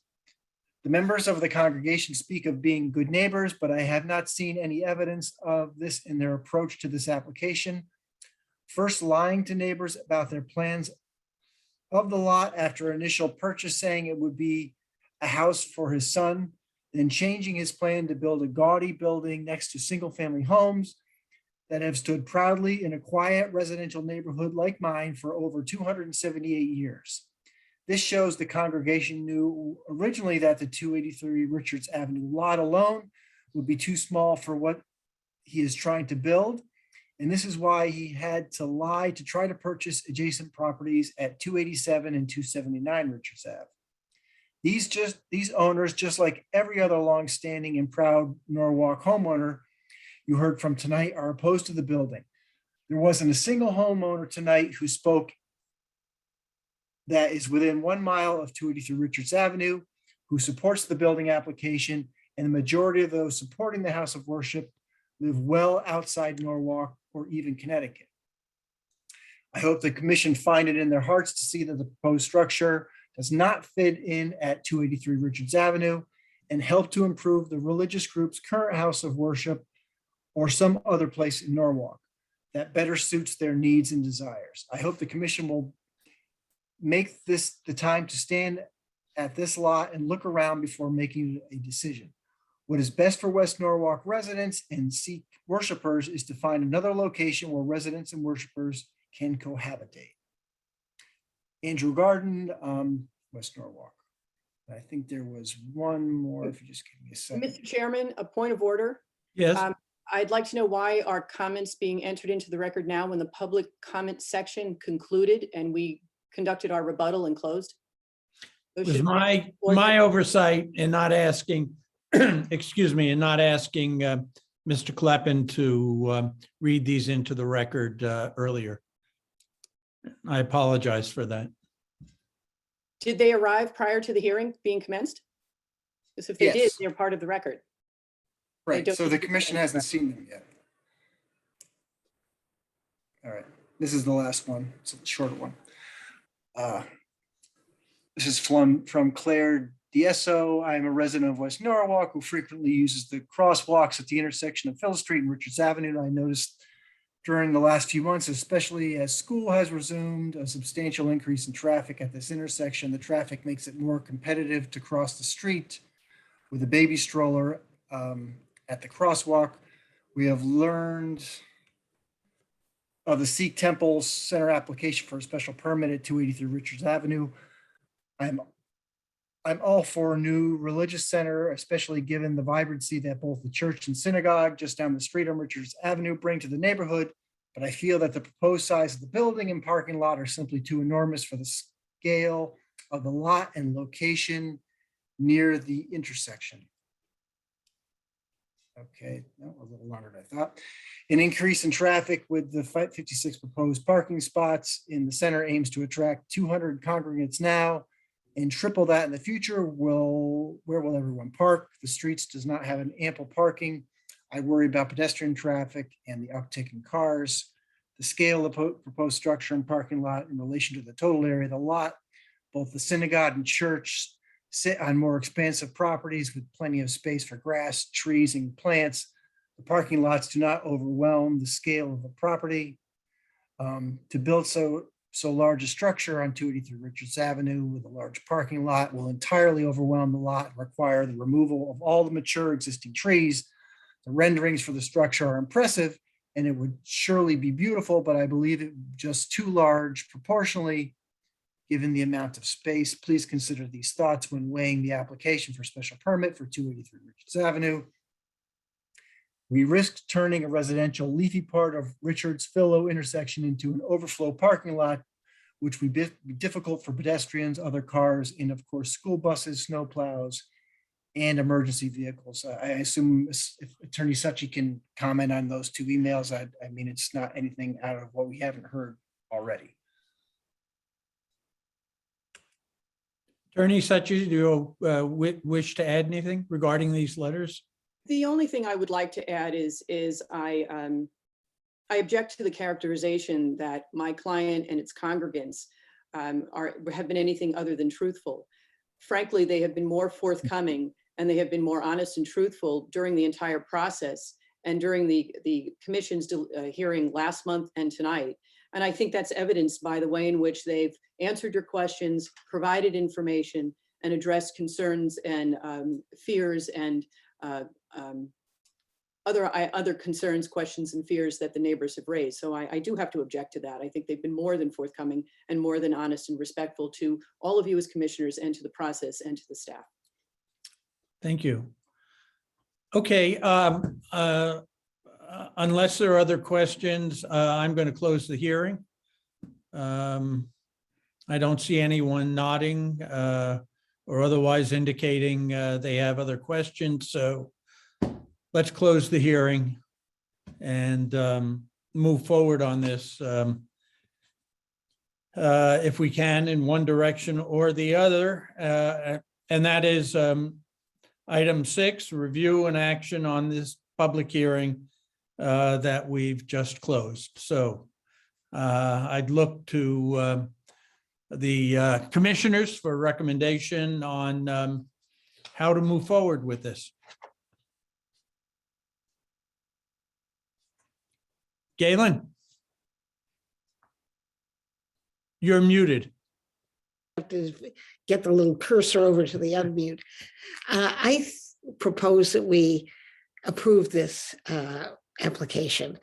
I live very close to the proposed temple, and I drive all the time past that corner of Richards and Fox Run.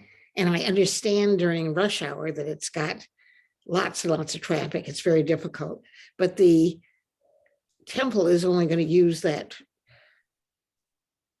It's only going to create traffic on Friday nights and Sunday afternoons. And I know from my own experience that there's no traffic at those times. Galen, can I take that as a motion to approve? Yes, a long-winded motion to approve. Okay. Is there a second? Can I add a comment before we vote, or is it too late? Well, I'll ask for comments. I will ask for comments before we vote, I'll ask for discussion. Can I second her motion, please? Okay, Frank seconds now. Any discussion about the motion? Chairman? Go ahead, Frank. When I was a kid, my parents lived next to a church that we were not associated with. And there was an enormous amount of traffic every single week. But the one thing I remember as a kid and as a teenager and as a young adult was the congregation after the 1 hour or whatever the ceremony was. They came out and they were always waving, happy, and I always thought it brought something special to the neighborhood. And it's an identical situation where they had very little parking and there was a public school shortly down the road and they would walk. And I was in that crosswalk between that. And I remember this was a Ukrainian church, so they had a lot of bells. And I just remember hearing that. And I know a lot of the opposition, and as a zoning commissioner, when I hear the opposition from the public, it always gives me pause. And I always have to think the benefit of our community, because what if I am no different than them, and if I was in that house, how I would feel. And there's always fear of what's going to happen, but I strongly support this. There's a few more congregations on the same road, and there's a public spot just shortly down the road where if there's overflow, it's not in people's driveways, it's not in the sidewalks. There is room. Frank, since you did not attend. I did watch the YouTube video though. Okay, I had to ask. That's fine. Steve, can I ask you to please put up the resolution to approve? Sure, and I'll kindly ask Brian to handle that part of it. Yeah, we can pop the resolution up. That was nicely said, Frank. Can you make that? Thank you.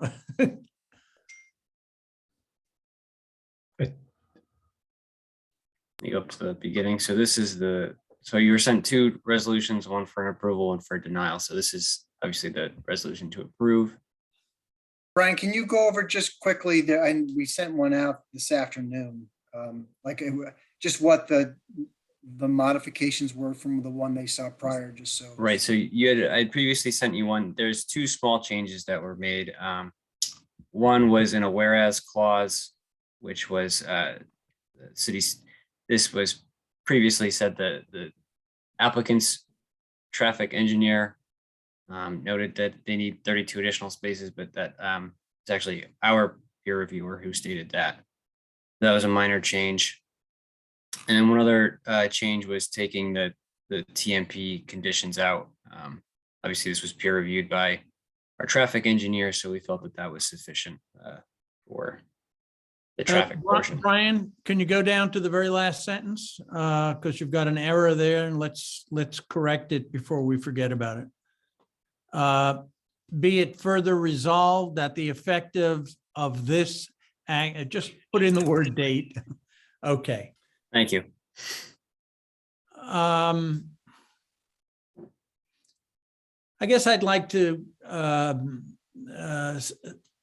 say something about the application and something about the objections from the community. Number one, we've been following this very closely. We've read a lot of letters. We've reviewed the materials, and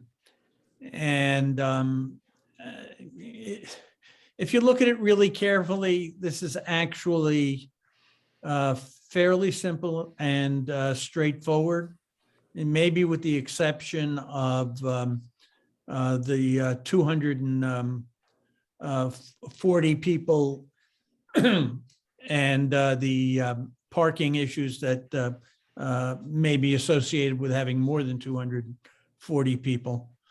I have to agree with Attorney Suchi that they meet all of the requirements for a special permit. And so for me, this is not difficult. What is difficult was listening to as many hours as we did of comments from the public, which included so much misinformation, and not necessarily purposeful misinformation. But as an example, and Galen remarked on this, talking about the traffic impact, when in fact the hours when this facility is most likely to be used are hours of very little traffic in that area. So it's difficult. It's difficult in this time when there are so many people. And again, I don't attribute this to the folks who spoke or to the folks who, in all likelihood, unintentionally misrepresented some of the information. But at a time when there seemed to be alternate truths floating around our country, causing enormous damage. It's important to keep that in mind and to take the appropriate action, even with a large number of people disagreeing. There were also, people who were just fearful, and I understand their fears as well. But we can't make our decisions, as we learned in our last meeting, based on the perceived fears of people. We have to make decisions on the basis of the law and the regulations, and what is best for the city of Norwalk. And that's why am supporting this resolution. I also should mention that Attorney Secchi yourself brought up a couple of issues that she indicated the temple would be willing to accept. One of them was the limit of 3 residents at any given time within the facility. Unless you disagree, I think we probably ought to include that as a requirement. I agree. Okay. And the use of a police officer as required. Again, during those times when there may be issues because of the number of people visiting the facility. Lou, I just, Go ahead, Galen. as I understood it, the resident priest will live there. That's one person. Right. In the other bedroom is for musicians and scholars who may come to visit, That's right. to go to live in those other rooms. And so I have no objection to us putting in no more than 3 people who live there. But I think it's kind of unnecessary. There's no intention for anybody to be living there other than the resident priest. It doesn't hurt to put it in, but I think that's another example of people responding to sort of a misunderstanding. You know, like I know a lot of the people who spoke against the project, and they're good people. I don't think they're bigots or they're narrow-minded or they're anything like that. But I think sometimes they were mistaken about what this was going to be. And I think they'll be pleasantly surprised. A lot of these fears just will not come to fruition. Yeah, I mean, I agree. I think when it comes to the number of people, it was what had been previously said, and that is people just throwing everything, including the kitchen sink, at this in hope that that something will stick. I would rely on the wisdom of the group regarding that issue. I guess I'd be a little more comfortable if we did put in the language about not having any more than 3 people living there at any given time.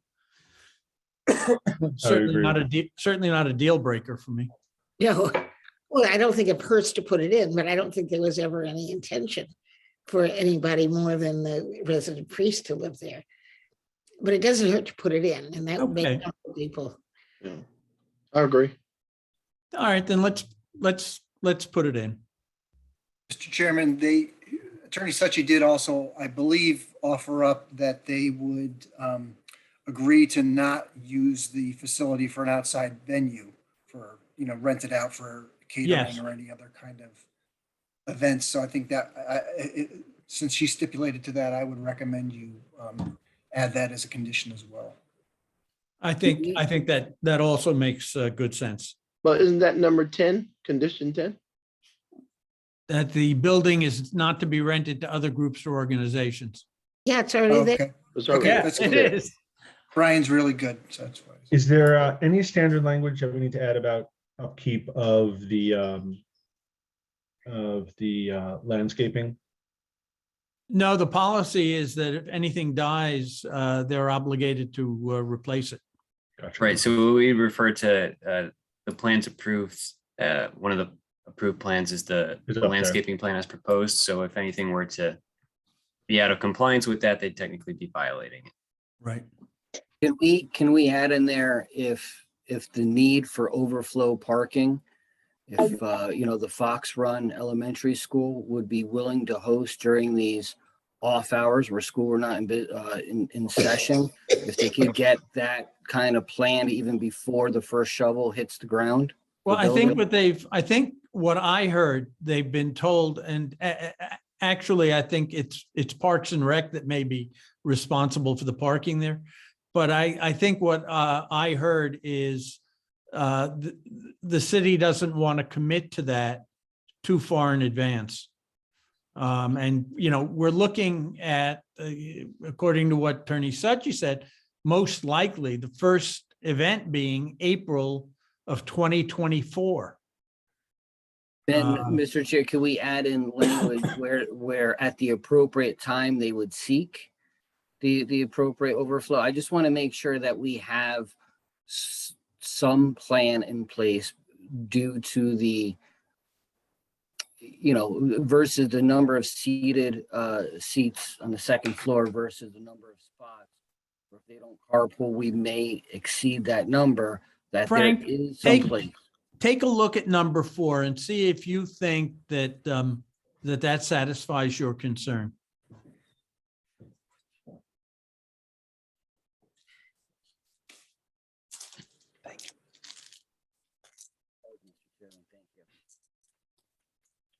Does that do it for you? Yes, sir. Okay, good. Any other comments on the language?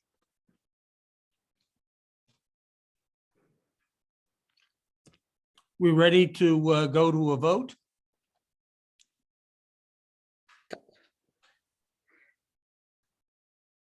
Okay, we'd better do a roll call on this. And what we're voting on is the revised language to approve the project.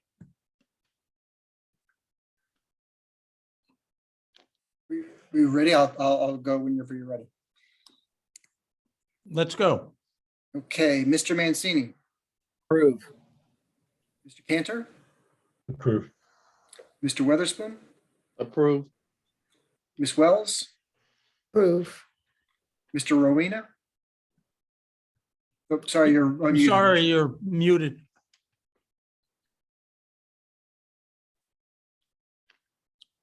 Still muted. There you go. No. So the one denial, and Mr. Schulman. Approved. So that is 5-1 in favor of. Okay. So the project is approved.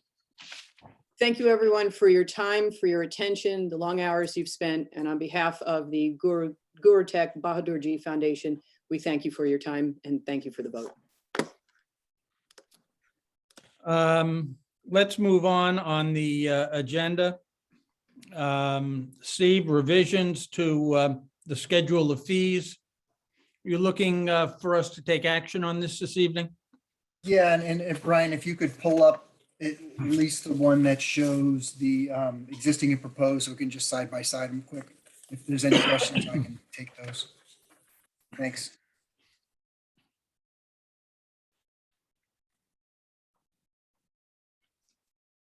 So just in a nutshell, hopefully the memo was pretty clear. I mean, it's been 4 years since we've raised the fees.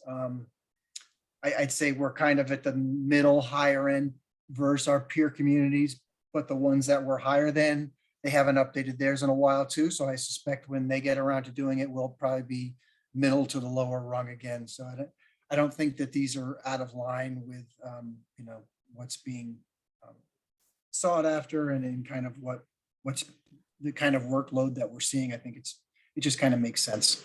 So, but I'm happy to take any questions or concerns that you have. Steve, have we figured out how much additional revenue this will generate? No, I didn't run those numbers. I didn't. No, I just didn't. Okay. I didn't get around to it.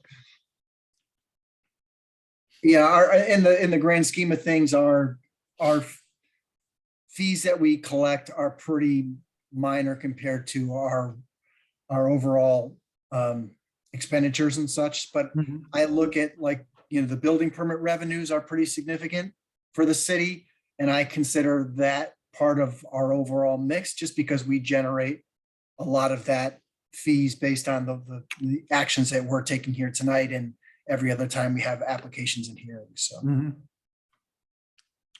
I have a question. It seems like the zoning text and map amendment along with the special permit seem lighter compared to the amount of work that goes into it versus some of these others.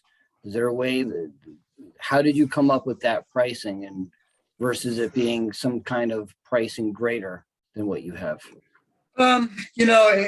It's just, there's no magic formula to it. It's somewhat based off of, a combination of here's what we're charging now versus here's like a percent increase versus our current, and then kind of lining it up with what we're seeing in other communities. So there's not a magic number or a magic formula that we're applying to it. You guys want to take a second look at those two, or are you kind of comfortable with those numbers? I mean, I think we're comfortable where they are now. I think I'd prefer not to wait 4 years till the next time we take another look at it and maybe do that in half that amount of time and see where we're at. I think that's probably appropriate. But considering what's happened in the last couple of years, I was going to do it like a year ago, but then this pandemic thing hit and that kind of I was like, well, who knows what's going to happen with the building climate, but we actually accelerated through that better than I think anybody anticipated. So I think for the numbers that are proposed now, I think they're appropriate. Can we have a motion to approve the new fees? So move. Okay. Michael has moved. Is there a second? Frank is seconding. Why don't we just do this with a show of hands? All those in favor, raise your hands. Looks like it's unanimous. Okay. Next, approval of the minutes of the December 15th meeting. Can I have a motion regarding those? Frank, I don't think you weren't at the meeting. I was at the December 15th. Oh, my apologies. Okay. Okay, we've got a motion. Is there a second?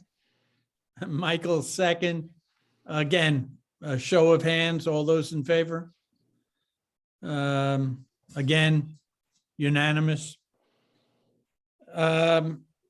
Steve, any comments? No, it's late, but you do have a meeting on the 12th, which will be the first meeting of the new commission, which is effective on the 11th. Okay, well, I've got a couple of comments. We lose, after this evening, we lose 3 people. We lose Frank, who's been with us for a while. We lose Marcella, who I thought when she was able to attend, added value to what we were doing. And we're losing Michael. Michael was here when I came. He's always asking intelligent questions, and in my view is always on the right side of the issues. I'm going to miss all 3 of you. I'm sorry that you've chosen not to move forward with us, but I certainly understand. I ran into Rod Johnson a couple of weeks ago. I was out walking in Rowayton, and he said he hasn't regretted for a minute that his term was up. So I understand. But you'll be with us in spirit. And one of the things, I thought I'd also mention, and this doesn't just go for my tenure as chair, but for the entire time I have been on the commission, we have never had to cancel a meeting because we didn't have a quorum. I mean, sometimes we've had to scrounge around to get that last member for the quorum, but we have always had a quorum. And I really appreciate that kind of commitment to this work. I'm hoping that with the new combined commission, we can quickly merge it into an organization similar to this one, with the kind of cooperative work that we do among ourselves. Frankly, this is one of the best organizations I've served with. And it's been a pleasure to work with all of you, and I look forward to continuing to work with some of you. And Frank, thank you for showing up at the last couple of meetings. It was appreciate that was extra work when you were ready to jump. So I appreciate it. Yeah, listen, and I apologize. There was a couple weeks there where I just, going back into the city and what's going on in the economy. As you know, I'm a lender to all the companies that put stuff on the shelves. So when there's supply issues, it all ran downstream, and it just was crazy. And so I appreciate you putting up with me being absent a few times. So thank you for that. Well. And having 5 kids doesn't help. That's your call. It has been great serving on the commission for what 5.5? For you, I think that's right. I think 5.5 years. So Yeah. it's fun working with the staff and serving with you guys. Yeah. And thank you for the opportunity. It was fun. Yeah, it's been I a lot know I'll miss working with y'all. Yeah. Same here. Well, Nick, you and I are actually in the same We're area. neighbors, We're in the so- same neighborhood. So We when will I'm cross walking your paths. dog, I'm sure I'll see you when I'm going for my power walks. All right. Final act of the evening is a motion to adjourn. I'll move. Okay, Galen moves. Got a second? Frank's smiling. Frank seconds. Thank you for the long night, everybody. Yeah. Yeah, if I'm elected as the chair going forward, we're going to stop these meetings. We really had no choice with this meeting and with East Norwalk, but we're going to stop these meetings at a more reasonable hour. And if we need to, we'll just continue them on to the next meeting. It's just, it's not fair to us, and it's not fair to the public. At 10, 11 o'clock at night, your brain just doesn't work as well as it does at 6 or 7 o'clock. So mine doesn't work all that well at 6 or 7 either. All right, so we have a motion to adjourn. All those in favor? Aye. Aye. Everyone stay well. Okay. Yeah, be Take safe. care. Take care, Good everyone. night. Happy Take care, New everyone. Year. And it was a pleasure serving with everyone. Be well. Happy seeing you. Thank you. Good night. Bye. All right.